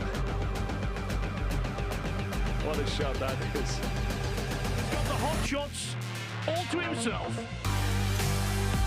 The break of a multiple world champion, exuding class. Hello once again from the Mattioli Arena here in Leicester, the venue, of course, for Snooker's BetVictor Championship League. It's day 10, and in a few hours' time we'll have 2 more players through to stage 2. And here on table 1, it's a very interesting group, this. Jack Jones, the top seed, but he was held to a draw in the first match. There's table 2, Sam Craigy and Mark Davies both on 4 points. That's another tight one because Jimmy Robertson is the top seed there, but he lost 3-0 to Craigy in the opening match, so Jimmy Robertson's going to have to win. It looks like his last 2 matches there to stand any chance. Could be a close finish. And here, very similar, as I say, Jack Jones the top seed, but in third place at the moment. He's only played 1 match. Ben Mertens has won 1, drawn 1. Alfie Davies, who's from the Q-School top-up list, has drawn both matches, and that's shaken things up already. 3 more matches to come, though. And Jack Jones, of course, does play 2 of them. He'll be up shortly against Jonas Lutz of Brazil, and then concludes against Mertens later. Table 2 just starting. Jimmy Robertson having to win that match against Connor Benzie to stand any chance of winning the group. You can watch that table live on the Matchroom Multisport YouTube channel. But here's Jack Jones. Well, he started really well against Alfie Davies. He had a century. He was 2-0 up and was going well in frame 3. Mr. Red, Alfie Davies made a good break, won the last as well. So Jack Jones has had a good 4 hours, really, to think about that. But still, he knows if he can win his last 2 matches, every chance he's going to win this group. Starts here against the Brazilian, who didn't get much joy against Ben Mertens. Having said that, he lost 3-0, but 1 frame went to the pink, another the black. So he easily could have won those frames. This a big test, though, against, of course, the Crucible runner-up at the World Championship last year. Doesn't want the in off. That's a pretty poor start for him. Alan Taylor, who is up tomorrow on the bays, as he's with us in the box. And, well, this is where it all gets resolved, Alan. But clearly, Jack Jones, if he doesn't win this match, he's not going to win the group. Yeah, thanks again, Dave. I think Jack will be looking forward to getting a win on the board. I say he was kind of snatched a draw from the grasps of victory, if you want to say that. Started the match off brilliantly, but like you said, he's had a couple of hours rest. But watching Ben Mertens hit the ball, making a couple of centuries there, you know, he shows that he's got a job on his hands for the rest of this evening. Stone cold favourite for this match, but still got to get the job done. Yeah, and I'm sure he'd like to play well in doing so, because that match coming up later with Ben Mertens, he's going to decide this group one way or another. Jack Jones, 21 in the world. Was in the top 16 at the World Championship. He was seeded. Zhao Xingtong actually beat him in round 1. But, of course, he won his 2 qualifiers at the start of the season for the Wuhan Open, British Open. Made a century in each, made a century this morning. He just couldn't quite close it out against Alfie Davies, who did put together a very good last frame.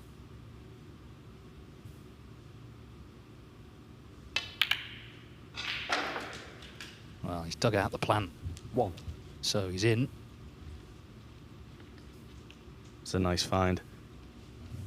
And like you say, Dave, he's hitting the ball well. He's obviously had a century in every match he's played this season, so it's got a good omen for the rest of this year's campaign for him. But he'd just love to start with another ton, wouldn't he?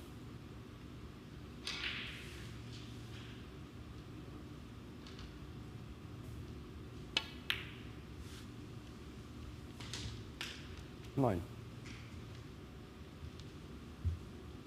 He made 56 last season, 32 of them in the Invitation Championship League. He was in pretty much every group. In fact, he was in so many groups in the end, he actually pulled out. I think he was just a bit sort of punch drunk by it all, but made a maximum in all those centuries.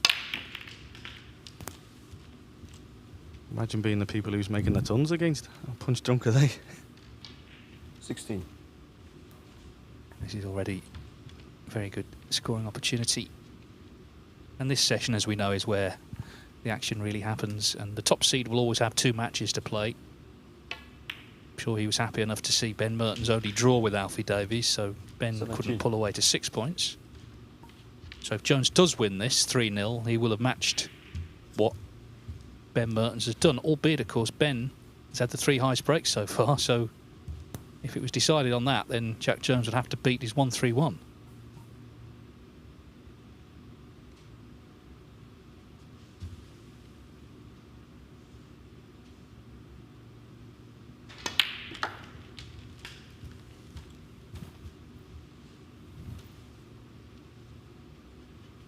$24.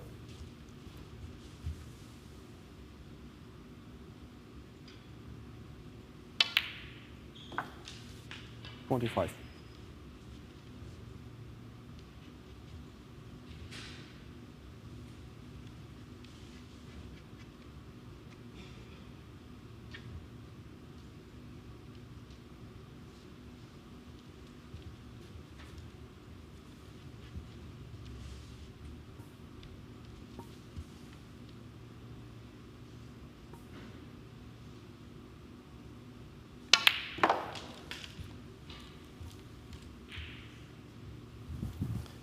Played that well, Jack. He landed a little bit straighter than he wanted to on that black, and I think the way the white reacted off the cushion, he may have had a touch of check side to stay on this red in the middle. Let's see what mood he's in. Is he coming back for the black? Or is he just going to stop it for the pink? Yeah, off the side for the black. We all know what he's thinking about. Sweet. It's one way of winning the high break, isn't it, Dave? Yes, we nearly had one yesterday. Louis Heathcote got down to the yellow.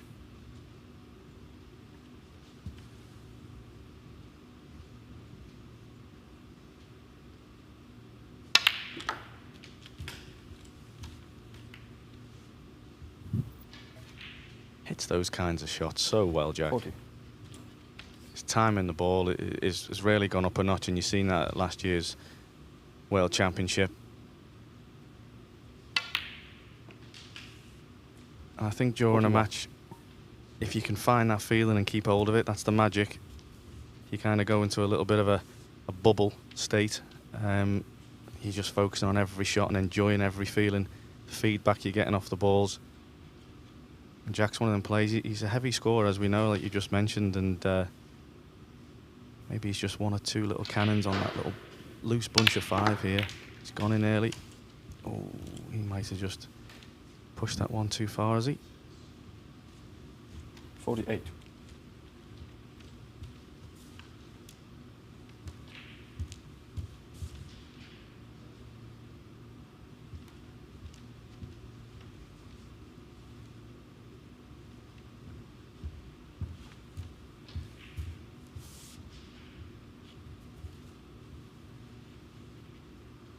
He spotted something.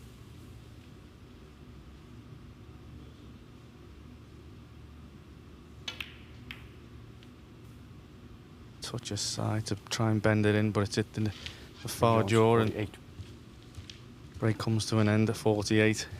Bit disappointed there, I think. He had a chance, I think, before to stop dead for the pink and maybe continue the break, but he chose to chase the maximum. Don't blame him, but I say in this format, it could always come back to bite you later on if you're not clinical and finishing these frames in one visit. So let's see if Jonas Luce can just get going here. Former Pan American champion. Still in the 2nd year of his card.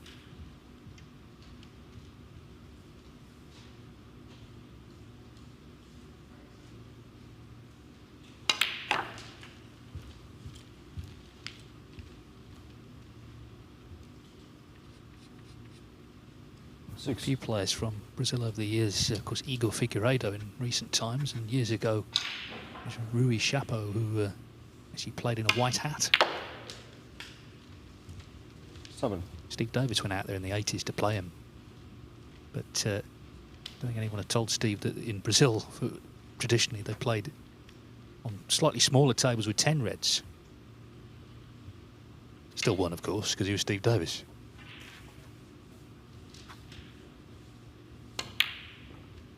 Oh. It was a really good chance, that, and he's really disappointed missing the black off the spot.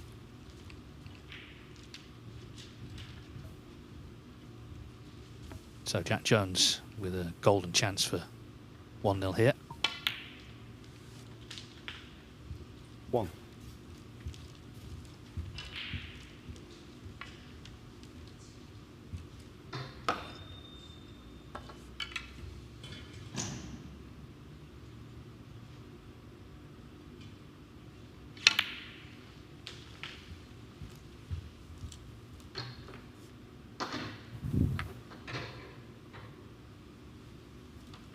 Eight.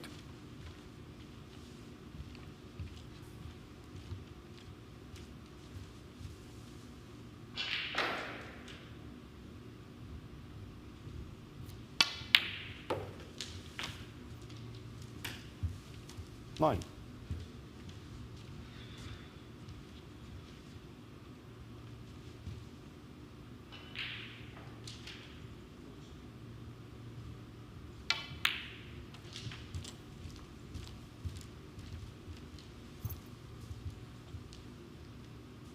Just this red. 14.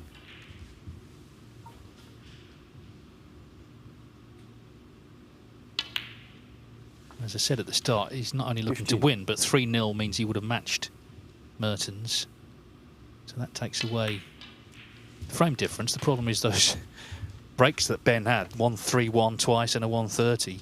So if he drew with Jack Jones, that would decide it unless Jack made a bigger break. So realistically, it looks like he'll have to beat Mertens in the last match.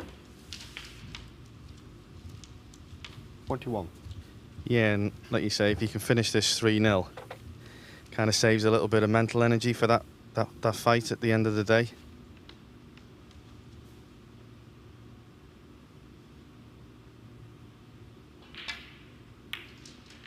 I think he'd still be slightly disappointed not to make a bigger break when he had the first opportunity at the start of this frame, but the job's been done either way.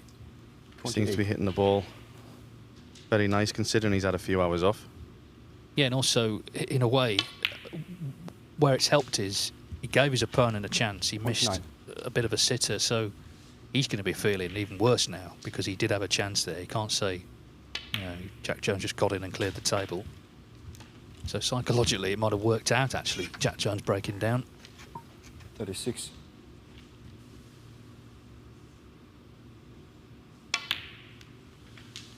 37.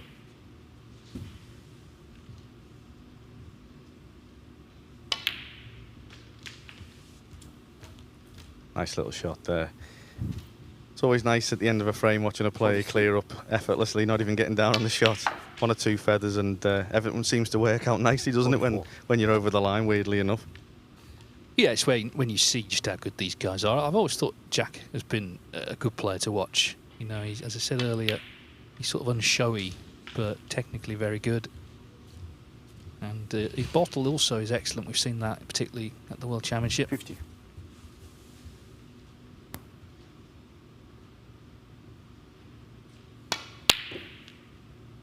So 2 visits, 48 and 50. Have pretty swiftly given Jack Jones a 1-0 lead.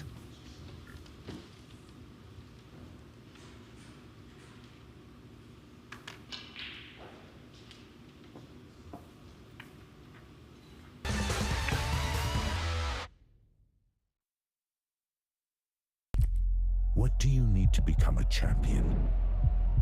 Vision, drive, discipline, finesse. But what about a world champion? Victor, conqueror, peerless. The history. Reyes is the champion of the world. It's the king of the 9-ball ring. The biggest prize. The crown jewel of 9-ball.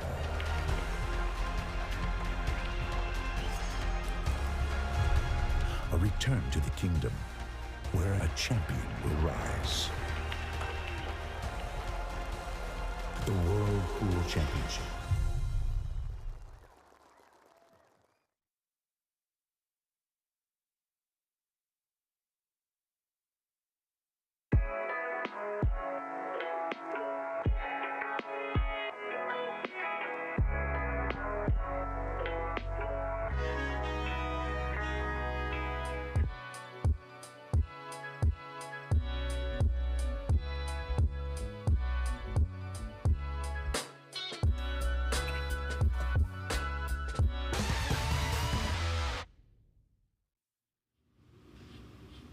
So 1-0 to Jack Jones, who of course is looking to win this match 3-0 to match what Ben Mertens did earlier ahead of playing him later.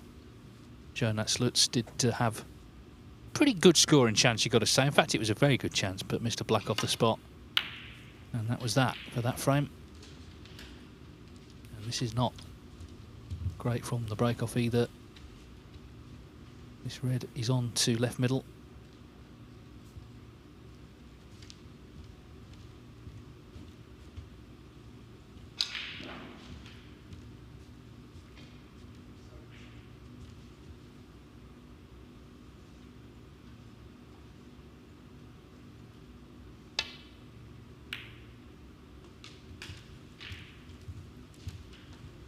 One.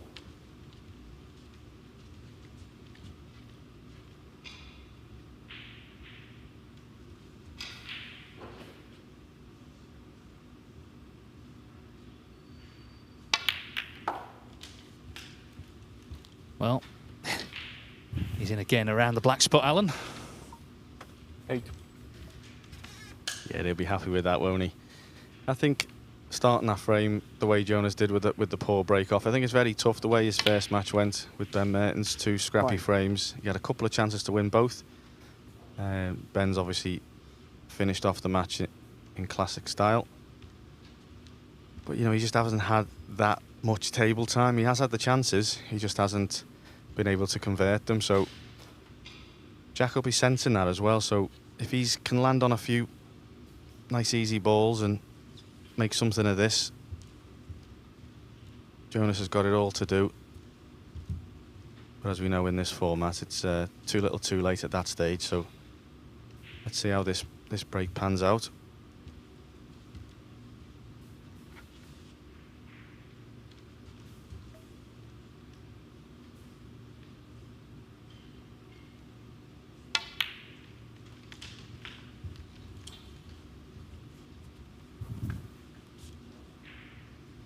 $16.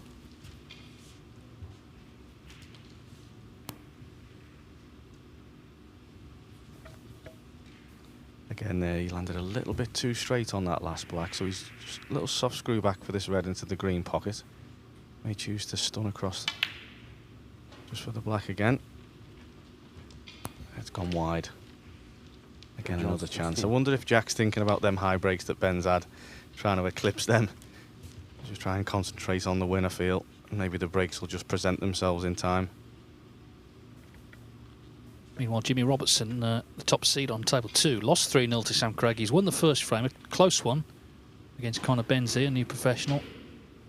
So Robertson really needing to win his last 2. He plays Mark Davis, his good friend in the last match.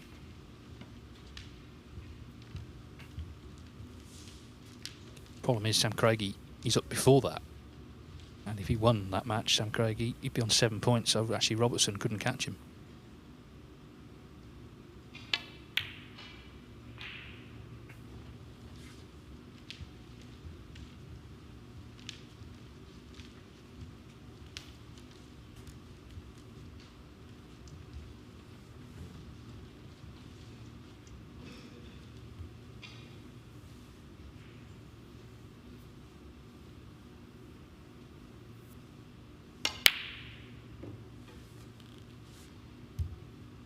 Well, hang on. No, it's not going to get there. It was kind of all or nothing, wasn't it? He was always leaving something on if he missed.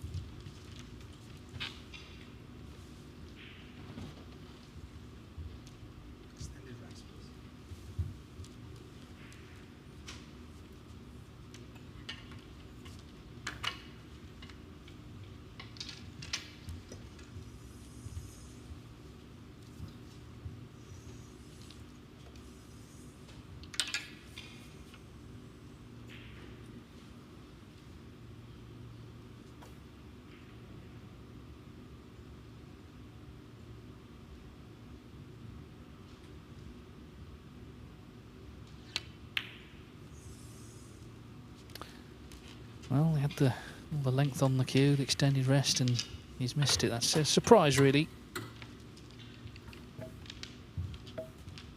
Yeah, I'm just wondering if... Looks like Jonas can get through to the red he's just missed and left over the yellow pocket here. So again, there's a few open reds here. I think Jonas...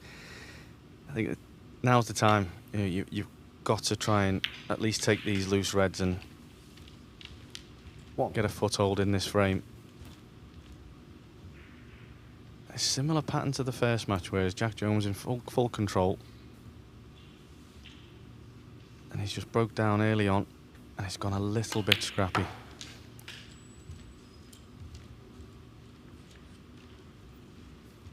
Underhit that by a long stretch there.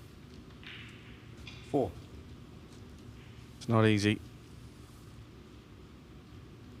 Especially if you haven't played anywhere near what you know you're capable of. You're battling yourself sometimes, trying to play for pride.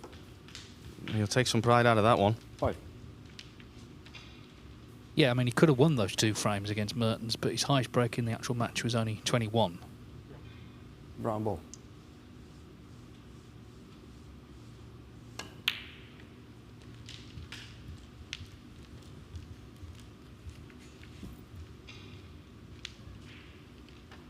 Nine.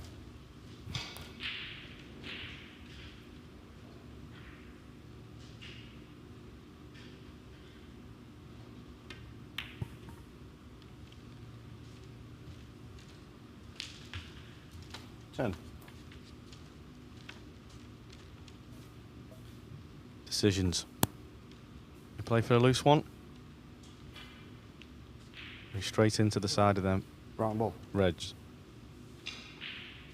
Low on the cue ball. Could be just screwing down for the single red. He's overhit that a touch. Side off that second cushion is always going to catch you out, but he might have one into the yellow pocket here if it sneaks past the pink.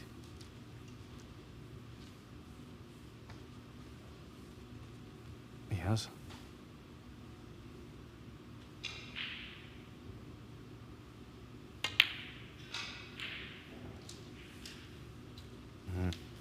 Had to end somewhere, Dave, didn't it? His cue ball wasn't tight enough. He was picking out some great pots, and then I think for me, the brown was almost a given. So maybe take the opportunity and try and open the bunch and try and get yourself a few easy reds in the open and get that cue arm swinging.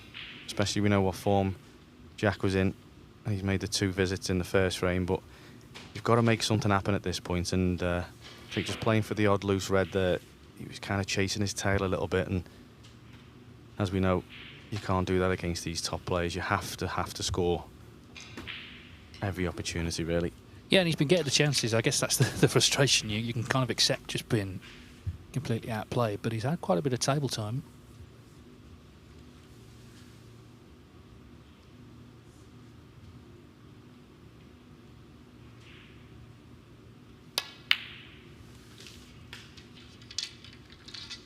One. Yeah, I don't want to sound harsh towards Jonas at all. It's just, you know, he's on the tour for a reason. He got here on merit, so you know, he'll be more frustrated than us. Let me tell you, the last thing you're thinking about when you're missing balls and under-hitting positional shots is thinking of what everyone else thinks, because you've got pride in your performance, like I said before. But say it's flagged up a lot more when you're playing these top players. There's a big miss from Jack, but again, because maybe Jonas didn't go into the bunch before, he's covered the red in the middle as well. But because he didn't go into the bunch off the brown, I believe there's not much chance for Jonas to get his arm going, even if Jack was to throw the odd miss in like he just did there. I think the danger for Jack Jones, he might be a little bit too relaxed because he's not been put under pressure. So if Jonas Lutz could just put something together, it would at least just focus Jack Jones's mind a little. At the moment, it feels like he'll probably get enough chances, Jones, to win this match. But well, let's see.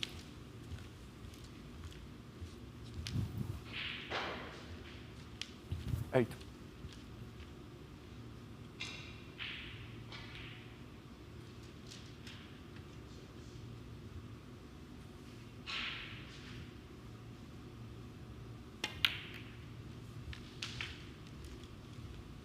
9.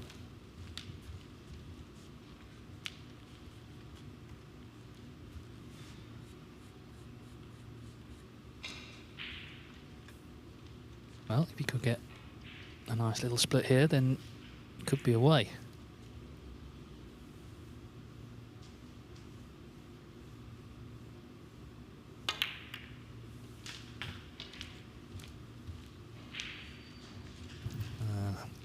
Now it's a bit of a test of queuing. 16.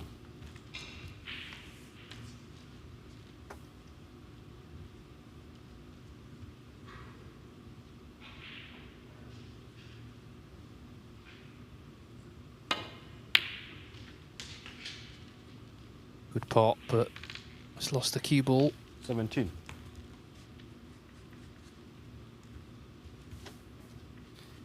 He doesn't back down from them types of shot, does he, Dave? It's just that he's chasing the cue ball around this table. And with every shot, each position of shot gets that little bit harder. I kind of go back as he cannons the brown there. Doesn't land anywhere near. Or maybe he might take this on up the cushion, but there's not much value to it with the closed pack. And I say I go back to when he had the scoring opportunity before and landed nicely on the brown to split the bunch. With them 5 open reds, he could have been away there, but nice tight white. And I just feel, even with the safety shots with someone of Jack's ability, he'll be in trouble in the next shot.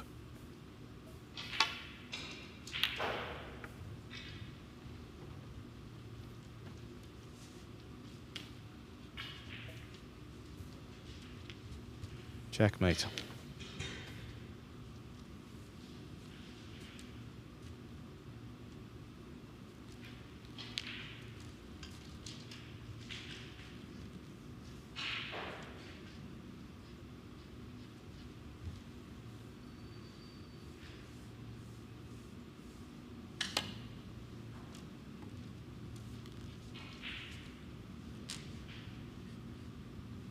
Ball and miss. Jack Jones 4. Free ball. He's going to be put in, I guess, from there. It was classically sort of cautious first attempt. Playing that escape, you don't want to careen into the reds. But this is trouble.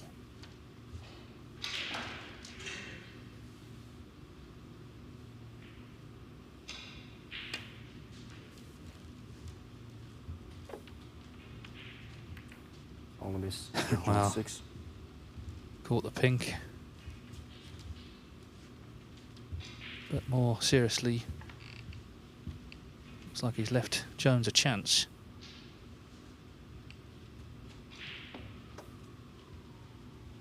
Well, it's obviously tight, that red. Where's this one to middle? The queuing's a little tricky.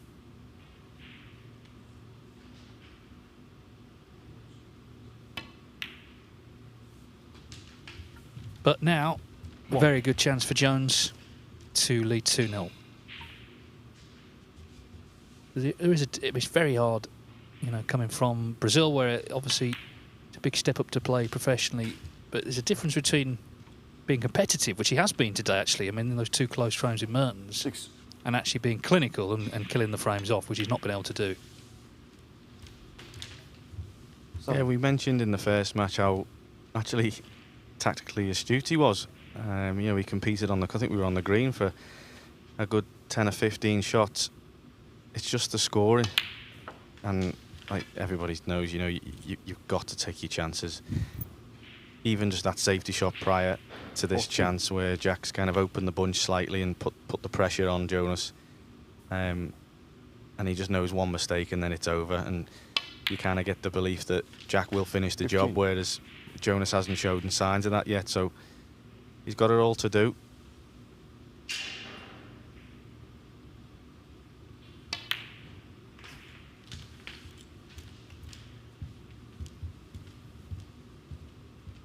Yeah, Jack Jones set the trap. 22. And now looking to profit.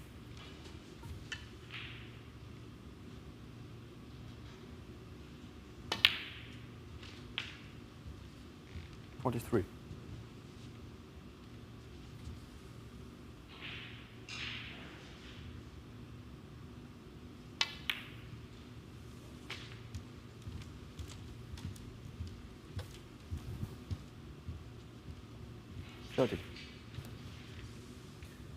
If you're Ben Mertens, though, you'll have observed that the high breaks have not been threatened. That's something he's got in his locker. 31. But later, it's starting to look like Jones will essentially have to beat him.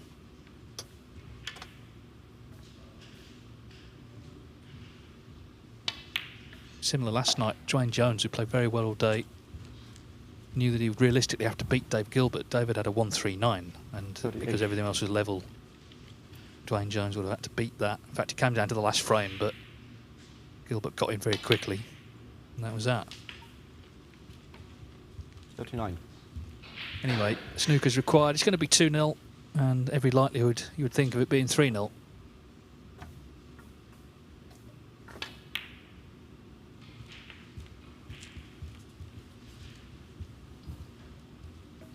Yeah, and apart from a 46. couple of shots here and there, pretty stress-free for Jack Jones here. 48.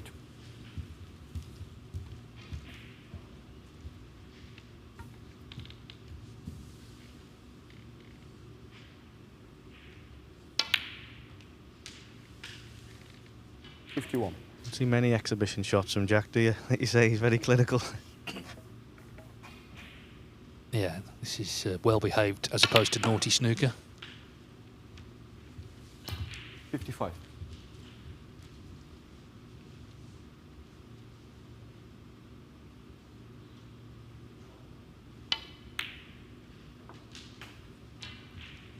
$60.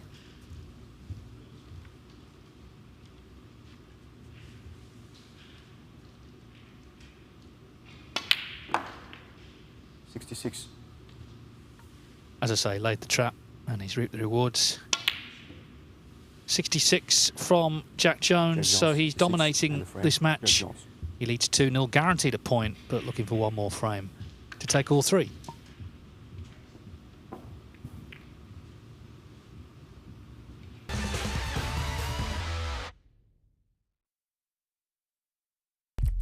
What do you need to become a champion? Vision, drive, discipline, finesse. But what about a world champion? Victor, conqueror, peerless. The history, Reyes is the champion of the world. It's the king of the 9-ball ring. the biggest prize, the crown jewel of 9-ball.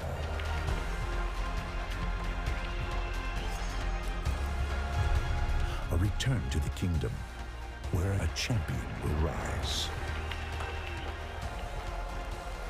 The World Pool Championship.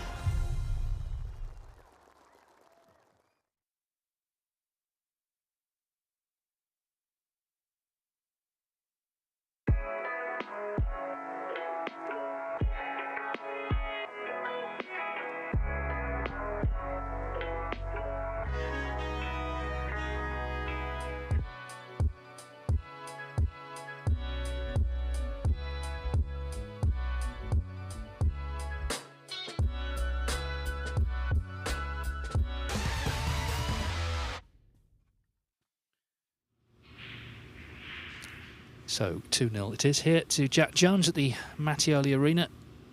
Tomorrow will be the halfway point. It'll be day 11 of 21. Rattling through these groups, just waiting for Jack to come back. And he's hoping to complete victory. Table 2, Jimmy Robertson and Connor Benzie. Robertson 1-0 up there. That's a very tight group, though. Sam Craigy still to come. And Mark Davies also in the mix as well. Robertson the top seed, but he made the worst possible start. Sam Craigy beat him 3-0. Of course, Craigy, he's actually the 4th seed, but it's a bit of a false position. He didn't play last year because of a neck problem. As Benzie, who's new on the tour, he came to the Q school. Connor Benzie 13. Just misses that red. He hasn't left it, but That frame in the balance. The first frame actually came down to the colours. It's all live on the Matchroom Multisport YouTube channel. Of course, as I'm sure you know by now, that's where Table 2 coverage is live. Jimmy's got to play his very good friend Mark Davies. They're from the same part of the country down on the south coast. And that'll be the last match later on.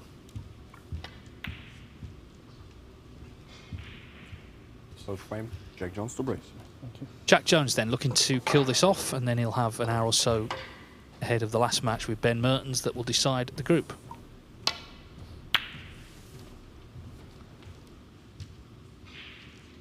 You're looking forward, Alan, to tomorrow, taking to the bays. Most definitely, mate. Yeah, I can't pop many balls with this microphone, I know that. Yeah, be kind to me tomorrow, will you?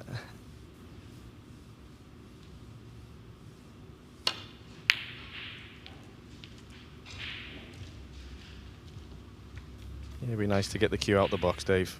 I managed to qualify for the British Open, but held over in the Wuhan against the Rocket himself, so I didn't have that match to qualify in.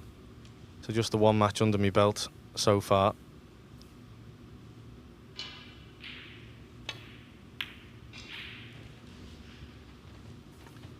Yeah, it's so important, isn't it, to win that first match, because there's no money or ranking points for losing in the open draw. In the tiered events, it's a bit different. Yeah, every penny helps, mate. So it's not easy on tour. There's a lot of people who struggle, and that's the reality of the game. It's so cutthroat now, and I think we alluded to earlier in the programme that, you know, how good the bottom kind of scale of the tour and the amateur game has become. There's a lot more players now. It can be tough to make a living.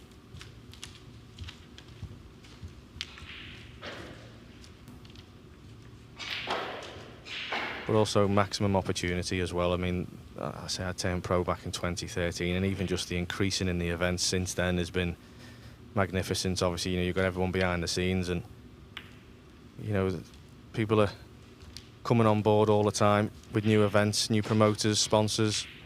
It's great to see the game travelling around the world and all these nationalities coming into the sport. It's only going to make it bigger over the next couple of years, so I think that puts a lot on a lot of players to kind of stay on tour, and kind of, you don't want to miss out, you know. Yeah, there's 18 ranking events planned now. 3 are in the Players Series, which are limited fields depending on who does the best this season, but the other 15 all open to all tour players. And of course, this is the first of them, the Championship League.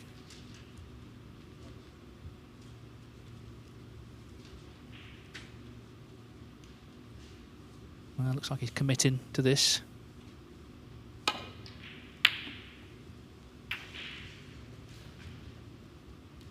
Can't blame him really for having a go. He's just trying to make something happen, but it hasn't there.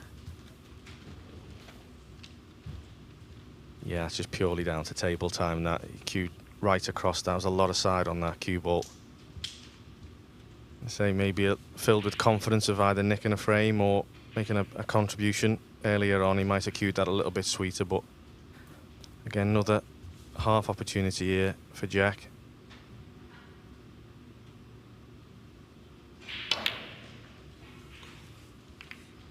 Oh, hang on. He wasn't happy with that, but he would have been if it went in. But it didn't, and this is what starts to happen. You see, Jonas has missed a couple of opportunities, and he's just keep getting left these half chances and awkward first reds, and there's not much open at the minute. I think if he can knock this in, just land nicely on a colour, and it's in. The cue ball's a little bit close to the side, but all he's got to do is drop this pink in. I think if he can manage to stay on that red just below the brown, try and get it onto a colour to get into that bunch of reds.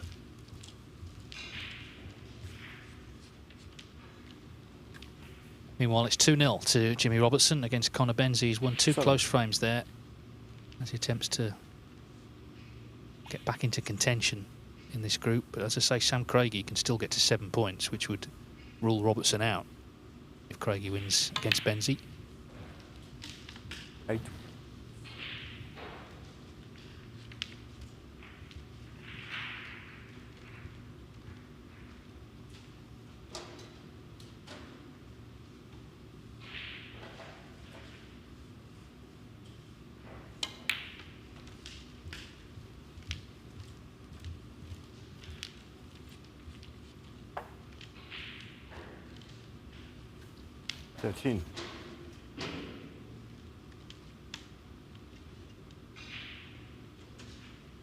This bottom red obviously goes, and this is a big shot.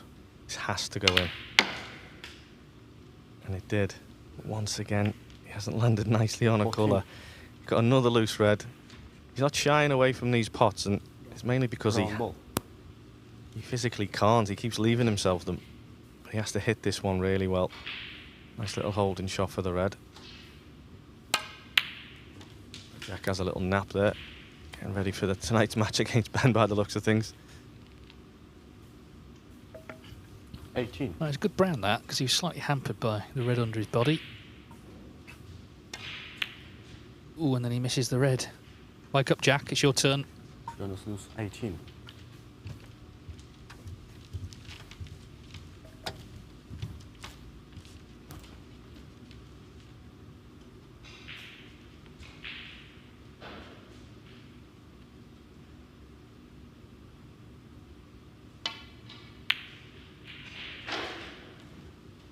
I think the only issue for Jack Jones is just he doesn't feel he's being put under pressure, and maybe he just concentration's gone a bit.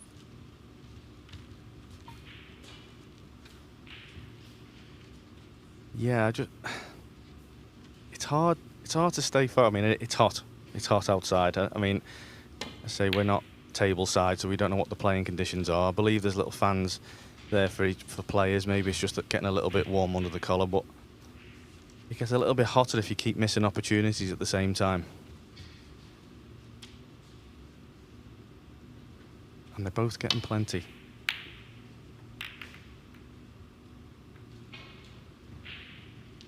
There's another safety shot where Jack's trying to open the bunch. Just put a little bit more pressure on Jonas, and he'll sense that.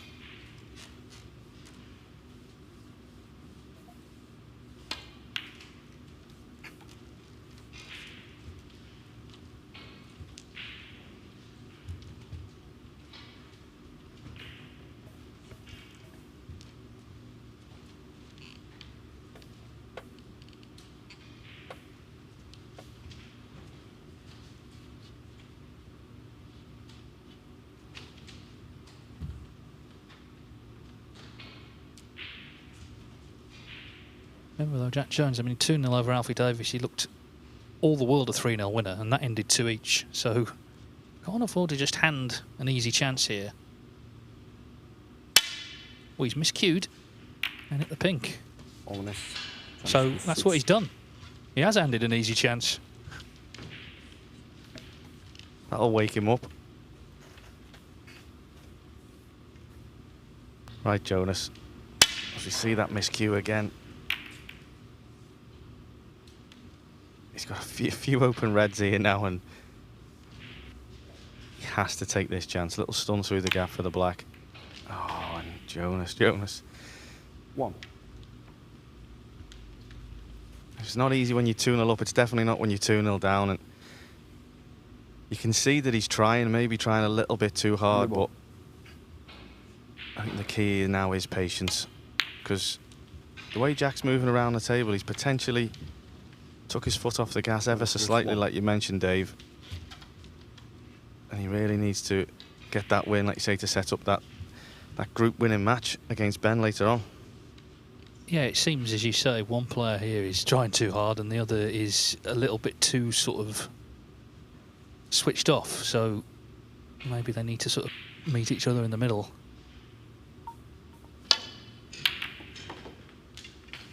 That helps. 1. Like he might come round past the yellow and be on it.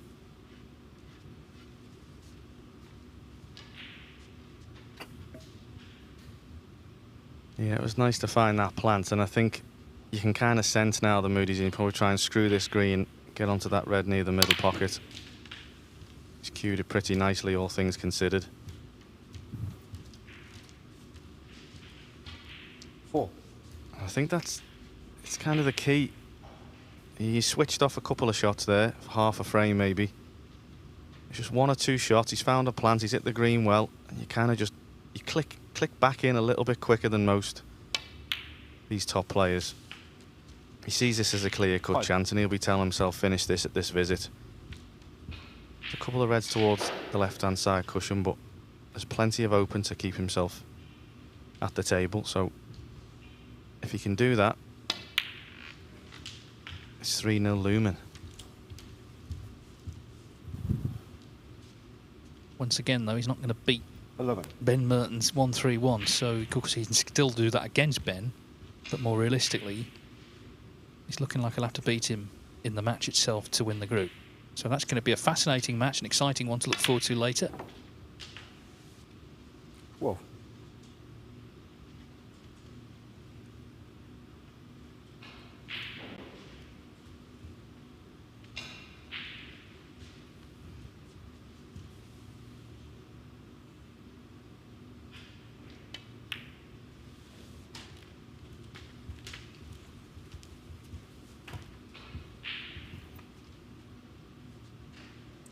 $19.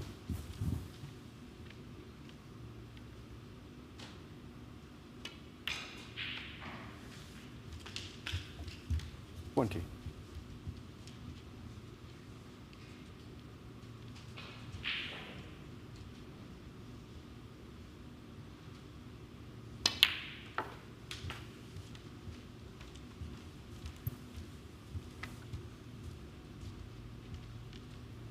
27.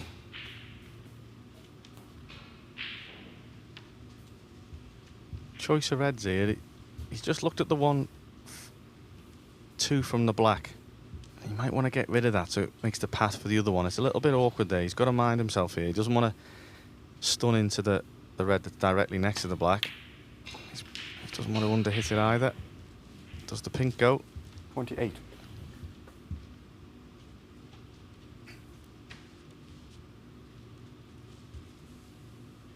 One good shot here.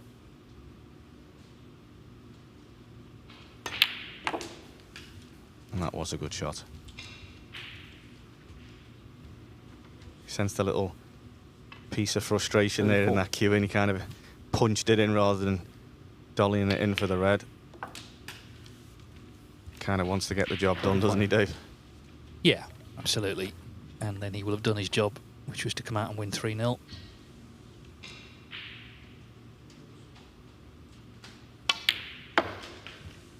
There's a sort of constant debate about who will be the next first-time ranking event winner. 41. And certainly Jack Jones is quite high up on that list of possibles. But he's not won this match yet. So just sort of struggling to close this out. He's only 16 in front here.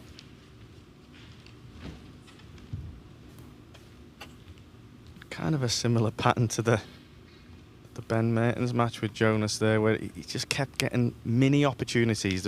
Nothing was clear cut to clear the frame in one visit, but each red and a colour starts putting the pressure on the other player to try and finish it early. And of course, every red and a colour that Jonas gets means another red and a colour that Jack needs to finish the job. And the last thing he wants is to lose a frame, because then you're playing in the hands of Ben Mertens there.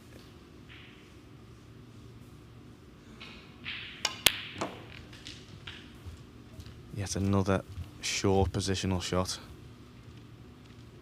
from Jonas. I think he'd be taking this red on. It's a must get.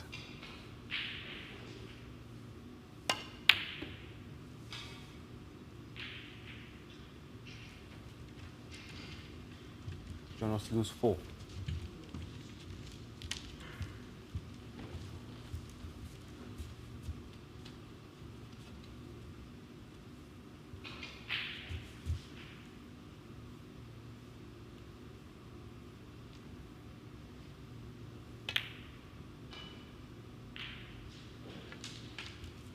1.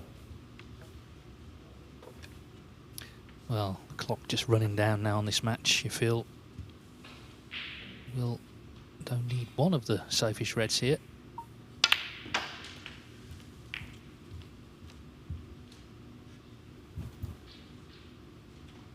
Eight.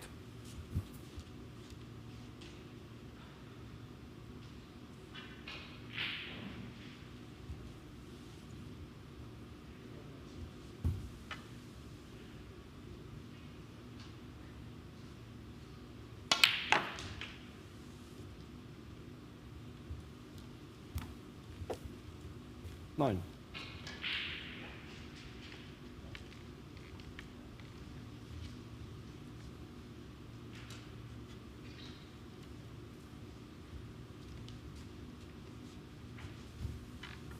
Yeah, so you'll actually need them both now.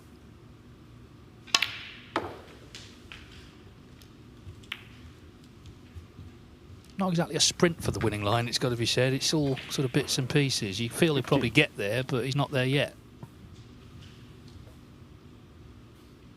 Yeah, there's a couple of shots that are being played in order to shortcut the win.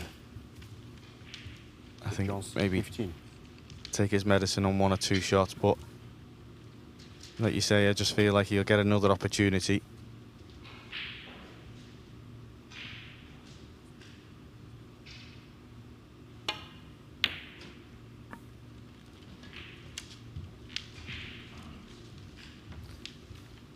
Oh, Willie. That's a very good shot from Jonas Lewis. Only the blue safe now, so if there's a counter, it's a big if. You feel he has to take it.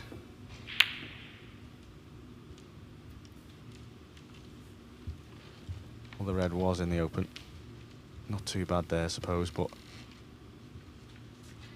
nothing's sitting pretty for Lunas at the minute.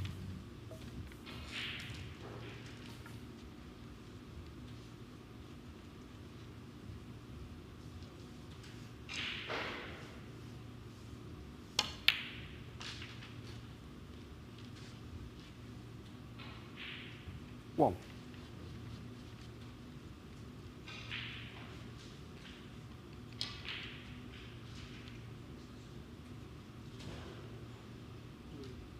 Green ball.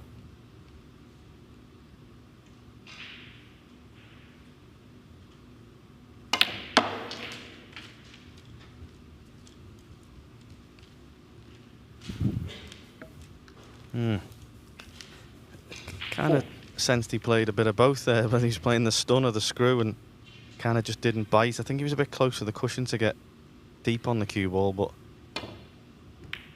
it's the story of his campaign, I'm afraid, this Championship League snooker. Let's lose 4. Yeah, and even there, he's just knocked the pink a bit safe, and he's going to need it. Now then, Jack Jones, one good pot here, could well bring the curtain down on this match. 23 in front already.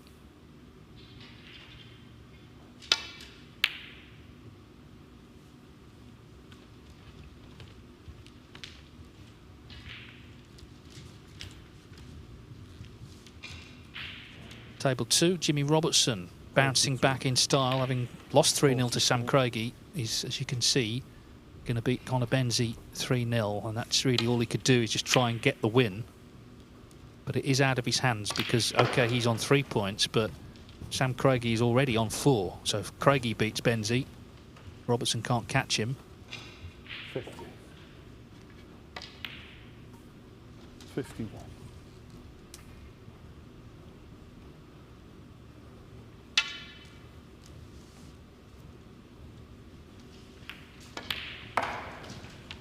That's another miscue from Jack Jones. He's left the red on. 57. And like you said, Dave, he pushed the pink safe earlier, so he's just made this counter clearance a little bit more difficult, but we've got to see if we get that far yet. Good red. 1. Yeah, just nipping back across to Jimmy Robertson now, speaking to him in the practice room just before we came on, and he's got a new cue, so he said he's settling well with it. He's finding his feet, and Obviously, Sam was out the game for a while, so I wouldn't say they were in the same position, but nobody was favourite for that match as such, but Sam came out on top. 70. So it's nice to see Jimmy settling and getting the win there.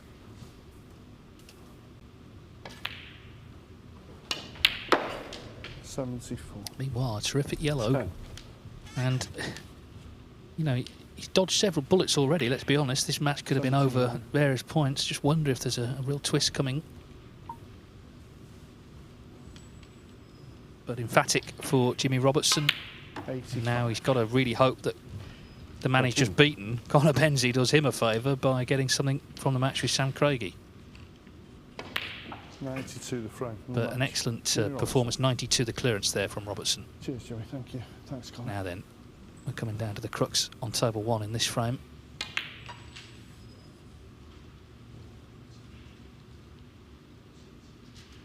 $17. Just a little kiss. He might have been on that nicely. Yeah, with how his matches are going, I wouldn't put it past him trying to knock this in down the rail. It's a natural angle to get across for the pink.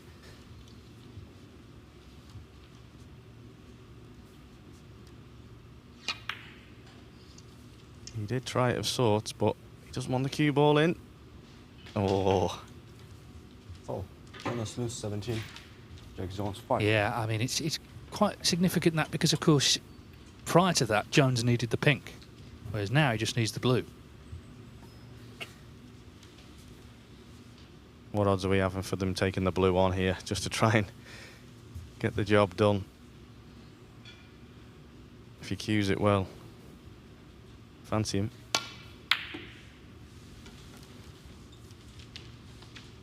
Where's it going to land is the question.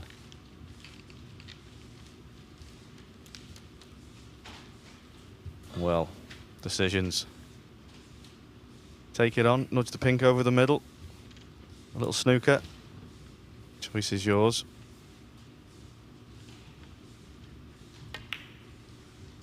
Yeah, lovely. You just sense that Jack Jones just wants this match finished. Keeps coming to the table, and it's like walking through mud sometimes. But I mean, like you say, we don't know how hot it is in that arena. It could just be taking it out of him a little bit. You've got to stay focused out there, get the job done. We've seen before in this format that losing these little scrappy frames doesn't half affect the group. That's a good hit. So Jones just needs the blue. Lutz needs blue, pink and black to extend the match into a 4th frame. And indeed to win his first frame of the day.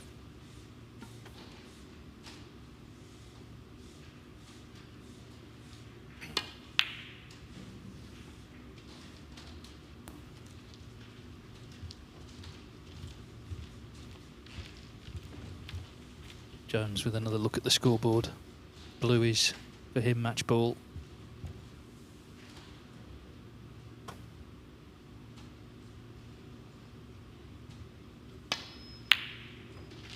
And in it goes. So barring a snooker, it will be 3-0 to Jack Jones, but it wasn't all plain sailing.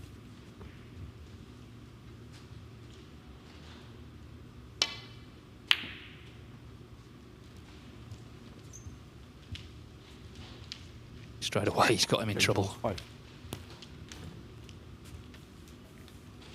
Yeah, he took an extra split second on that long blue. You could tell that he was like, he didn't want to be playing many more shots on there and potentially losing that frame and going into a 4th. And it looks like it's cross the T's and dot the I's for Jack Jones in this match. Exactly what he wanted when he come in. What is it? Wow. Wow, wow, wow. Well, will the snooker gods now decide to punish him for missing that?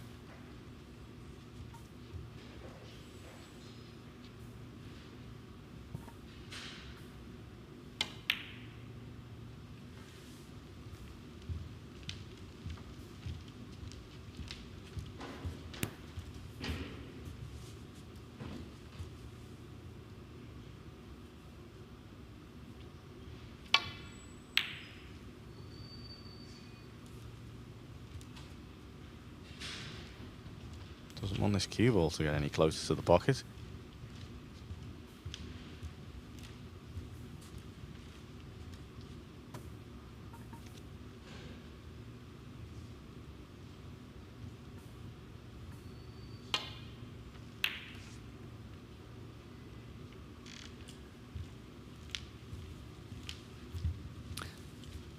Well, it's taken some winning this frame, and indeed this match, but surely now. Surely not.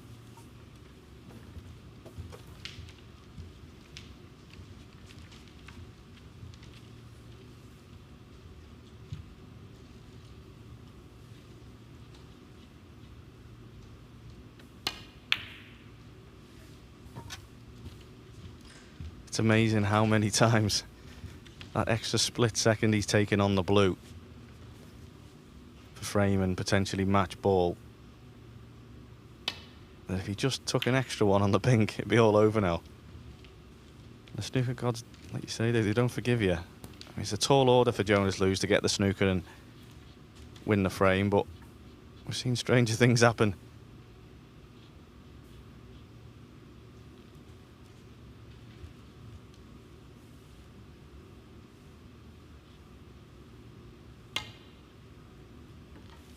We've seen it there, and there's the handshake. Missed the pink altogether. So the last frame was very scrappy, but Jack Jones happy enough. He's done what he set out to, which was win the match 3-0, and of course he'll return later for the group decider against Ben Mertens. But the way it's stacking up, he's going to have to beat him. Jonas Lutz will stay on to take on Alfie Davies in a few minutes.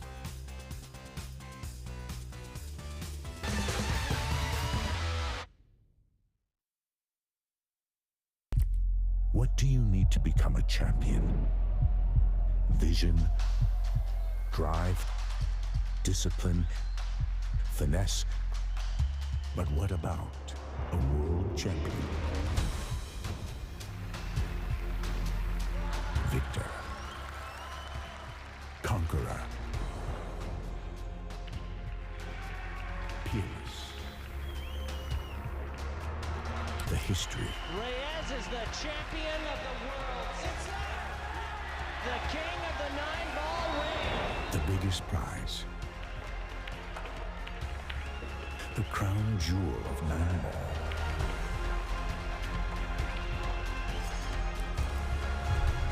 A return to the kingdom where a champion will rise.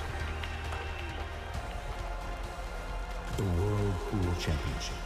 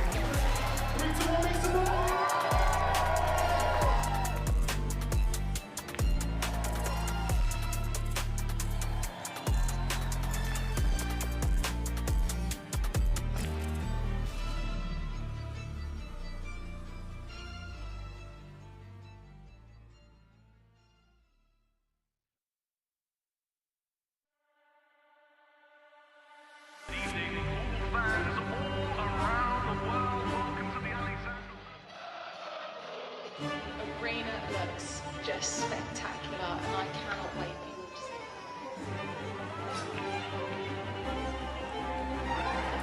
Lewis, don't worry. Yeah, but plenty of guys that need to be ready. We're the champions. You need to come take it. I mean, you want to follow me in there now? Yeah, I know you're ready. All we've been doing. Can you speak English better, please speak? Because I ain't sure.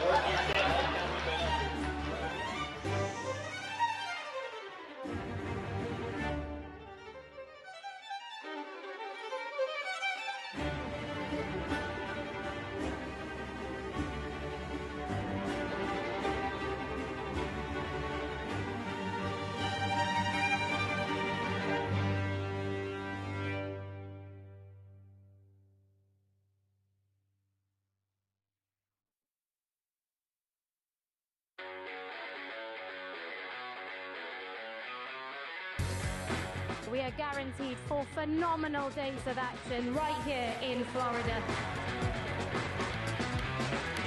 Drama is certainly guaranteed in front of a hugely raucous crowd. The American fans really get into the spirit.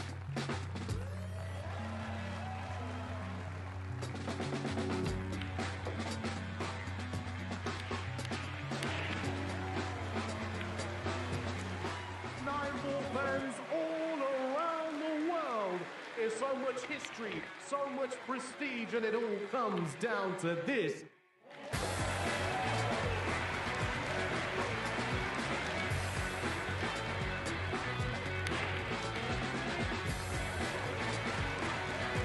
So much action lies ahead at the Caribe Royale in Orlando, Florida.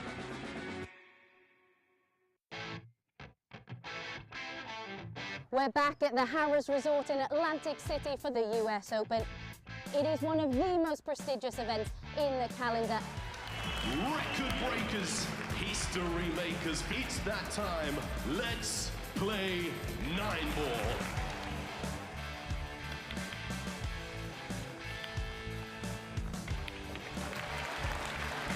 Nine-ball pulls on the growth.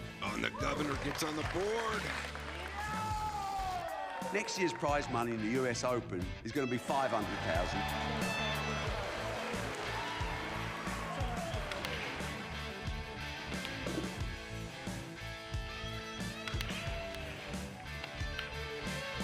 The man they call the Ghost has left everyone for dead.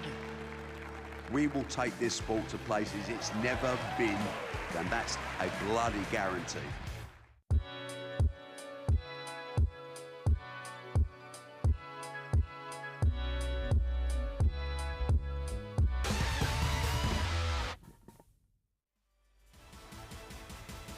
Welcome back to the Mattioli Arena in Leicester, where I think it's fair to say the match we've just seen has really shaken up the group. Jack Jones and Ben Mertens will go into the closing match of the day in a table-topping showdown. Alfie Davies is now taking on Jonas Luz in what is effectively a third and fourth place playoff. For Davies, a draw will do for third place, but of course if you were to win and then either Jones or Merton were to be beaten, Davies could nick into second place and therefore earn £2,000. So much is riding on this. Talking about groups being shaken up, that was also the case over on table 2, where Group 23 has taken on a very different look now that Jimmy Robertson has beaten Conor Benzie 3-0. So Benzie back on the table against Sam Craigy. If Craigy were to win that match, well, he would be the table topper. Certainly if he won 3-0, that would be mathematically guaranteed.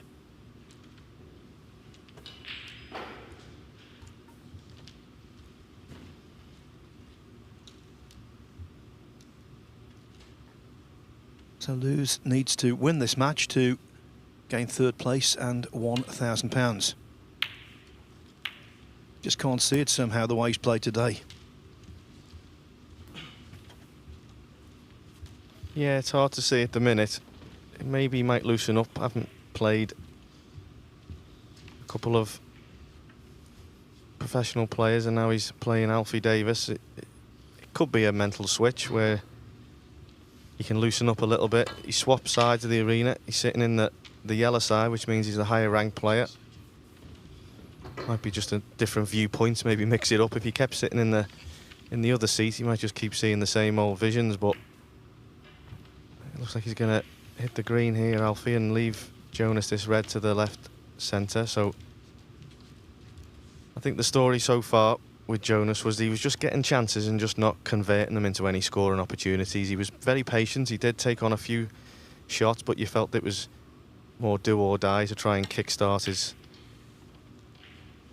campaign. But again, there's another miss there, and the way Jack Jones finished that last match, it just maybe done him a favour going on last. Just have this little break while Alfie and Jonas battle it out, freshen up, and like we were saying before, Phil, come back for the group winning battle. Yeah, I think that last match will be really intriguing because Mertens and because of his higher ranking Jones both could go on to win the whole shebang. But first you've got to get through your initial group.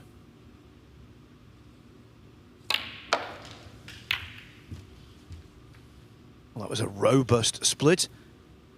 Now did the red that went close to the pocket, as that prevented him from potting the one that's close to the cue ball. I think we've got our answer. Mind you, this shouldn't be too much of a problem. They're the kind of plants you like.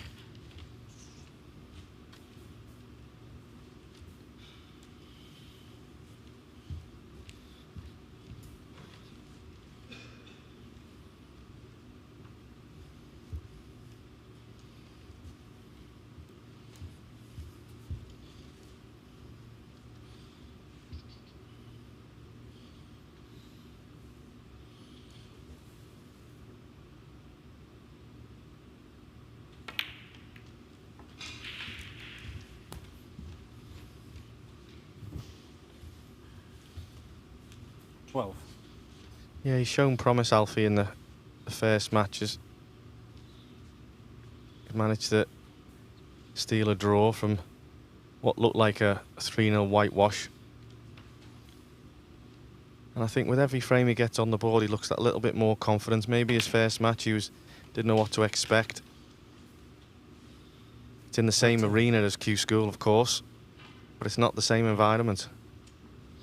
Maybe not the same conditions. And he got caught out on a few maybe positional shots and safety errors, which gave Jack the lead early on today. But like you say, he looks the more heavier scorer of these two tonight.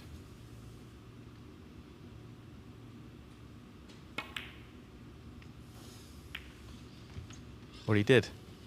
Alfie Davies, just 13. Tell us, Alan, because you've played in a few of them. Tell us about Q School, the emotional peaks and troughs.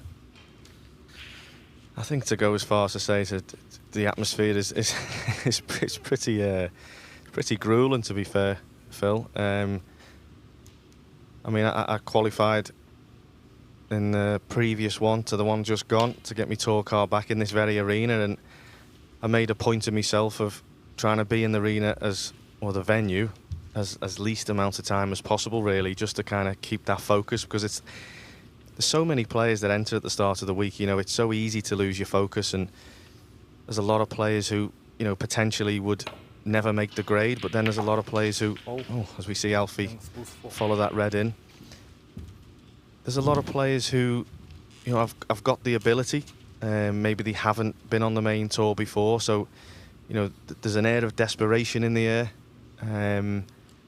and it's very, very hard just dropping off the tour to try and rekindle that same sensation of getting your cue out the box when you know it's your own fault for being in this position. But you know, thankfully for me, I got through, and I say there's a lot of good players who didn't. So you know, everybody handles it differently. I think my experience of doing it in the past did help me. But you know, for the players similar to Alfie here, I mean, these are great opportunities for him to gain the experience, and maybe if he needs that opportunity next year at Q School, it might take the edge off it, or maybe he might be able to address the situation a little bit better. But to answer your question in short form, mate, it's not very nice. When you're in that final round and you're on 3 frames and you need one more, and then you're within a ball or two of getting your card back, the pressure must be intense. Yeah, definitely was. At the time I got back on, I was 3-1 down to Chris Totten, who not such a nice lad. I was thankfully got on the very next event, but I managed to get back to 3-all, and I say that deciding frame was a battle to say the least, but more of a battle internally rather than against Chris, if I'm honest. I say you're just constantly reminding yourself to kind of stay in the moment, but you want the moment to be over. It was kind of a strange sensation. So yeah, I mean, I think if you could bottle it, I think you'd have a nice price on selling it. But as I say, mate, you know, the key to this game is to not be in that position. But but maybe that's it's a piece of experience that I have over other players potentially. And when you get back onto the main tour where you believe you belong, it's about keeping the same focus, but it's kind of trying to take the edge off, because when you're in that environment, it feels like the be-all and end-all, and it isn't. There's real life outside these four walls, and once your cue goes in the box, you're a human being, and sometimes us snooker players, as we see another great pop from Alfie there, us snooker players are, let's just say, we're very self-critical, and you can kind of put yourself down in the dumps as such. And if you're in that Q school environment and you believe that you shouldn't be there, well, you've got to own it, really, take responsibility, and get the job done. But let's just hope I don't go back there, Phil. As much as I like seeing this lovely arena, I'd like it to be on the main tour and not in that environment. But as I say, for the majority of players, it's grueling, to say the least. Yes, the one tournament each year that every pro and aspiring amateur wants to avoid.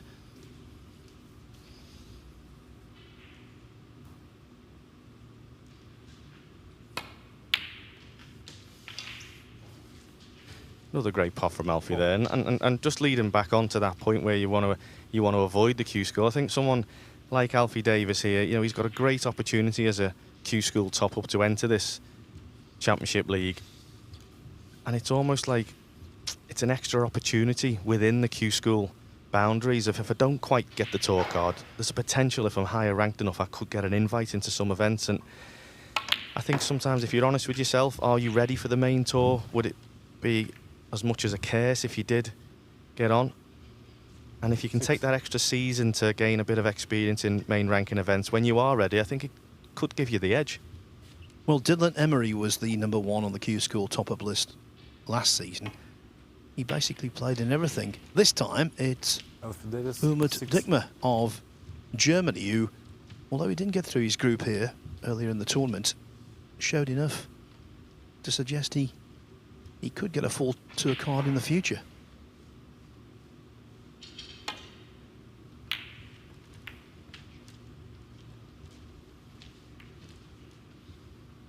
The other thing with the Q School is that you can have a very big variety of draw. You can draw a recreational enthusiast, or you can draw the next big thing. Yeah, there's plenty of them. And of course, this year there was a lot of very, very good players dropping off the tour. A few of them have since hung the queue up and retired. Anthony Hamilton being one, who's turned into he set himself up as a coach, and a fantastic coach I'm sure he'll be. And there's a lot of players who probably seen him in Q School and wanted to avoid. But like you say, Phil, there's lots of players, all standards in that Q School, and I think the majority of players, similar to, like you're saying, to Alfie here, who'll relish this opportunity, and it'll only make them become a better player in the long run.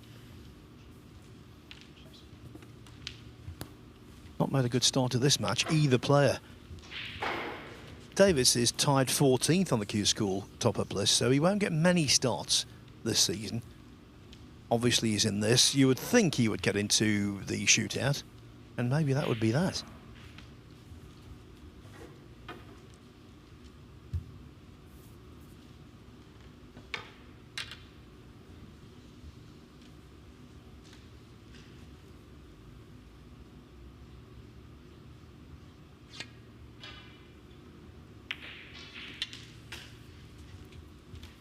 One.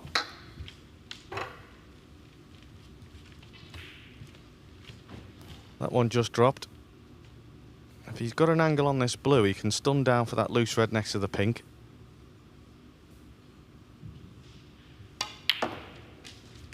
Which he's done pretty nicely. 6. And once again, his hand's on the table. He has to get a good angle on a colour here and try and get closer to them reds, make something happen. But the story so far for Jonas Loser's day is his scoring chances aren't really clear cut. He's got to become a shot maker at some point, and you govern to the ball sometimes. But he's got a nice angle on the blue. If he can avoid the kiss on the pink and maybe hit them red and the black.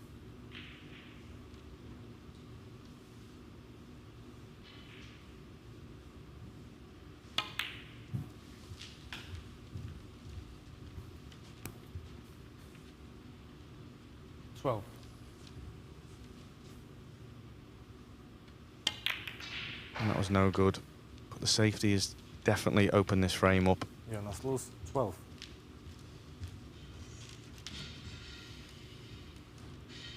You feel with the scores only being 10 points between them, whoever gets in next will have a great opportunity to close this first frame out.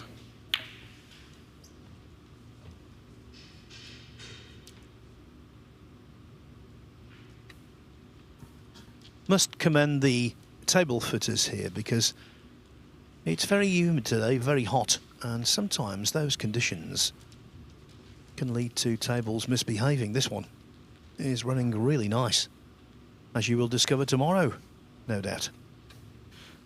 I hope so. I hope I get enough shots to discover that, Phil. But yeah, I mean, even just looking at the reaction off the cushions from a playing point of view, obviously I'm playing tomorrow, so I'm keeping a nice eye on how the cushions are bouncing and sliding and how much bite they've got on the ball, and they're looking pretty nice. It might not be nice to be playing, it might be a bit sticky, but at least the conditions are nice, and I think the majority of players would suffer being hot and sweaty themselves and having a nice playing table rather than the other way around.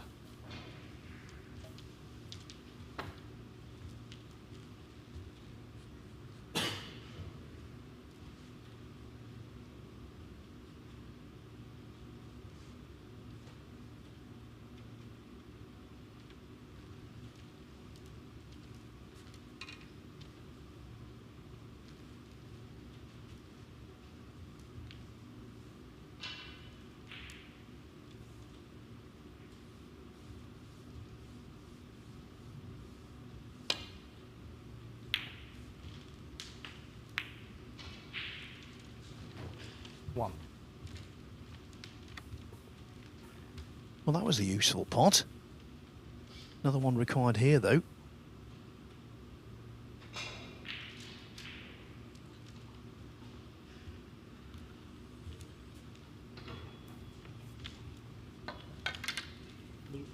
Blue ball. Yeah, to such an extent, it's just defence from the Brazilian.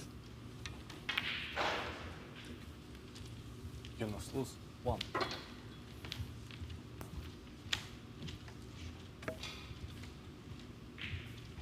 Shown a lot of patience today, Jonas Luz. I just feel that with that red he's just knocked in, he had choice of green. It wasn't easy. Maybe the yellow with the rest. I think you've just got to try and make something happen. You don't want to kind of be sitting around waiting for the next loss as such. Put your neck on the line and maybe go for a couple. He's got nothing to lose at this point, so try and enjoy himself and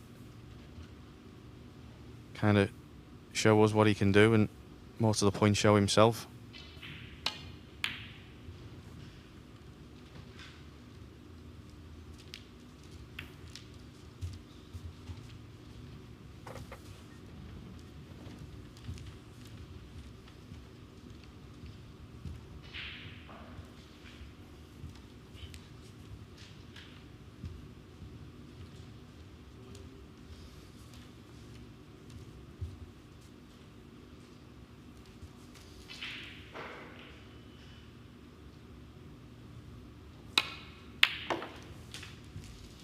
One. Now that was a better strike.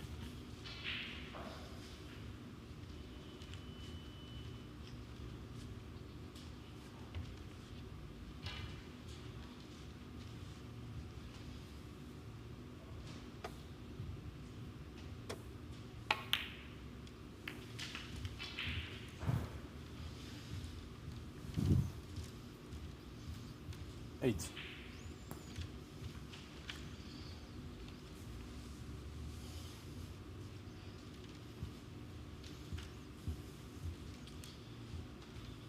Alfie Davies made a 75 break in his first match against Jack Jones. No great scoring in his second, even though he salvaged a draw against Ben Mertens, who in that match put together 2 total clearances. So he's sticking in there. 9.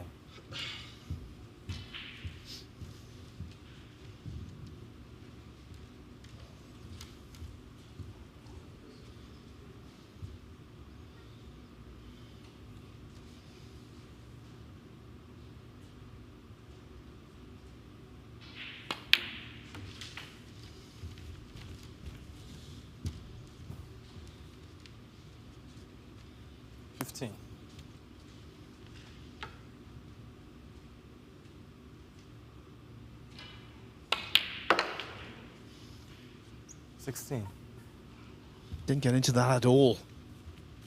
Seemed as though on the shot he raised the tip, and that's why he didn't get the action he wanted. I think it's worth laying a snooker here. Look where the red is in relation to the black. King ball. He could lay a really horrible one.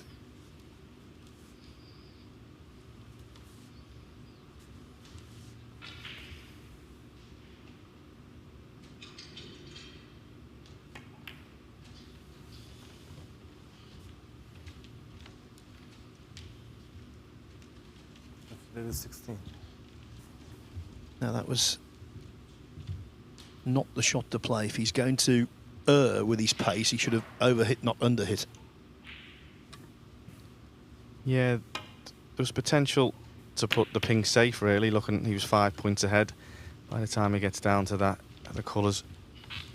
But I think, yeah, if you focus just a little bit more on the snooker, maybe he could have clipped off the other side of the pink to guarantee the snooker behind the black. He was always going to leave that thin edge if he came up short. But like you said, Phil, he could have overhit that by a margin and still got the snooker. But thin clip here, attempt. Too thin. And once again, Jonas Luz has got another opportunity. It's been the story so far for the entire day for Jonas Luz. He just has to finish one of these frames off and just gain a little bit of confidence. He has to hit this well. And trap the white too close to the bottom rail and give himself another shot, really. He's always got to play a shot. His cue ball hasn't been as tight as he would like. Having said that, it's a natural angle up towards the yellow. Pink ball.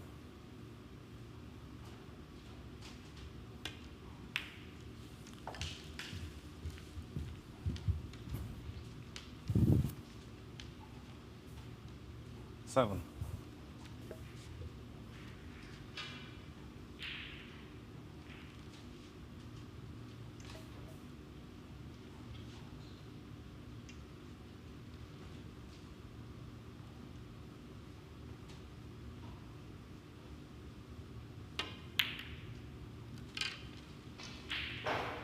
Jonas Luz, 7.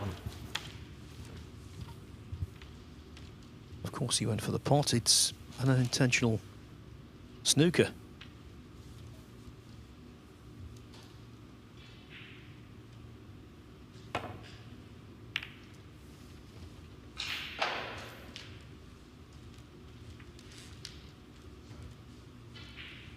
Over on table 2, Sam Craigy has a very makeable, almost unmissable frame ball blue to take a 1-0 lead over Conor Benze, which he duly rolls in. So things looking good for Craigy. Yeah, nice to see Sam back. Like we said before, he's been off with an ailment. He's back in action. Says, like you say, he feels 99%. He'll be definitely looking for that 1% this season because he's a great player, good striker of the ball. He's looking rosy in that group anyway, so that's a good start for him. He played one match in this a few years ago in the ranking version of the Championship League against Dominic Dale. He was absolutely brilliant. 3 frames went by in a blink of an eye. All big breaks. Dom was very impressed. Couldn't fail to be. Yeah, he's good like that, Dom, isn't he? He kind of appreciates a good game of snooker when he sees one, even if it is against himself.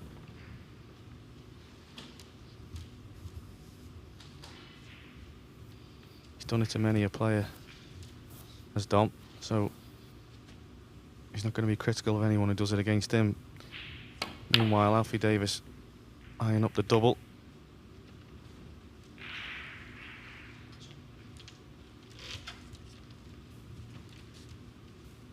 Little rub of the green there. This kind of tends to happen at the end of these frames. If you don't take a scoring opportunity, you kind of end up becoming this little bit of a scrap battle. As we see Jonas just about flick the yellow and get it safe. Well, if he had played that shot, it would have been genius. Of course he didn't.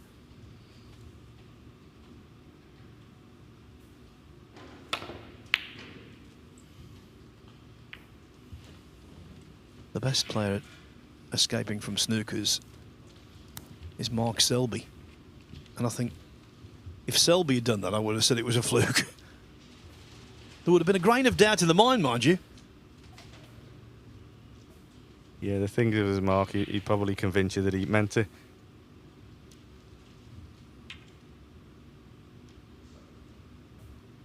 Yeah, Selby, you can see, just breaks people's hearts by escaping and escaping and escaping.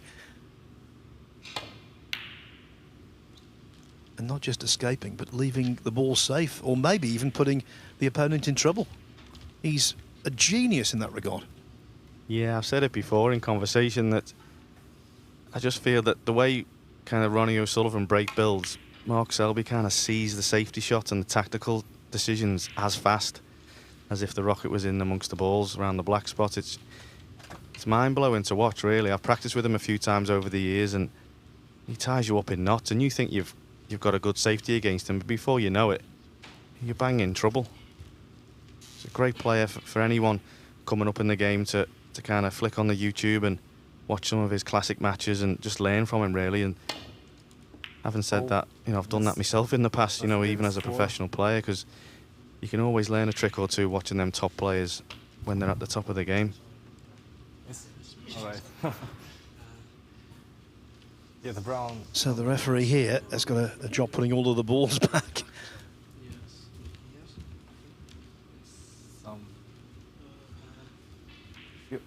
At the big tournaments, they have a video capture, so they rely on the help of the marker who guides them, because he's got the original positions on a screen.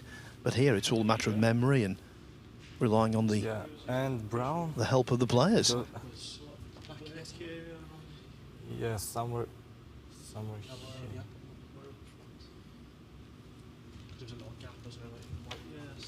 here. Yeah, I remember. And then was the yellow. So, yeah, I guess somewhere here. Yeah, agree? Brownish, I think, yes. That way? Yes.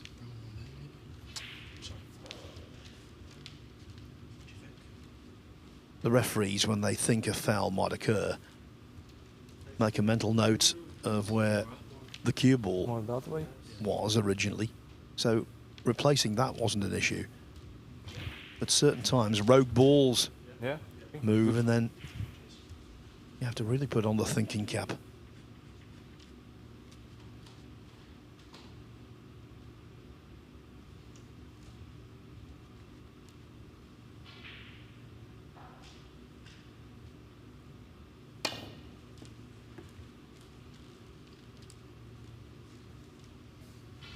Oh, I missed. I'm unsure if that angle's on. There is an opportunity to come down the right-hand side of the table and maybe hit the yellow from off the black cushion. But maybe he just thinks if it's going to career into the brown and maybe leave an opportunity on for Alfie. I just feel like he's going to have to do so much work with the cue ball, maybe screw into the cushion here. You're winding in the angle and it's guesswork, really. He's done really well, but he's hit it too much. Somewhere in between, Phil, would be perfect, wouldn't it? All miss. There's 4.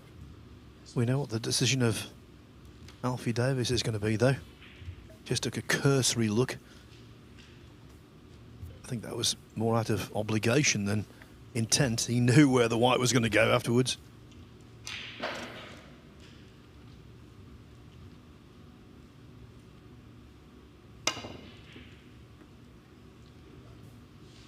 Record, Alan, for the most misses in a frame consecutively. 16. Stuart Bingham against Jimmy White, and Bingham won the frame. Somehow doesn't surprise me with Stuart. He has all the luck, doesn't he? Even wins the frames he shouldn't. Well, I was saying the other day, he's got ball run on his car number plate now.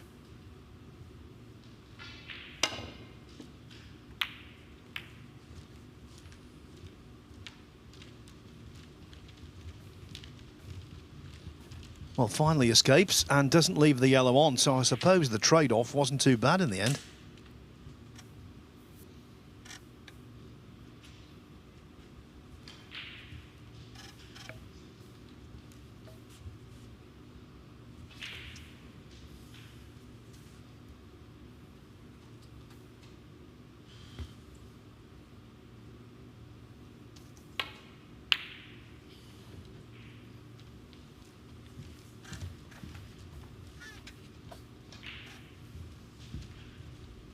It's a good safety from Alfie.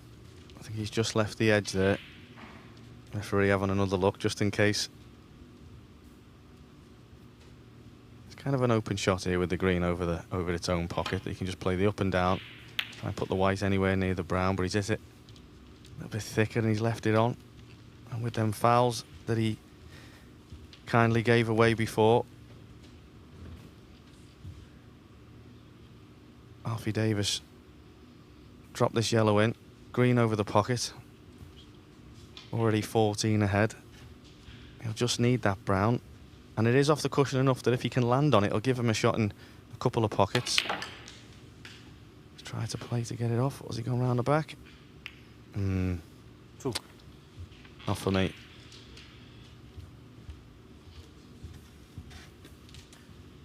Yeah, sacrificed certain position on the green for what was quite a long shot.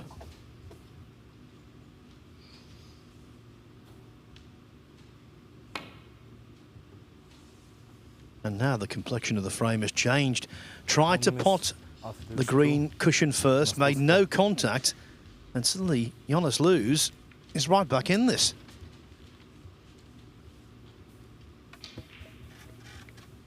It's amazing how many times that happens. Just the way the frame's gone, the opportunities they both have. Oh, here we go.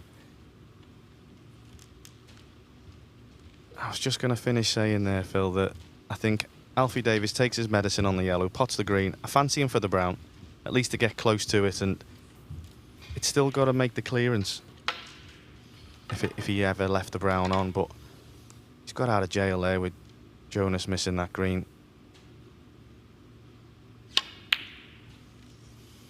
He's played another great shot here. Showing good patience, even though things aren't going his way.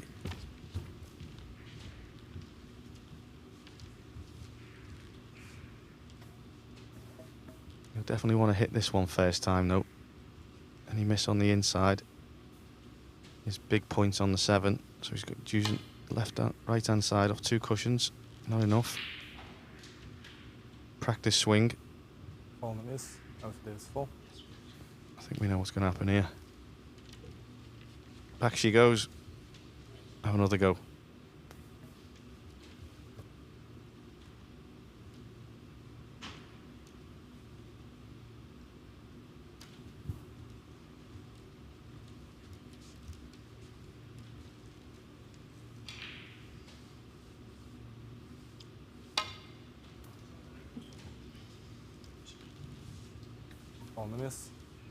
Well, the attempt was improved, but 4 more penalty points he can't really afford to give. He can afford to miss this on 1 more occasion, providing he doesn't hit the black, of course.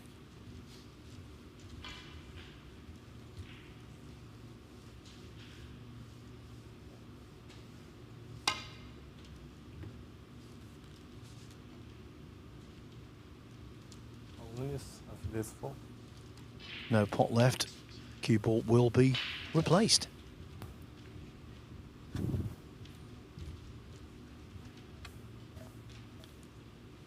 I was thinking before, Phil, whether, say, the Brazilians, the likes of Jonas and Igor Figueiredo, who came before him, I know they play a lot of snooker on the smaller tables. Is it halves, or 3/4, 10 foots? And maybe the angles are obviously slightly different. And I know Jonas has been on the tour for 12 months now, but obviously with record standing that he's not won many matches, he hasn't got much table time as such. On the match arena, them angles throw differently off 1 and 2 cushion escapes like that, and it's possibly shown on his positional play as well today, whether he kind of struggles with that. 3. Yeah, the dimensions of the tables that he's used to, very different to what we would refer to as a 4 size, as Davies pots what should be frame ball. He's now 27 in front, 22 on. But the one thing he needs to be is careful bridging over this pink.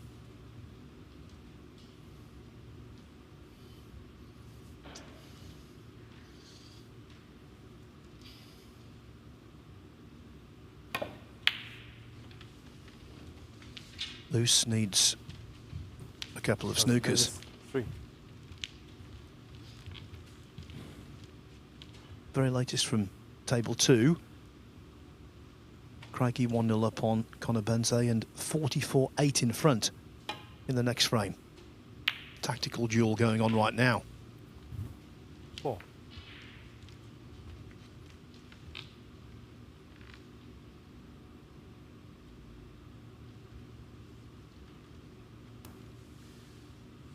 So by potting the brown,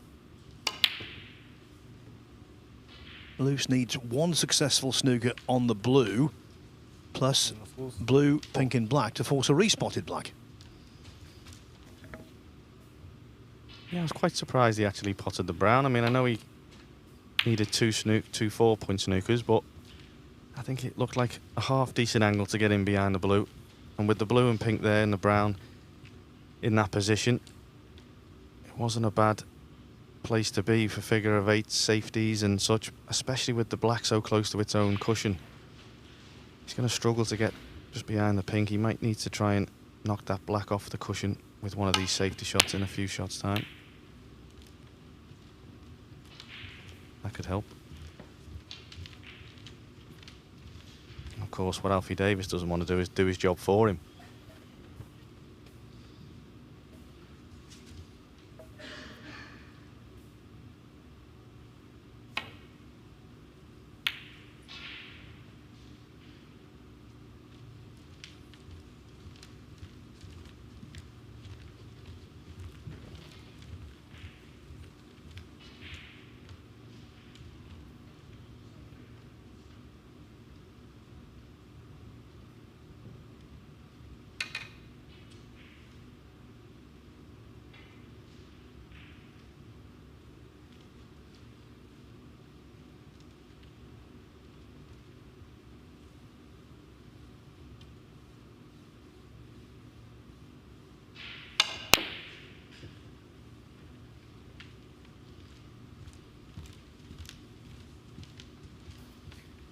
When it comes to pool, I think South America are higher in the pecking order than South America in snooker.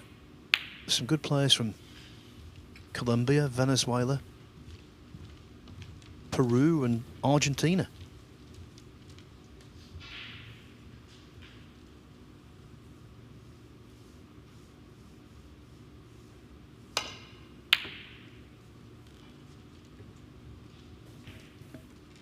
Could do with a rattle here.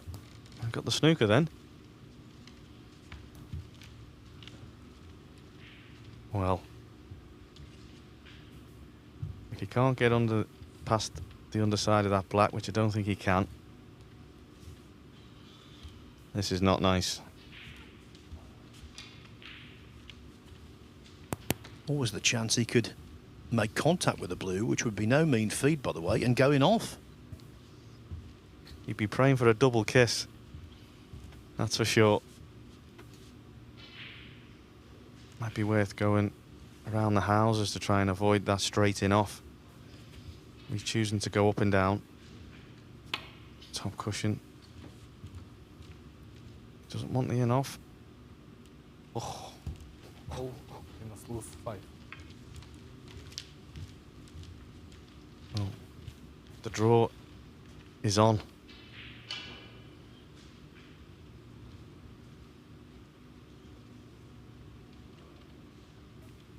Well, he won the second frame against Ben Mertens on a respotted black to Alfie Davies. Is this frame going to be ending the same way? I think that was a little heavy-handed, don't you? Just marginally.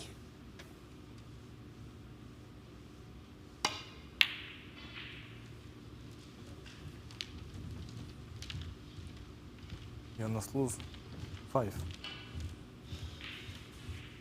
Yeah, he'd be disappointed with that. Jonas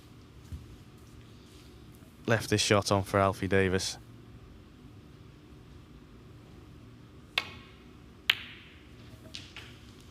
And the way the frame had gone there, that was a really good pot from Davies, because he must have been under a certain degree of pressure.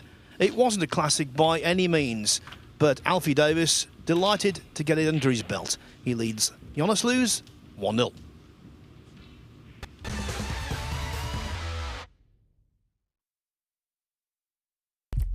What do you need to become a champion? Vision, drive, discipline, finesse. But what about a world champion? Victor, conqueror, peerless. The history. Reyes is the champion of the world. It's the king of the 9-ball ring. The biggest prize. The crown jewel of 9-ball.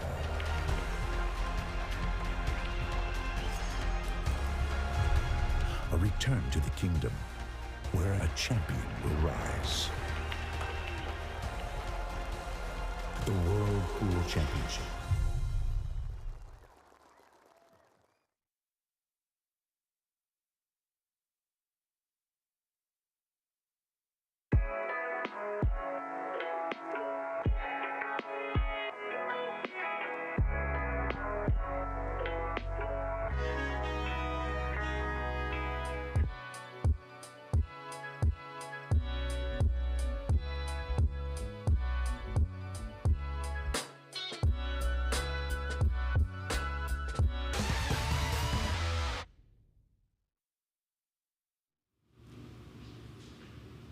Now this is table 2, where things are looking really good for Sam Craigy.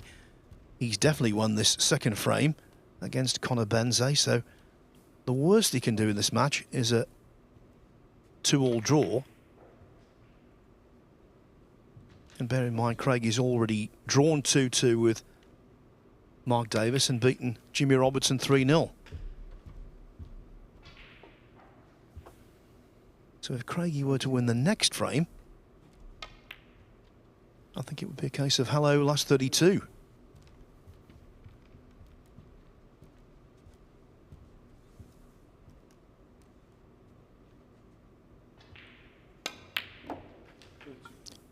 Just looking at this group, if he were to win 3-0, he would have 7 points. He would have won 8 frames for the loss of 2. The best Mark Davis could do, if he beats Jimmy Robertson next, would be 7 points, winning 8 frames, losing 3. So yes, if Craigy wins the frame after this and wins 3-0, he will be the table topper.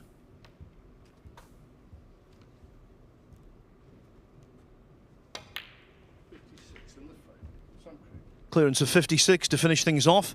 Not been a good day for Conor Benze. He will finish at the foot of the table now. The best he can do is a draw there, and that would be 1 point from 3 matches. Jimmy Robertson has already got 3, Mark Davis 4, and Sam Craigy now assured of at least 5. We'll keep you informed.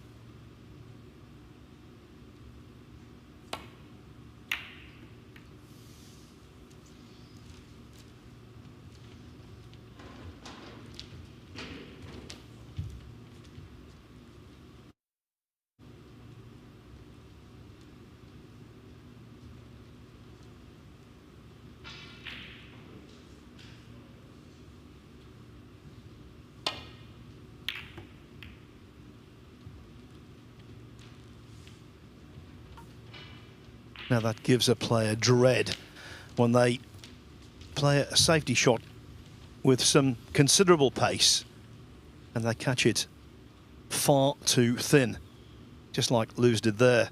Cue ball in and out of balk, and now he's placed Alfie Davies in position A.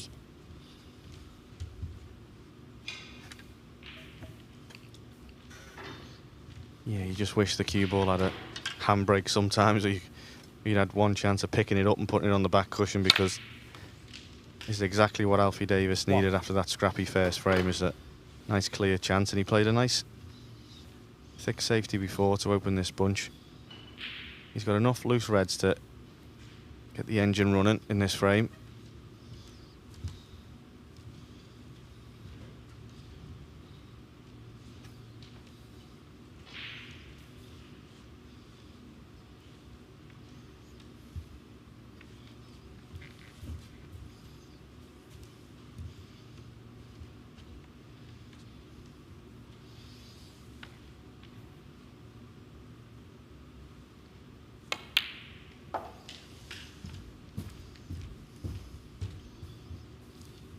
That was a nice shot round the back of the yellow.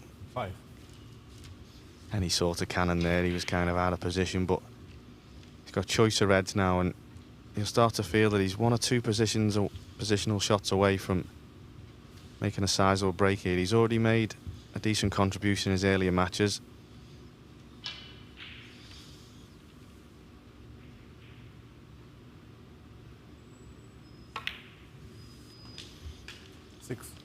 That needs to run. Can he just see it? We'll find out in a second.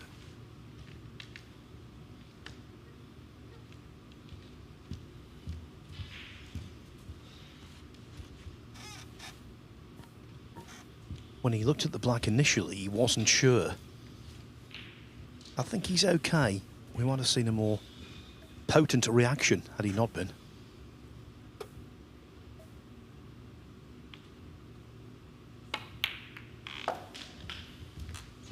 I was talking about this earlier in the tournament, Alan. There are certain players who, 13. in that kind of situation, might have shook their heads and gesticulated, giving their opponent just a shred of hope. 14. And then after about 30 seconds, got down and potted the black sweet as a nut. It must drive you mad. You've had it happen to you, presumably. Yeah, we call that pulling a stroke, Phil. Yeah.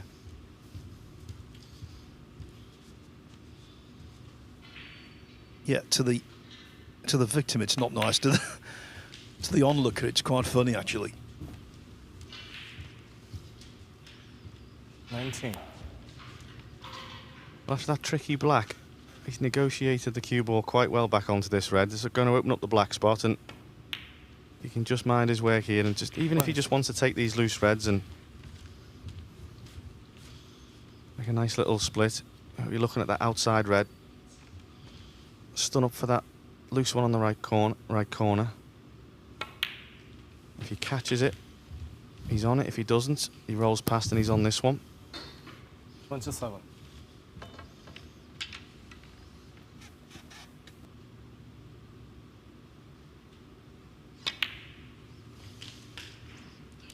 $28.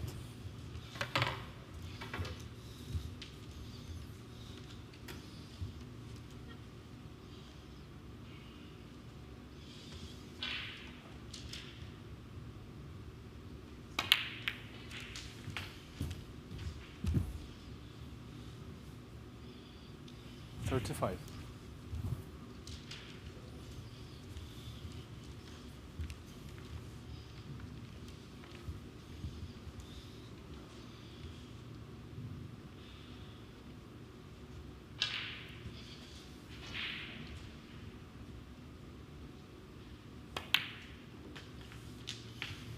$36.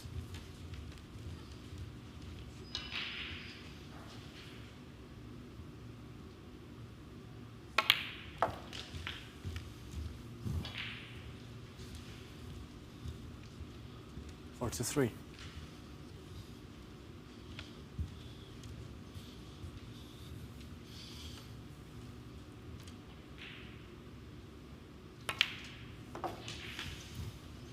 44.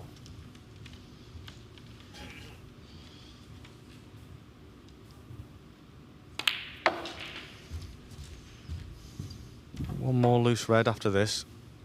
49.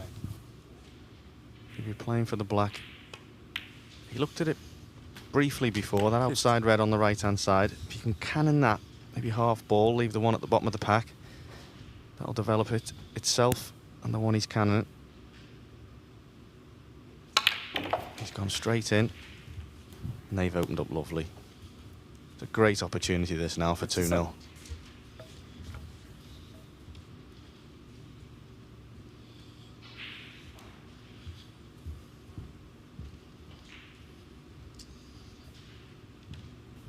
Looking more and more relaxed every frame, isn't he, Phil?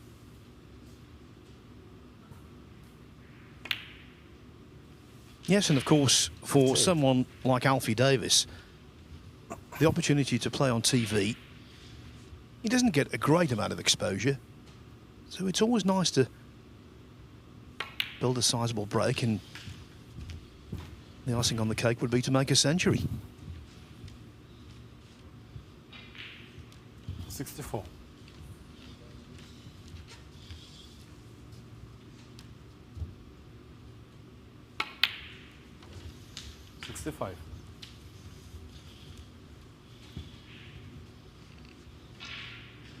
We've seen a lot of tour personal bests, actually, in this tournament.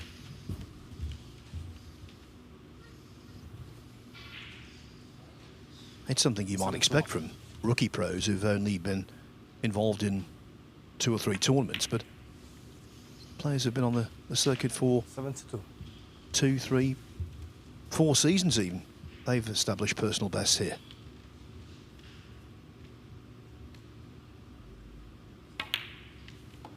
Of course, that's not practice personal best, because every single one of them has made a 147.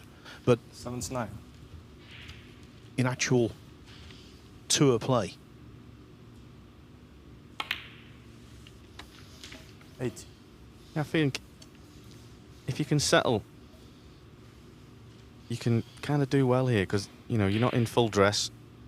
You can kind of smart casual as such. You feel like you're in the club having a knock in your polo shirt, but you still got your snooker shoes on, as they say, and you're at work. You've got a referee, the lights, the table, and the conditions look lovely. So once you hit your stride, it's enjoyable to be able to play your own game out there.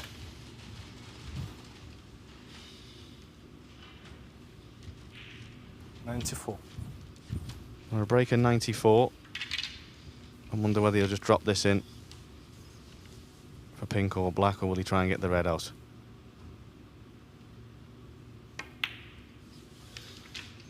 $95. This has been a great break from Alfie Davies. Deserves a century.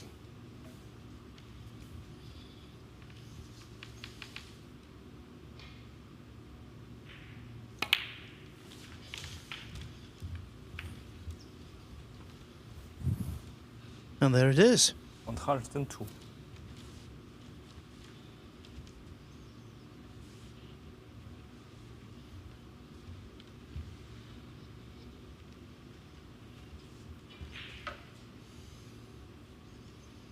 So Alfie Davies will, at the very least, finish in 3rd place. That's worth £1,000. Jonas Luz has the wooden spoon.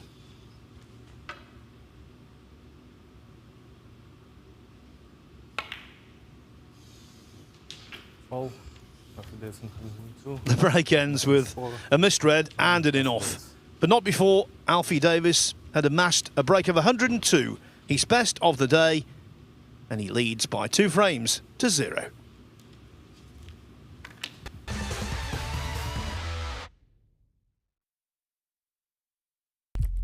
What do you need to become a champion? Vision, drive, discipline, finesse. But what about a world champion? Victor, conqueror,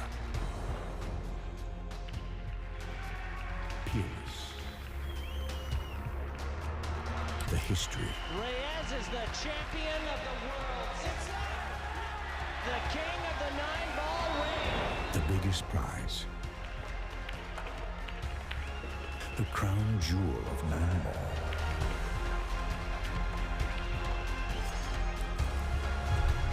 A return to the kingdom where a champion will rise. The World Pool Championship.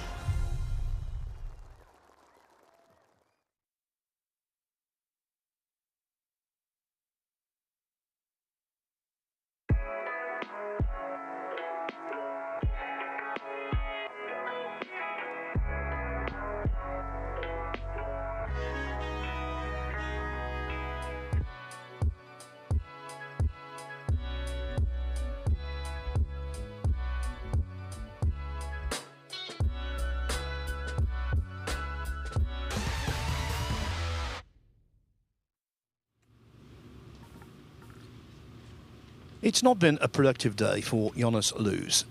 Of that, there is no dispute. As for Alfie Davies, well, he's going to end the day undefeated, we know that much. A couple of 2-all draws early. Now he's looking for the outright win.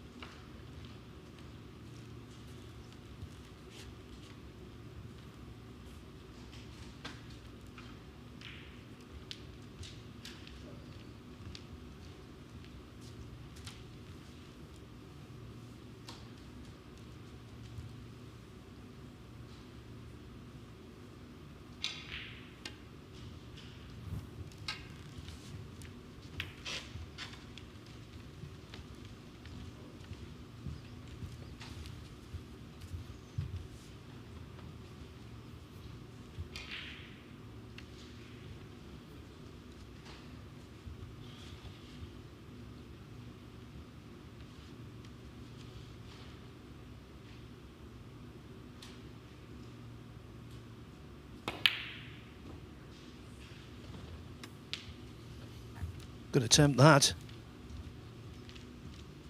Had to put some pace into the shot to get position on the black. And the more pace you put into it, the smaller, in effect, the pocket becomes.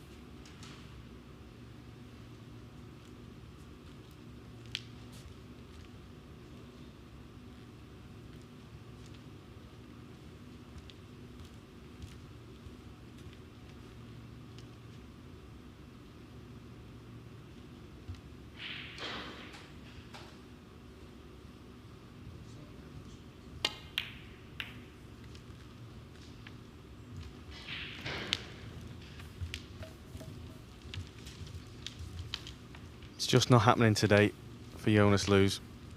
Alfie Davies had a element of safety in that last red.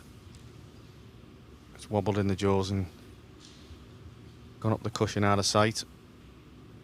Looked like half a plant that Jonas was playing, but he's kind of covered that corner. But you fancy, after the century, Alfie's growing in confidence. May take this red on, screw past the pink, maybe back up for blue, or even across the table for the black. Missed by a while. But having said that, if it keeps running, or even if it doesn't, he's covered the pocket. Tough day at the office for Jonas. Maybe renewed hope over on table 2, renewed hope for Mark Davis and Jimmy Robertson. In the third frame, Sam Craigy 2-0 up on Conor Benze, but Benze is 41 ahead with 2 reds left in frame 3.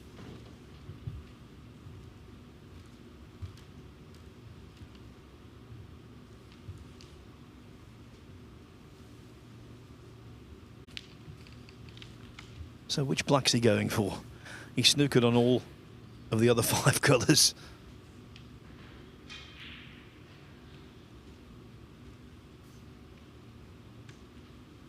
Cushion first. In off the red. Or play the double.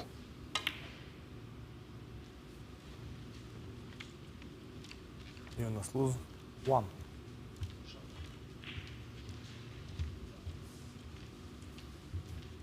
For all his misses today, you've got to hand it to Jonas Luz. He has shown a little bit of patience. He's not landed nicely on many scoring opportunities. And even if he has, he hasn't converted many of them, if any.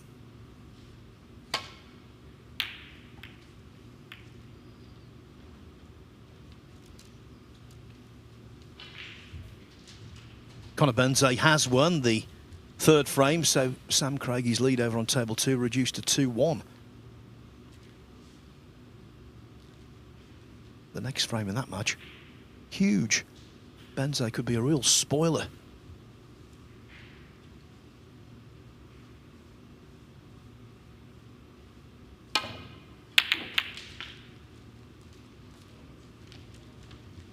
One. Let's settle for that one.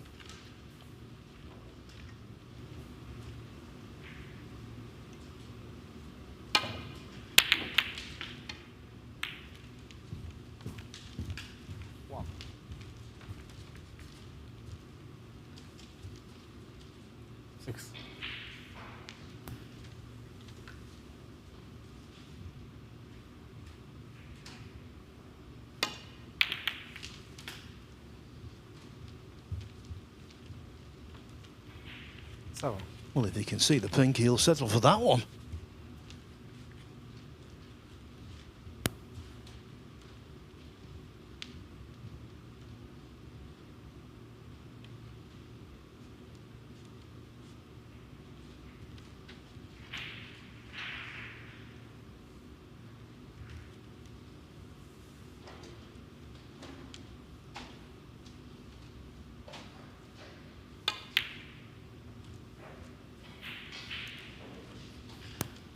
You must lose 7. Rode his luck there and still left the table with only 7 points.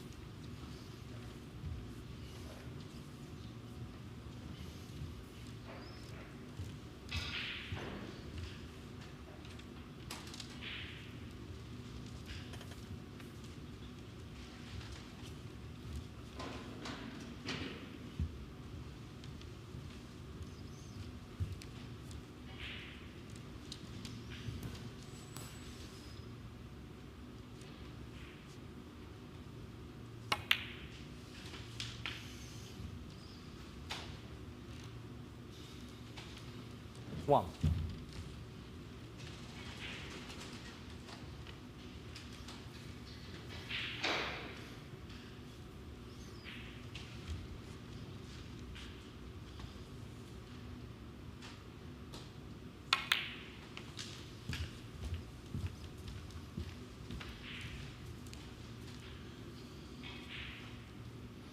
Six.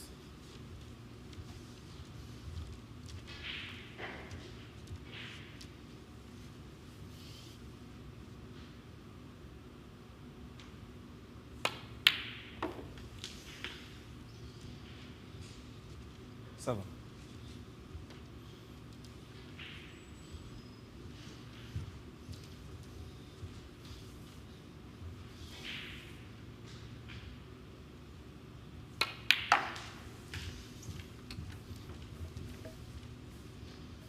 It's a good pot on the red before that pink for Alfie Davies, but you just feel that with the black 13 on the ball cushion,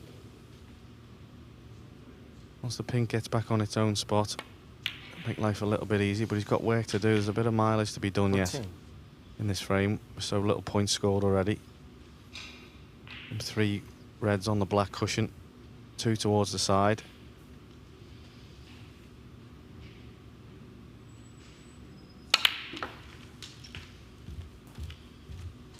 He's hit that well.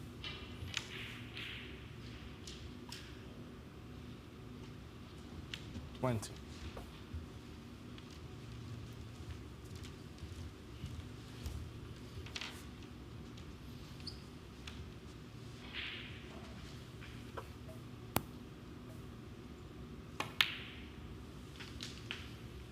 $21.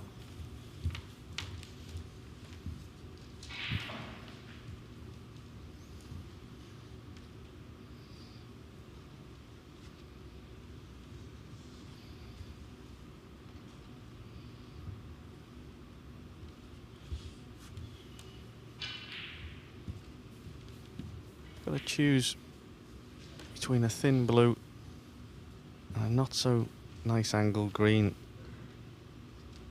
The red available below the pink. He's got to be careful he doesn't overrun it or indeed make the cannon on it on the way past. Which he has done. Landed towards the side cushion. Got to feel that end of break unless he can snip this mighty fine red in. Could potentially go near the middle pocket on that, so it'll just be a thin safety.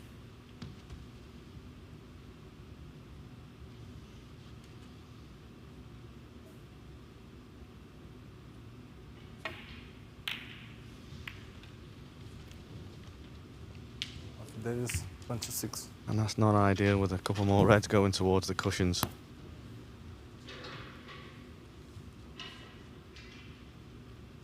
Especially for Jonas Luz.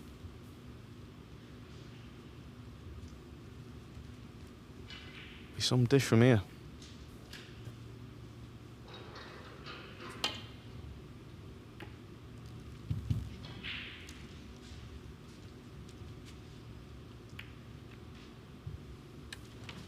Not a dish, but dynamic nevertheless.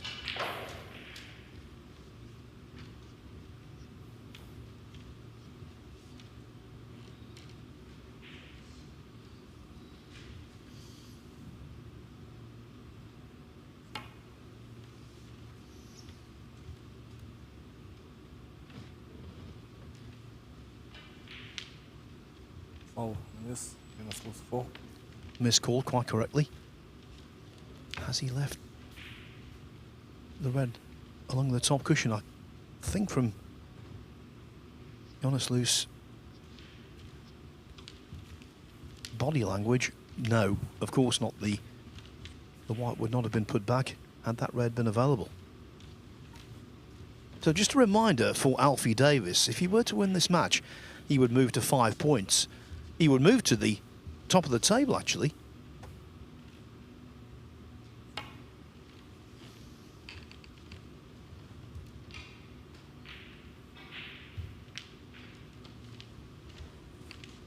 He would have 7 frames won, 4 lost. If then Mertens and Jack Jones, if they drew, they'd have 5 points as well, with an identical frame difference. 7 won, 4 lost.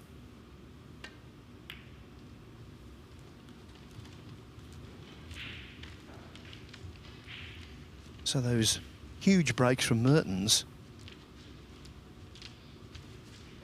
invaluable.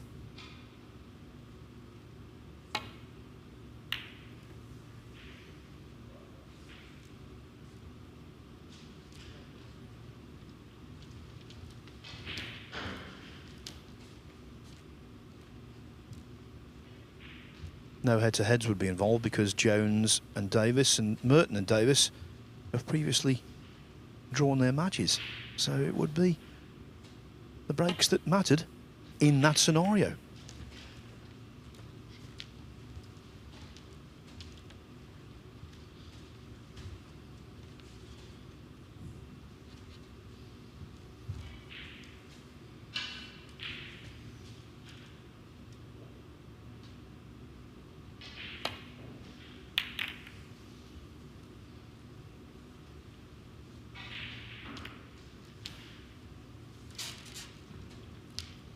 Conversely, if Davies were to lose this frame,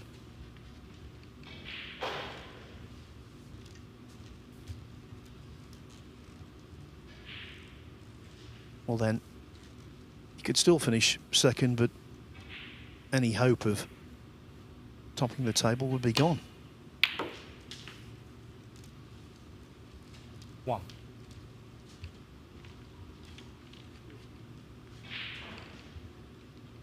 In fact, if you think about it, hope's already gone because he needed a huge break in this frame and that ship has sailed.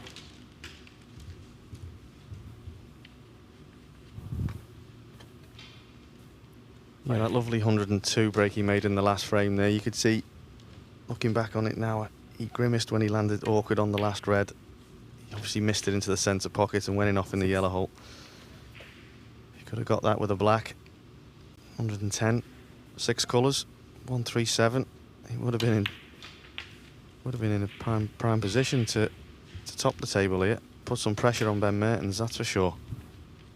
But as it happens, like you said, that ship has sailed.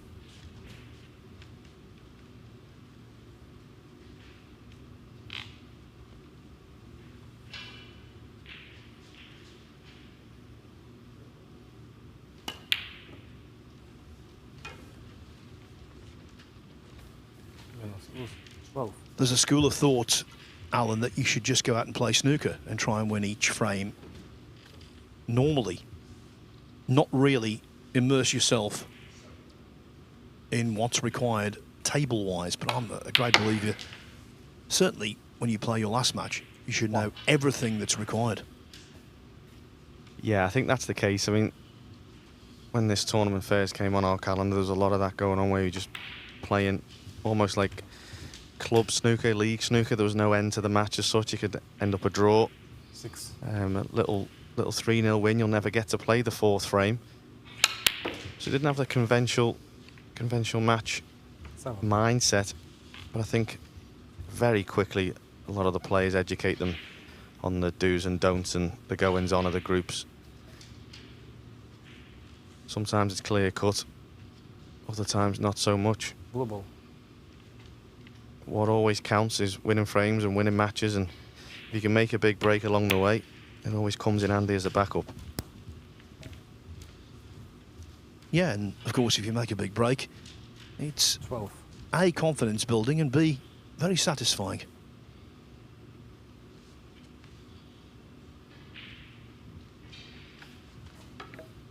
It also makes our job a little bit easier, Phil, doesn't it?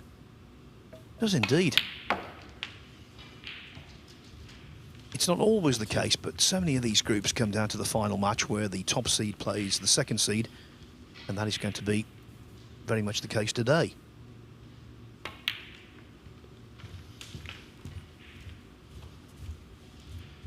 In fact, the last match on both tables will be the group decider now.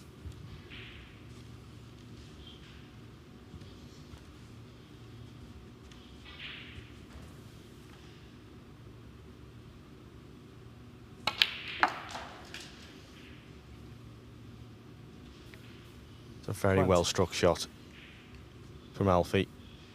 His body language says he's a little bit too straight on this ping to get across for the cannon. I could try and force it, but I don't think he'll make much damage on the 2 reds.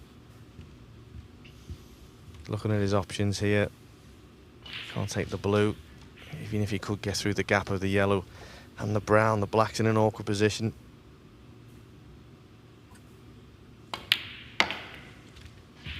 Medicine shot. 28 the lead. 26. Tie it up and wait for your next chance to finish the match off. Alfie Davies, 26.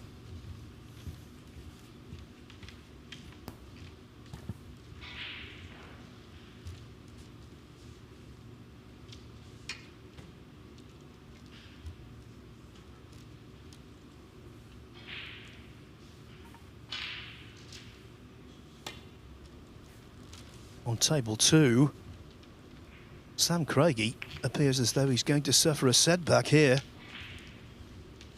Remember when he led 2-0, only needed the next frame to win the group. Now, though, Conor Benze has salvaged a 2-all draw. And that is manna from heaven for both Mark Davis and Jimmy Robertson, the two pals from Sussex, who will now play in our last match of the day to see who goes into the last 32. Craigy continuing on, but he's 63 behind with 51 on the table. 2-2, it looks all over.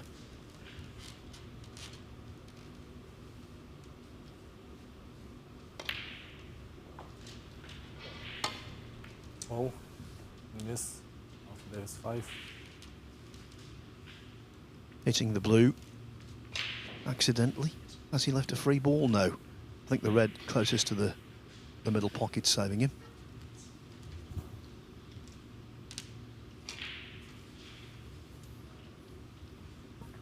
Tell you what though, Alan, the turnaround on table 2 just underlines how quickly the feel of these groups can change.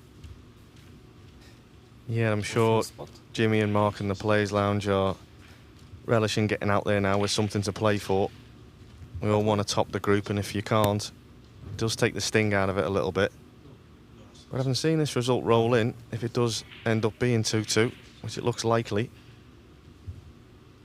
it's nice for the spectators as well to see a match with meaning. Yeah, good. As we look at the referee replacing yet another snooker laid by Alfie Davies. And you feel even if he hits this one now, it could be... Oh, miss. Oh, he's hit the blue again. There's 5. Getting ever so closer to that winning line, Alfie. This is definitely going back. Of course, I've not kept tabs on the amount of penalty points he's accrued in the course of this match, but it's been a hefty number.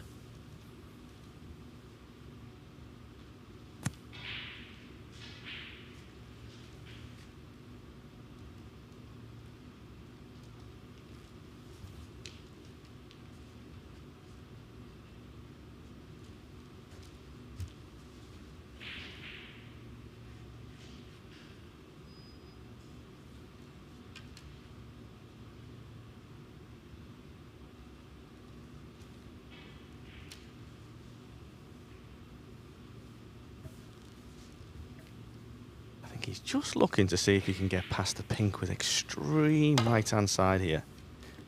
He's tried it, just not quite got there. Oh, miss. There's 4. With 42 the difference now. One more miss, and he'll need a snooker himself.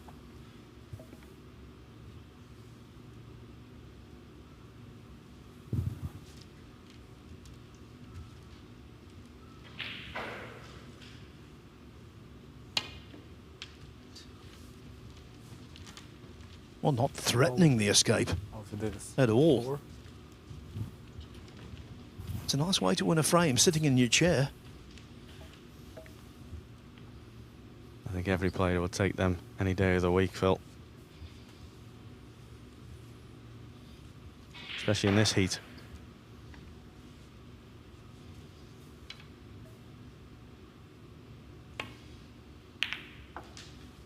And that puts the cap on it.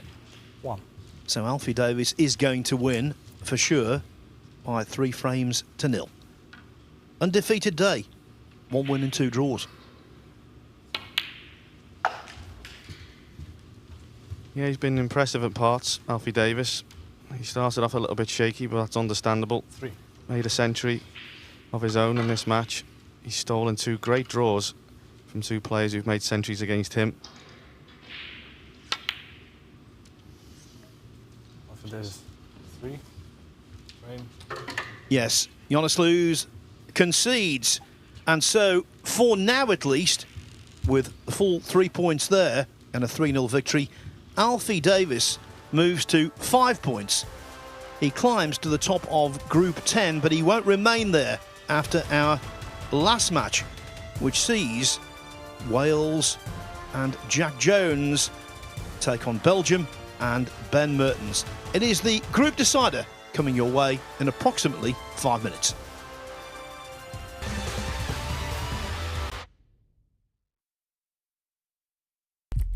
What do you need to become a champion? Vision, drive, discipline, finesse. But what about a world champion? Victor, conqueror,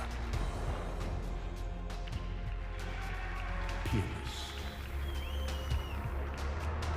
The history. Reyes is the champion of the world. It's the king of the 9-ball ring. The biggest prize. The crown jewel of 9-ball.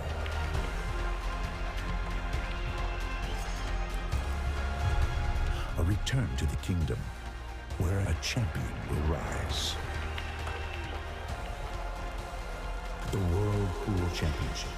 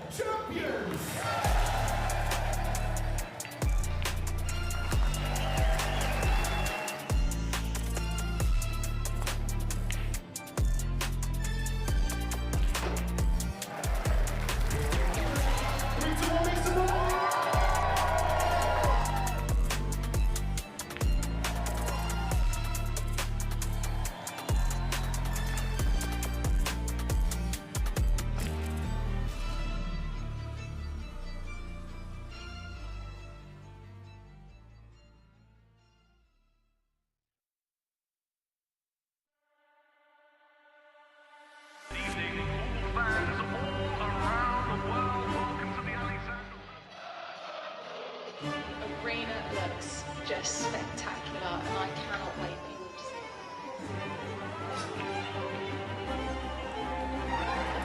Julius, don't worry. Yeah, there's plenty of the guys that need to be ready. We're the champions. You need to come take it. I mean, you want to follow me in there now? Yeah, I know you're ready. All we've been doing is Can you speak English better, please speak? Because I ain't sure what you said.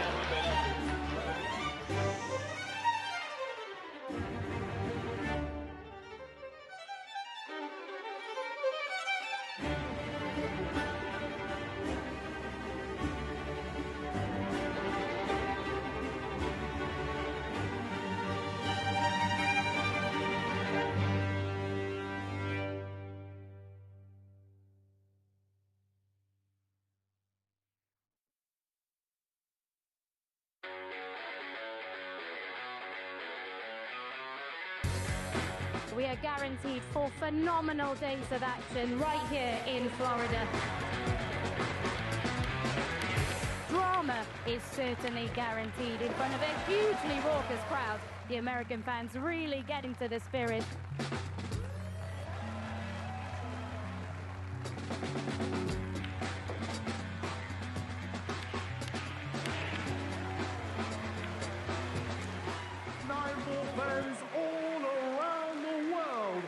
So much history, so much prestige, and it all comes down to this.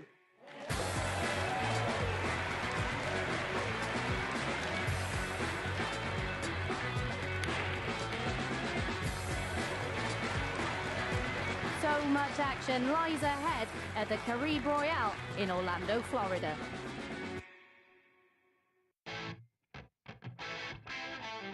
We're back at the Harrah's Resort in Atlantic City for the US Open. It is one of the most prestigious events in the calendar. Record breakers, history makers, it's that time. Let's play 9-ball.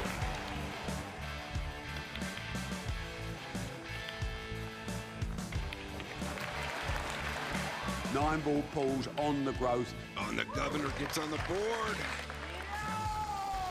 Next year's prize money in the US Open is going to be $500,000.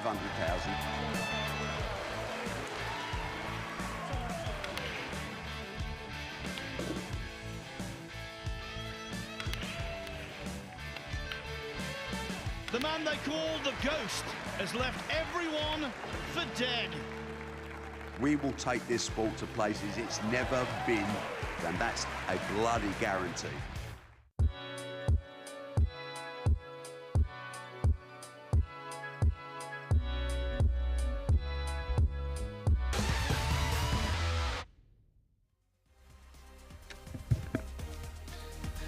So we're set for the group decider here on table 1. And this is how it stands. Of course, Alfie Davies is top, but Jack Jones is going to play Ben Mertens. And, well, of course, if that's a draw, they're all on 5 points. Ben Mertens, though, has had the 3 highest breaks, so he would top the table unless Jack Jones beats the 1-3-1. Of course, if Jones beats him, clearly he is the group winner. So Jack Jones realistically has got to win that match. And the players will be out. Well, in fact, they are out now, so here we go. This is what the day's been building to.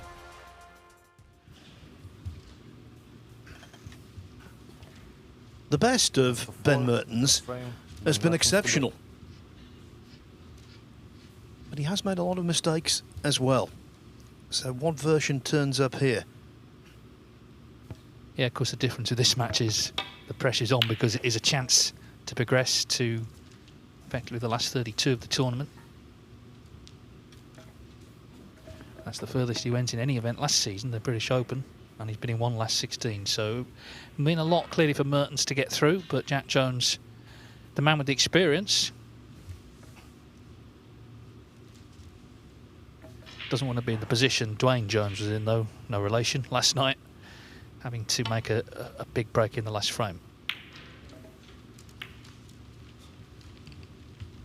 And that's not the best start. The double kiss has left an immediate opening for Mertens.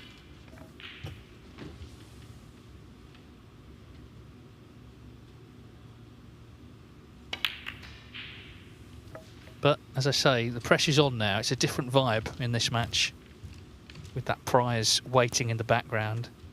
Mertens has had 3 centuries today, all total clearances, 2 1-3-1s and a 130. He only had 4 centuries the whole of last season, so he's played really well in the frames he's won, but can he get realistically 2 frames on the board here, which you think would see him home?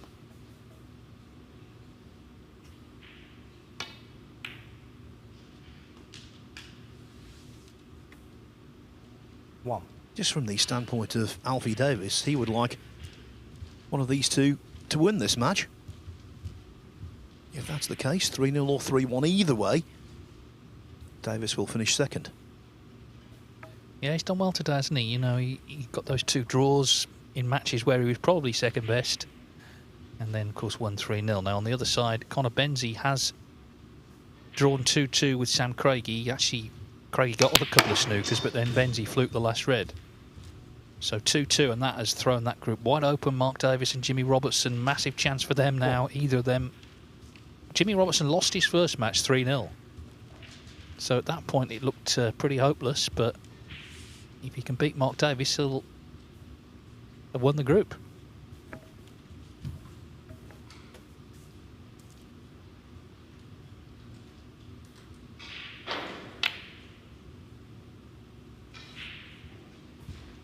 Worth noting that Craigy, he moves to 5 points. He's not completely blown his opportunity, because if he then watches Davis and Robertson draw, Craigy would be the table topper. Yeah, on frame difference.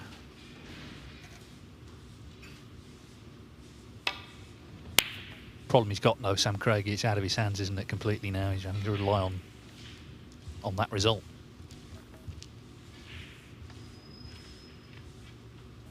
Of course, Davis and Robertson practiced together just off the back of the Mattioli Arena, the Abbey Park. There's actually a friendship garden. Could have played it there, maybe, because they are good pals, but that'll all be forgotten in the next hour.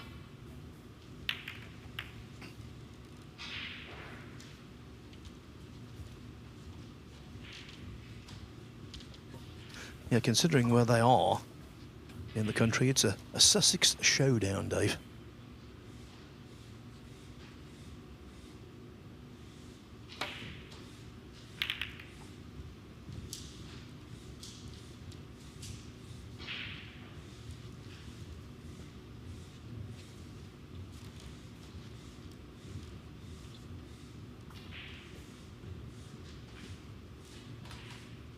Yeah, sometimes when we see a player lose the first match of the day 3-0, we say, well, he could still possibly top the group, and it always feels a little hollow when you're saying it, but Robertson really could.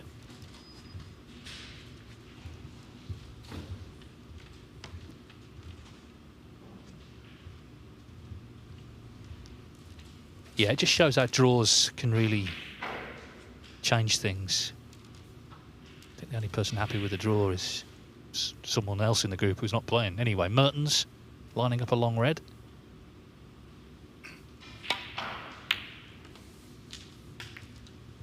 One.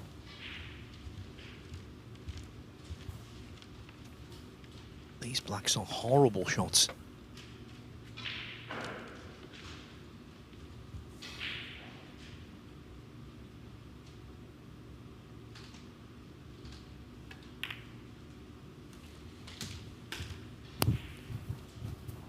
In terms of the pot, well done. In terms of position, 8. Not so sure. Well, the red immediately below the black goes. Another pressure ball required.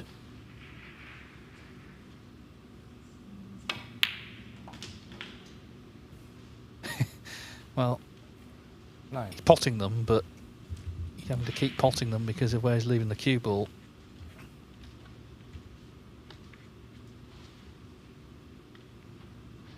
Another big shot on the black. If he gets this, it'd be one of the best 16s we've ever seen.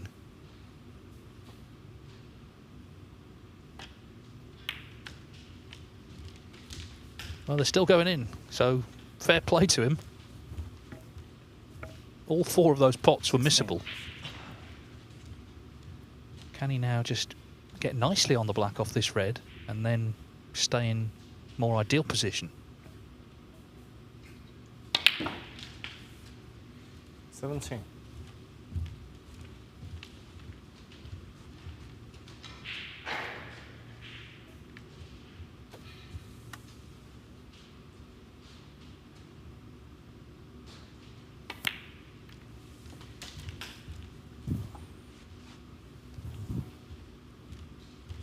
Four.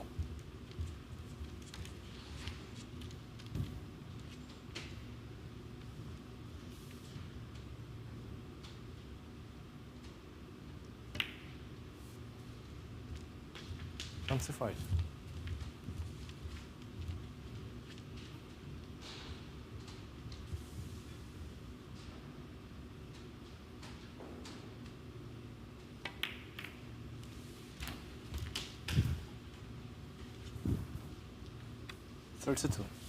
Excellent, this. The spade work has been pretty much done. 33. A matter of now keeping concentration. Not doing anything untoward.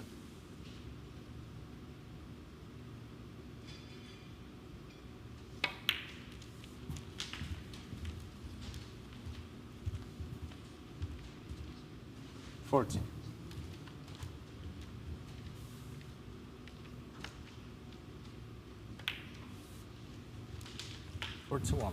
Yeah, there's quite a few now young players from around Europe, and they're very dedicated.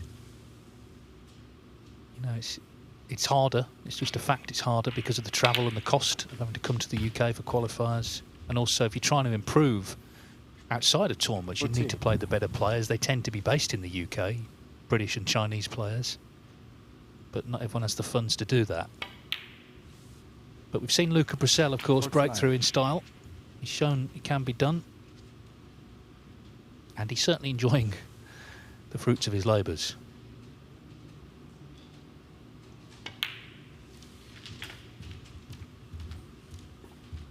If you weren't with us for the first session, 56. In the first couple of frames against Jonas Loos, Ben Mertens was 57. Entirely unimpressive. He won the first frame on the pink, the second on the black. Then it's been a total change.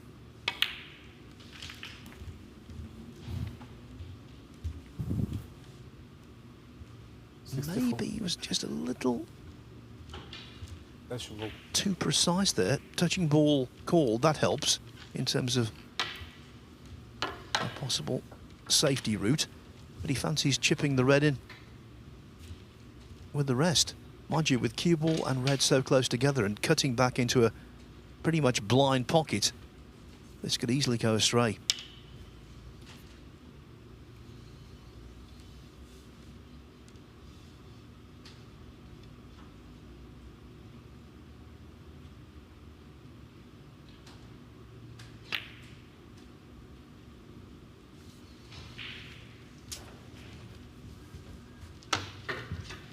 Well, Mertens, not over the line yet. 60 in front, 75 on.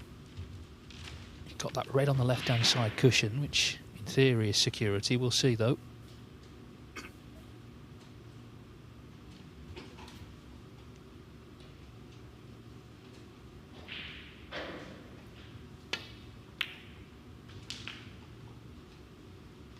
One.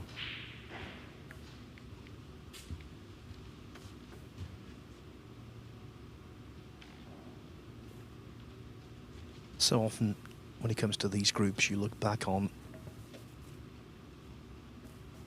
an enormous clearance as a turning point, a pivotal moment. Fine. Could this be said turning point for Jack Jones? As Dave said, one obvious stumbling block. 6.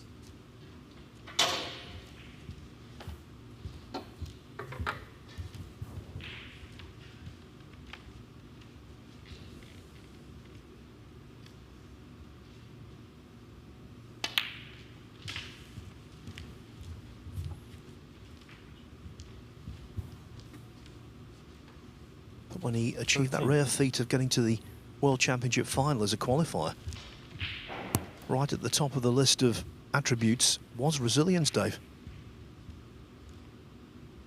Yeah, he's a pretty, unshakable character, isn't he? He's very much on an even keel. Doesn't give much away, really.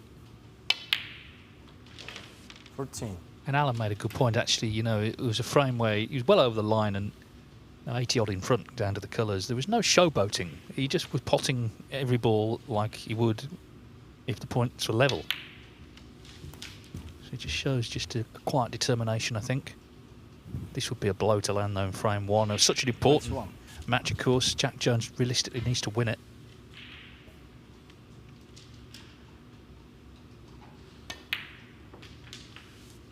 One to two.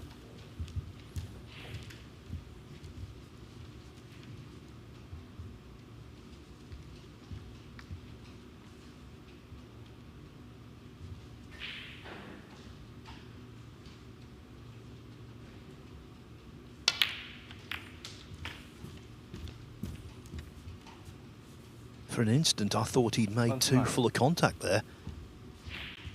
But the red came away from the white and he's still going.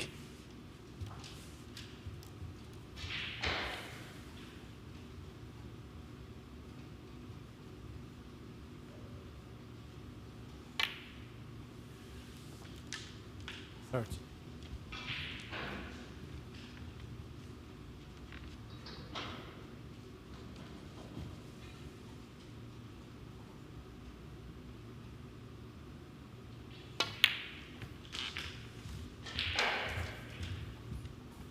Always think with this shot, appertaining to this tournament, Dave. 37. This is the red that Johan Sejun missed when he had a chance of a 147.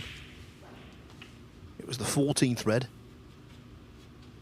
And it was very similar to this.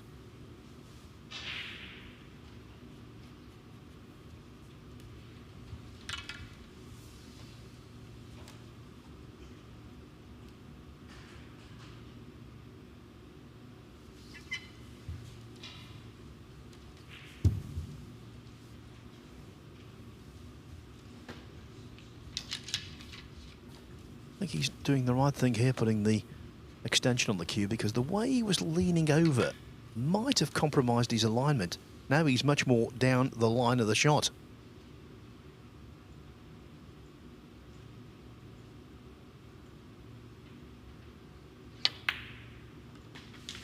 pinged it. 38. Natural angle off the black to go up for the yellow. This could be the decisive ball.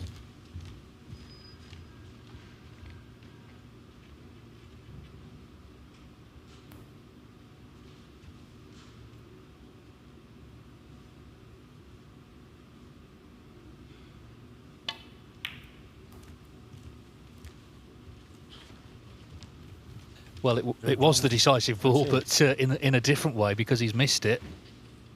Mertens only needs yellow and green. So dramatic start. Such a good red, but couldn't pot the black. True.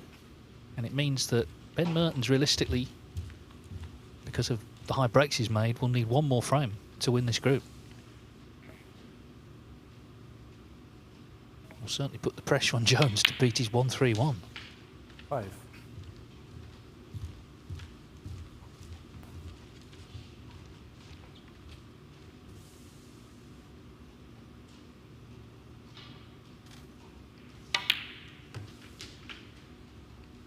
Nine.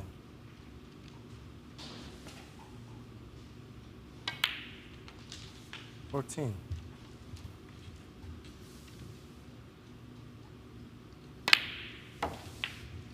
20 in the frame. Ben Mertens. So, as I say, a very dramatic start to this crunch match to decide the group winner. It's advantage Ben Mertens.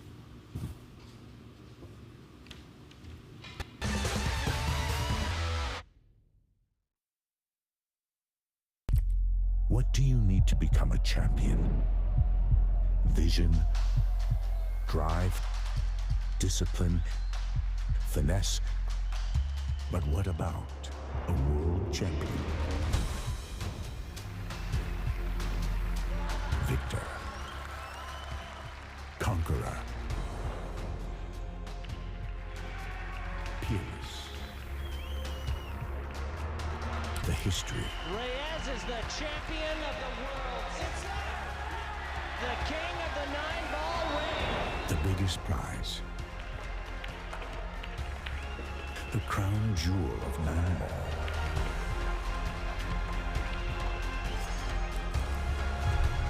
A return to the kingdom where a champion will rise. The World Pool Championship.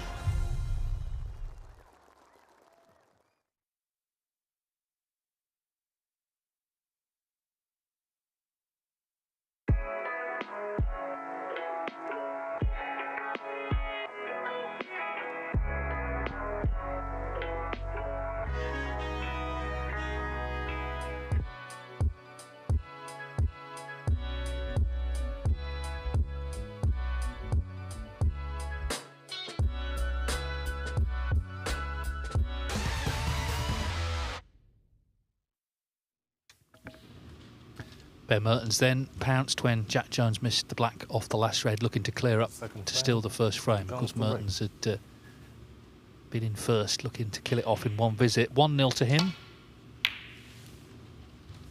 So just to reiterate, if either player wins, they're the group winner. If it's a draw, then they're level with Alfie Davies as well on 5 points. And all the frames would be level as well. So it would come down to high breaks, and Ben Mertens has had 2 1-3-1s and a 130, so he would be the group winner. Unless Jack Jones can beat it in this match. Of course, Jones can still win the match, but not much margin for error now. Yeah, snooker moves in mysterious ways. Had Ben Mertens won that first frame in a single visit, I think Jones would have been feeling a little better than he does now, because he knows there was a wonderful opportunity there to deliver a hammer blow. Well, I did his previous match where he wasn't put under any pressure at all, but this is very different dynamic.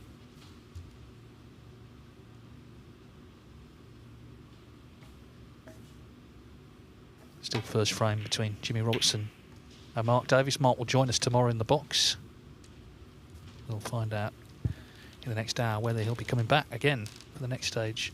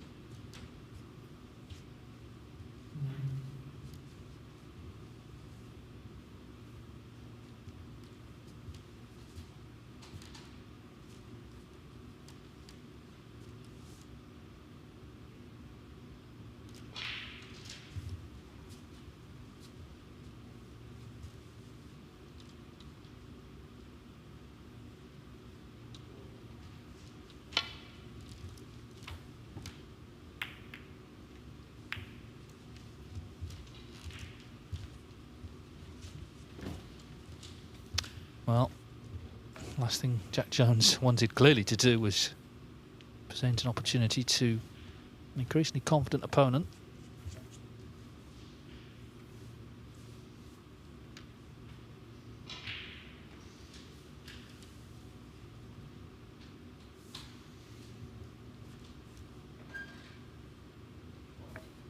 Got to be one of the tallest players on the tour now,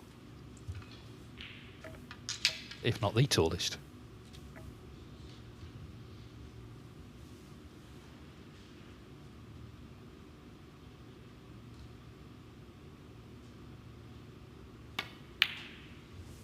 Well, he was still, despite that, stretching a bit, and he's missed that.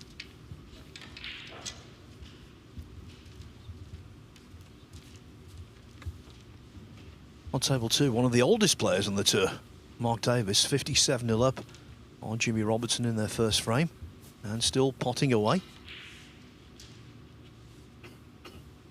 One of the darkest stats in snooker, and there's plenty of them. And Mark Davies is part of this. Since the professional game began in 1926, there's always been a Davies. As Jones knocks in a great red to stay on the black. Yeah, Joe, Fred, Steve, and now Mark.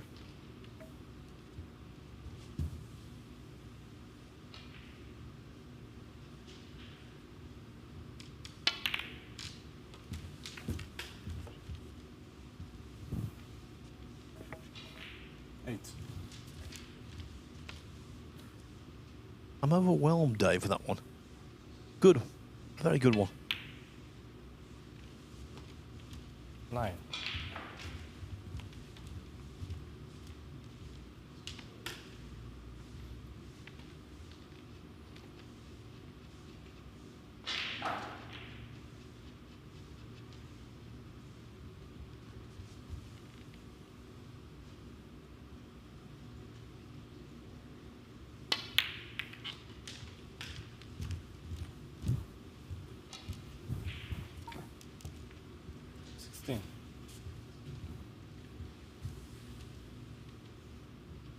Has to be careful with this one.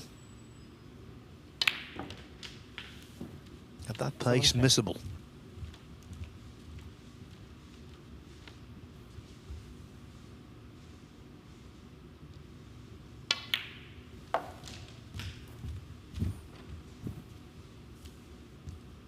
I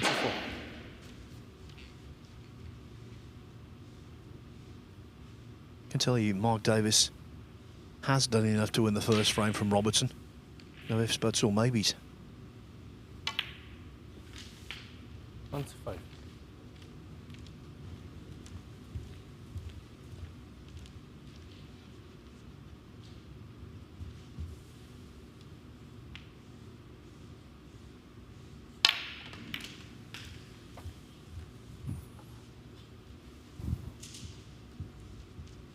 Thirty-two.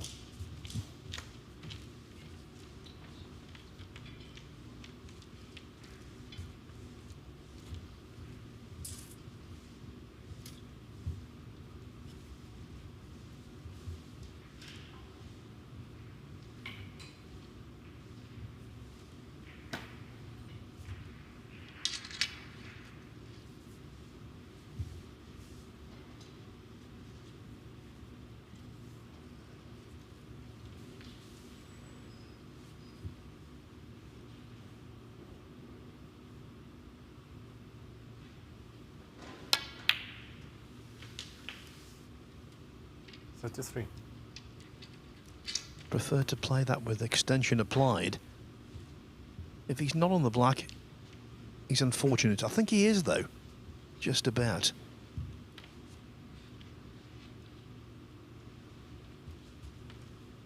Maybe not. Obviously, pink provides a viable alternative.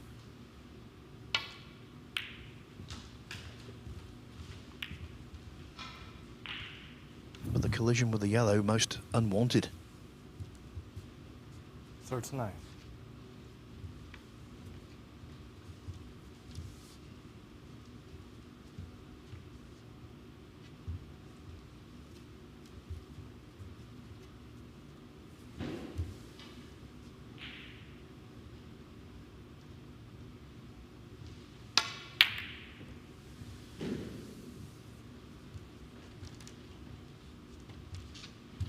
Jack Jones, 39. Some would say attacking and bold. Others would say pushing the boat out. Ben Mertens says thank you.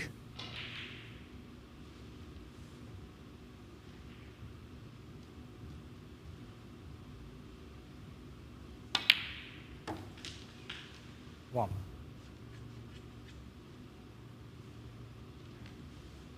Well, for someone who's already had 3 centuries today, and indeed 64 in the first frame of this match, what a chance this is for Ben Mertens to go 2-0 up, and that would mean Jack Jones would have to beat the 1-3-1 and indeed win the other frame. So this is a big visit. This could effectively win him the group if you can stay in.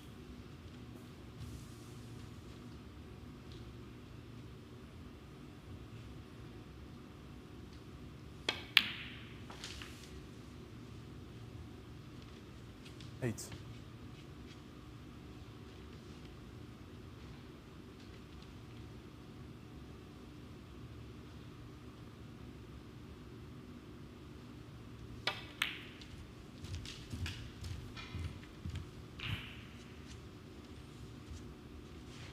Fourteen.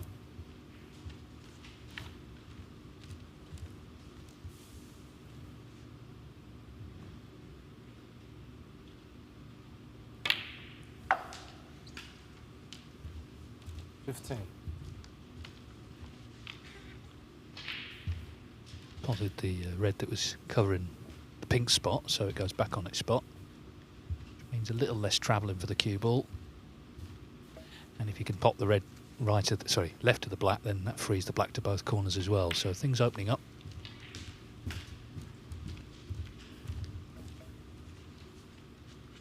One.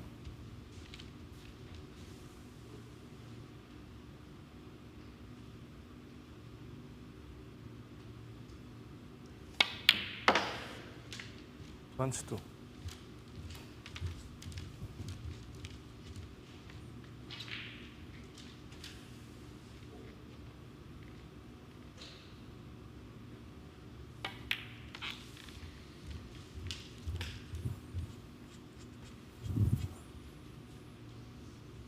Eight.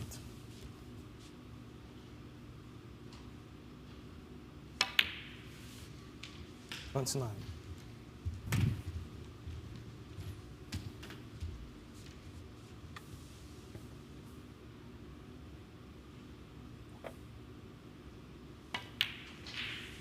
Where he sits in the rankings, needing every ranking point he can muster. Winning a group here would be priceless.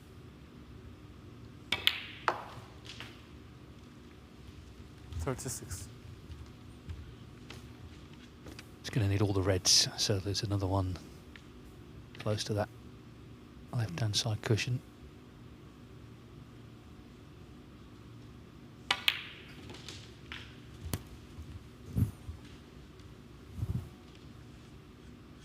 Forty-three.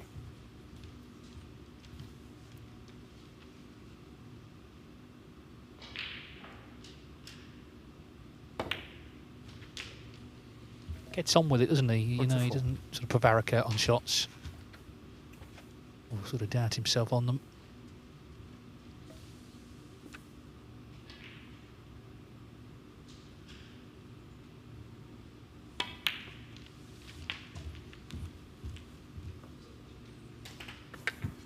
Yeah, it's hard to believe how poorly he played in the first 2 frames in comparison with the rest of the day when he's been eye-catching. 52. Yeah, and it's not come out the blue, has it? Because he's qualified for the Wuhan Open venue stage. He beat Fang Zhengyi there 5-3. He's qualified for the British Open. Beat Liam Pullen 4-3. So, in general, really good start to the season. Now, this is the key moment, really, of the whole day, this little passage of play. If he can pop these 2 reds, he looks very much like the group winner.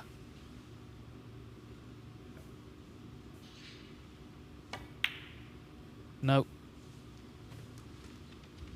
So, kind of similar to the last frame, really. Jack Jones behind, but with a chance here.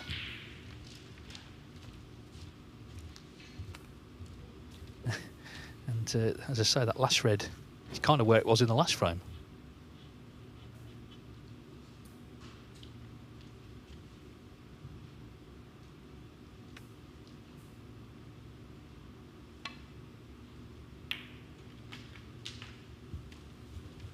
One.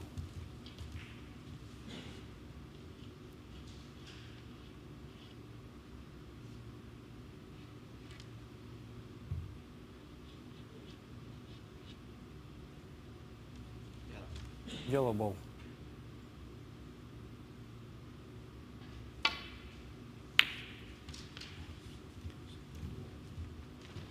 Doesn't want the yellow on the cushion. That's okay. One. So even though he's 19 ahead, Mertens, it's quite a flimsy lead.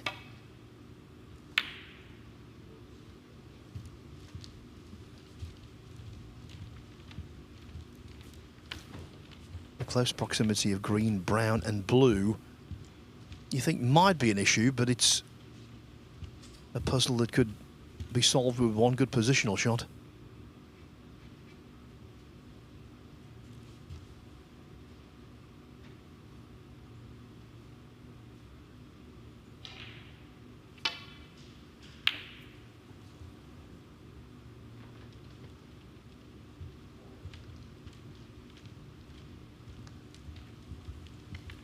It's a terrific shot from Jack Jones.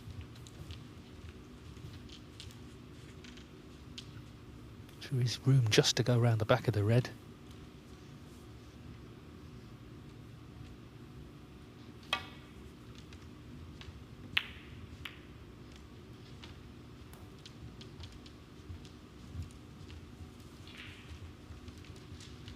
Well, yeah, he holds his hand up. These little bits of running at this stage of the day are so important, but to be fair, it was a good hit. Like that old song, Jones's expression when the balls came to rest. Smile when your heart is breaking.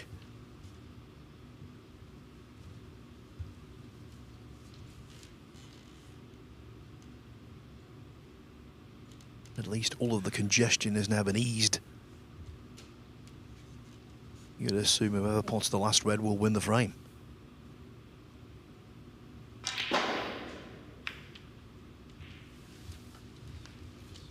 Well, after hitting the yellow there, maybe that won't be the case.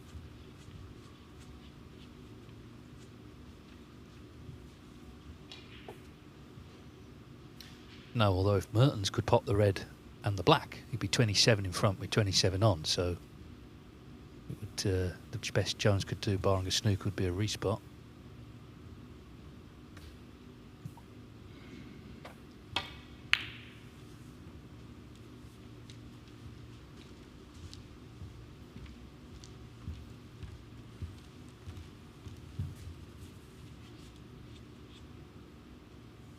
That was handy. Use of check side to avoid the blue and the green.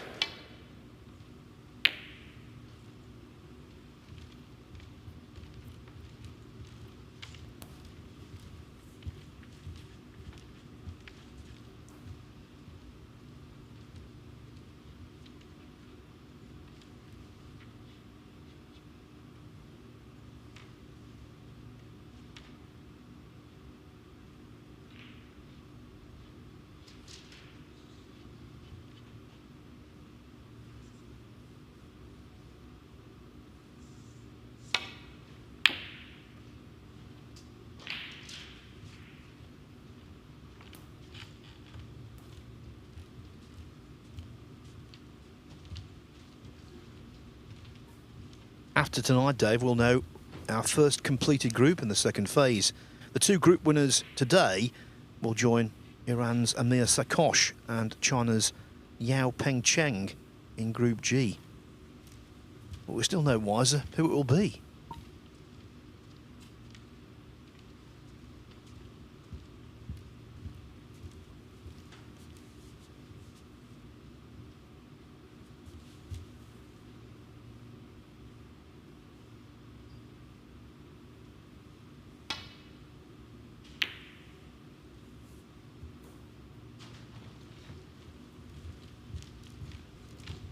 A full ball kiss on the green would have been delightful. Instead, the cue ball weaved its way through the gap.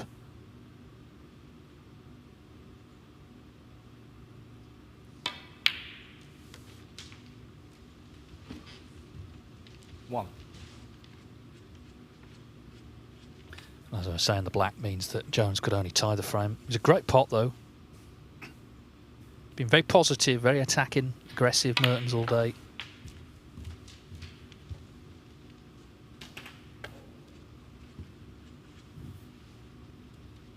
Eight.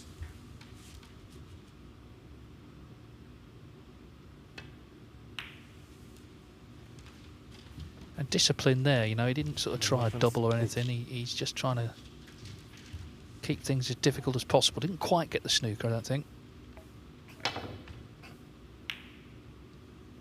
But the big swerve has sent the yellow over the pocket. So this is going to be 2-0. And it means that Jack Jones is going to have to win the last two frames, but also, in one of them, make a break of at least over 132. Even 1-3-1 wouldn't be good enough because Mertens had two of them. So that's the task ahead of him.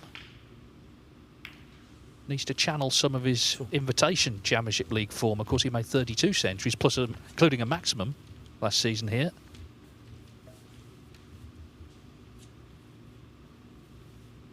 That's barring snookers, of course. 29 in front with 25 on.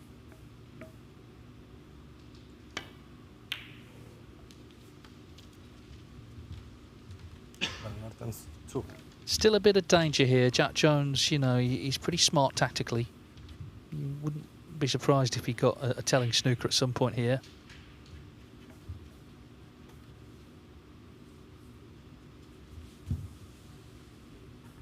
Meanwhile, on the other table, Jimmy Robertson on the verge of equalising at 1-1.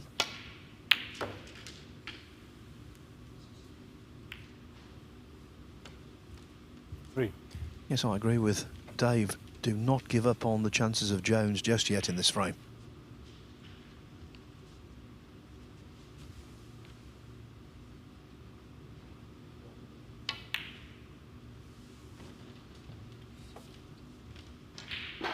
Jack Jones, 3.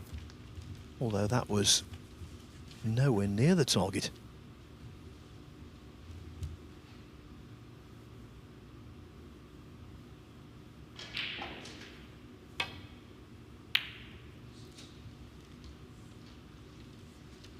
Almost committed a cardinal sin there by taking the cue ball unnecessarily close to a pocket. You might think that would never happen. It did happen. In this tournament, Jack Lazowski threw away a frame after his opponent needed 2 snookers.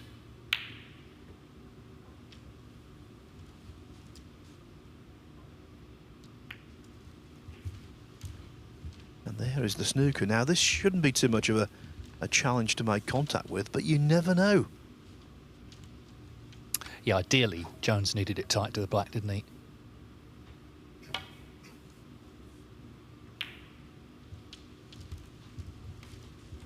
Can officially confirm Robertson and Davies are 1-1.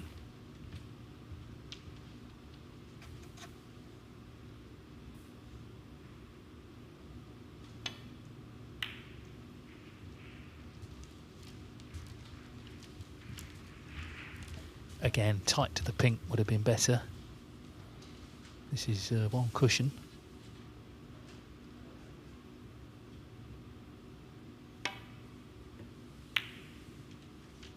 But he's certainly just putting him through his paces here.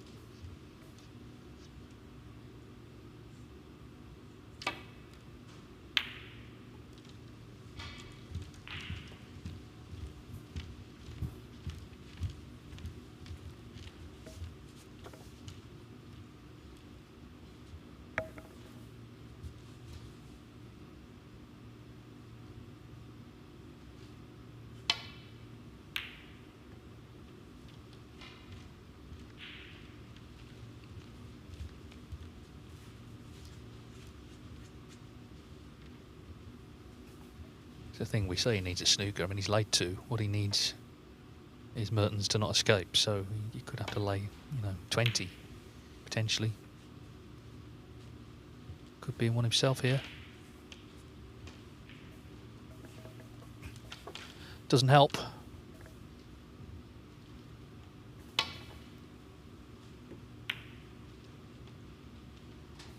Neither does this. Gonna let Mertens come to the table to pop the brown. And that is the Belgians' frame, guaranteed. So, Ben Mertens, he's a big, big favourite now. The high break is coming to this. If Jack Jones is to win the group, he's got to win the last 2 frames, one of them with at least a 1-3-2. 9. Yes, I think miraculous would be too strong a word, but extraordinary would be. In the frame, well, let's see. First things first, he's got to actually win the frames. But as I say, one of them with at least a 1-3-2. That's the task ahead of him. Otherwise, it's Ben Mertens who wins the group.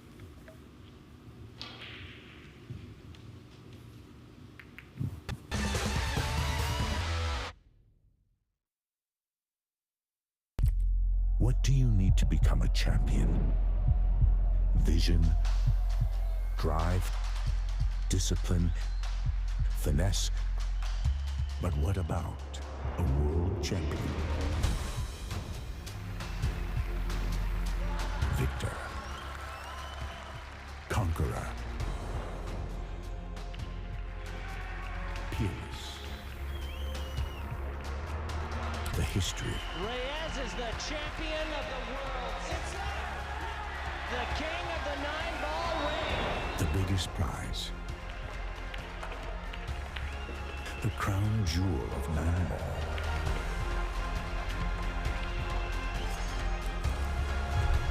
A return to the kingdom where a champion will rise. The World Pool Championship.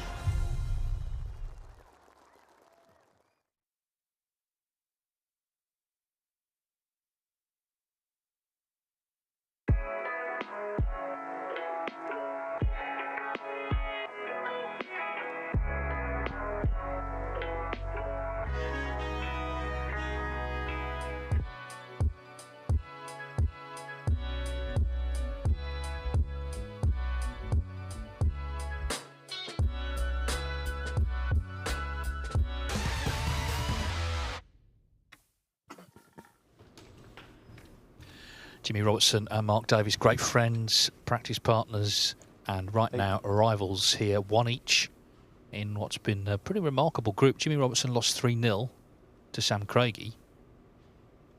Mark Davies ended the session on 4 points with a win and a draw, but then of course Robertson got the win over Connor Benzie, who then did him a favour by drawing with Sam Craigy.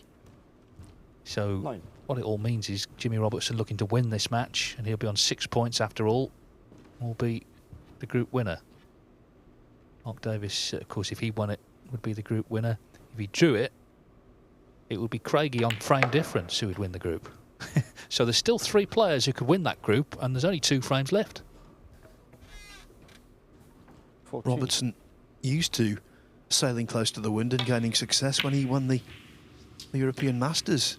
He did so after winning a succession of very tight matches on the final ball. Well, the stars are aligning for Mertens there. I mean, that was a poor break-off, but the little kiss sent the cue ball back. Well, Jack Jones has just had a lash. I mean, if you'd been kind, you'd say he's trying to open the balls up, but he's not out yet. Obviously, if the balls are open, you could chance of a big break more likely, but they're more likely now for Mertens. He was lucky with that break-off. He didn't play it well. 1. Well, Mertens now thinking, I've got him. He's given up.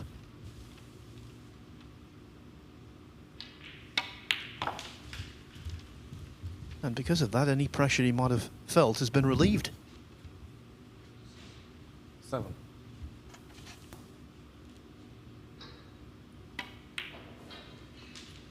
Eight. Yeah, but I mean, Jack Jones, he could end up 3rd now. He only got 4 points. Of course, Alfie Davies He's on 5. So looking good to finish second. 13. Yeah, I think it was just utter frustration. If you're saying, well, he wanted to open the balls, smacking into the pack 14. from the front is not the best way to do it. Well, he might be frustrated, but he could still win the group. He could still actually... He's good enough, obviously, to make a big break. But he ain't going to be making a 1-3-2 in this frame, and he may well not be coming back to the table. 20. Yes, it was a self-destructive shot, that.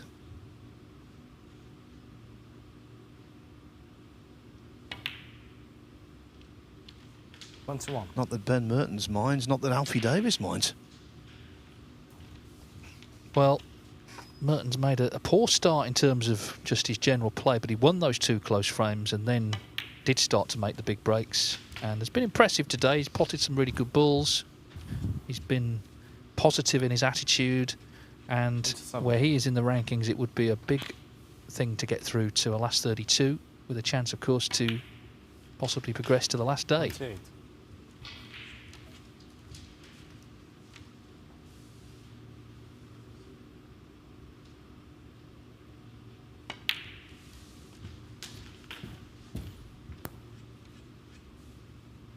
$34.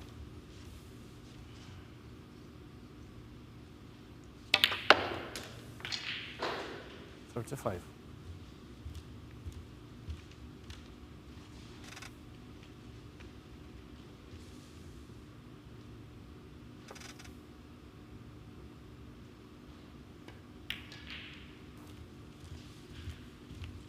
And as Dave touched on earlier, by winning 41. his qualifier for Wuhan and also for the British Open and topping the group here, how many players have done that? Well, it's very much in single figures, so he's stealing a march on those around him in the rankings. Yeah, I mean, Alan Taylor was making the point that, you know, down the bottom end of the rankings, there's not a lot of money if you're not winning matches.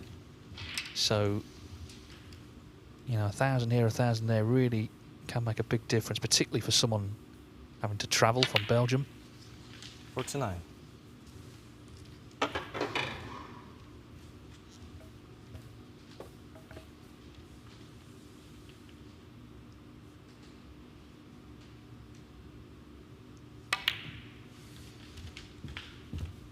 The stock of Robertson rising on the other table, 57-0 ahead of Mark 55. Davis. Favourite to go 2-1 up. Yeah, and that would take the whole group down to one last frame. 56. Here, Ben Mertens will be 62 in front with the pink, another red and a pink or blue. Should see him home. Don't really think Jack Jones will be in the mood to play him for snookers either, from what we've seen. 62.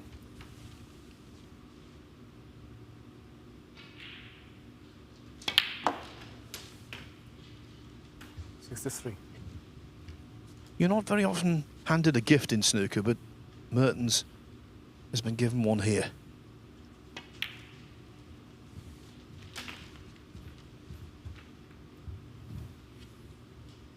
$69.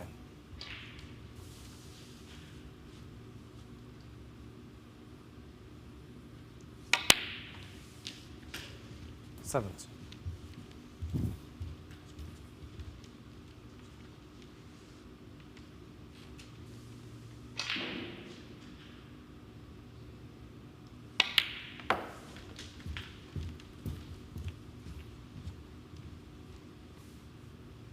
$76.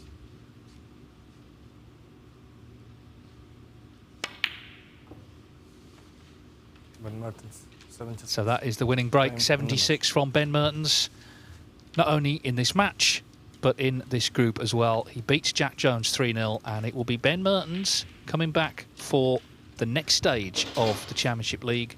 Jack Jones, of course, was the top seed, but really it went wrong in frame 3 this morning. He was 2-0 up against Alfie Davies. He missed a red. That ended 2-all. And, of course, from that point, he was always kind of chasing the day. And credit to Ben Mertens, he made those 3 total clearances, 2 1-3-1s and a 130 earlier on. And he has the chance to go much further in this tournament.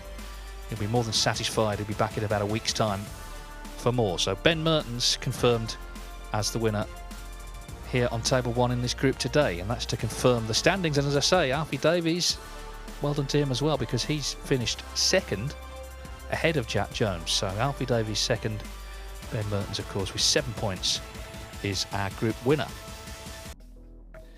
Now, it's just gone 2-1 to Jimmy Robertson on the other table, so that last frame is still all up for grabs there. Sam Craigy, also an interested spectator.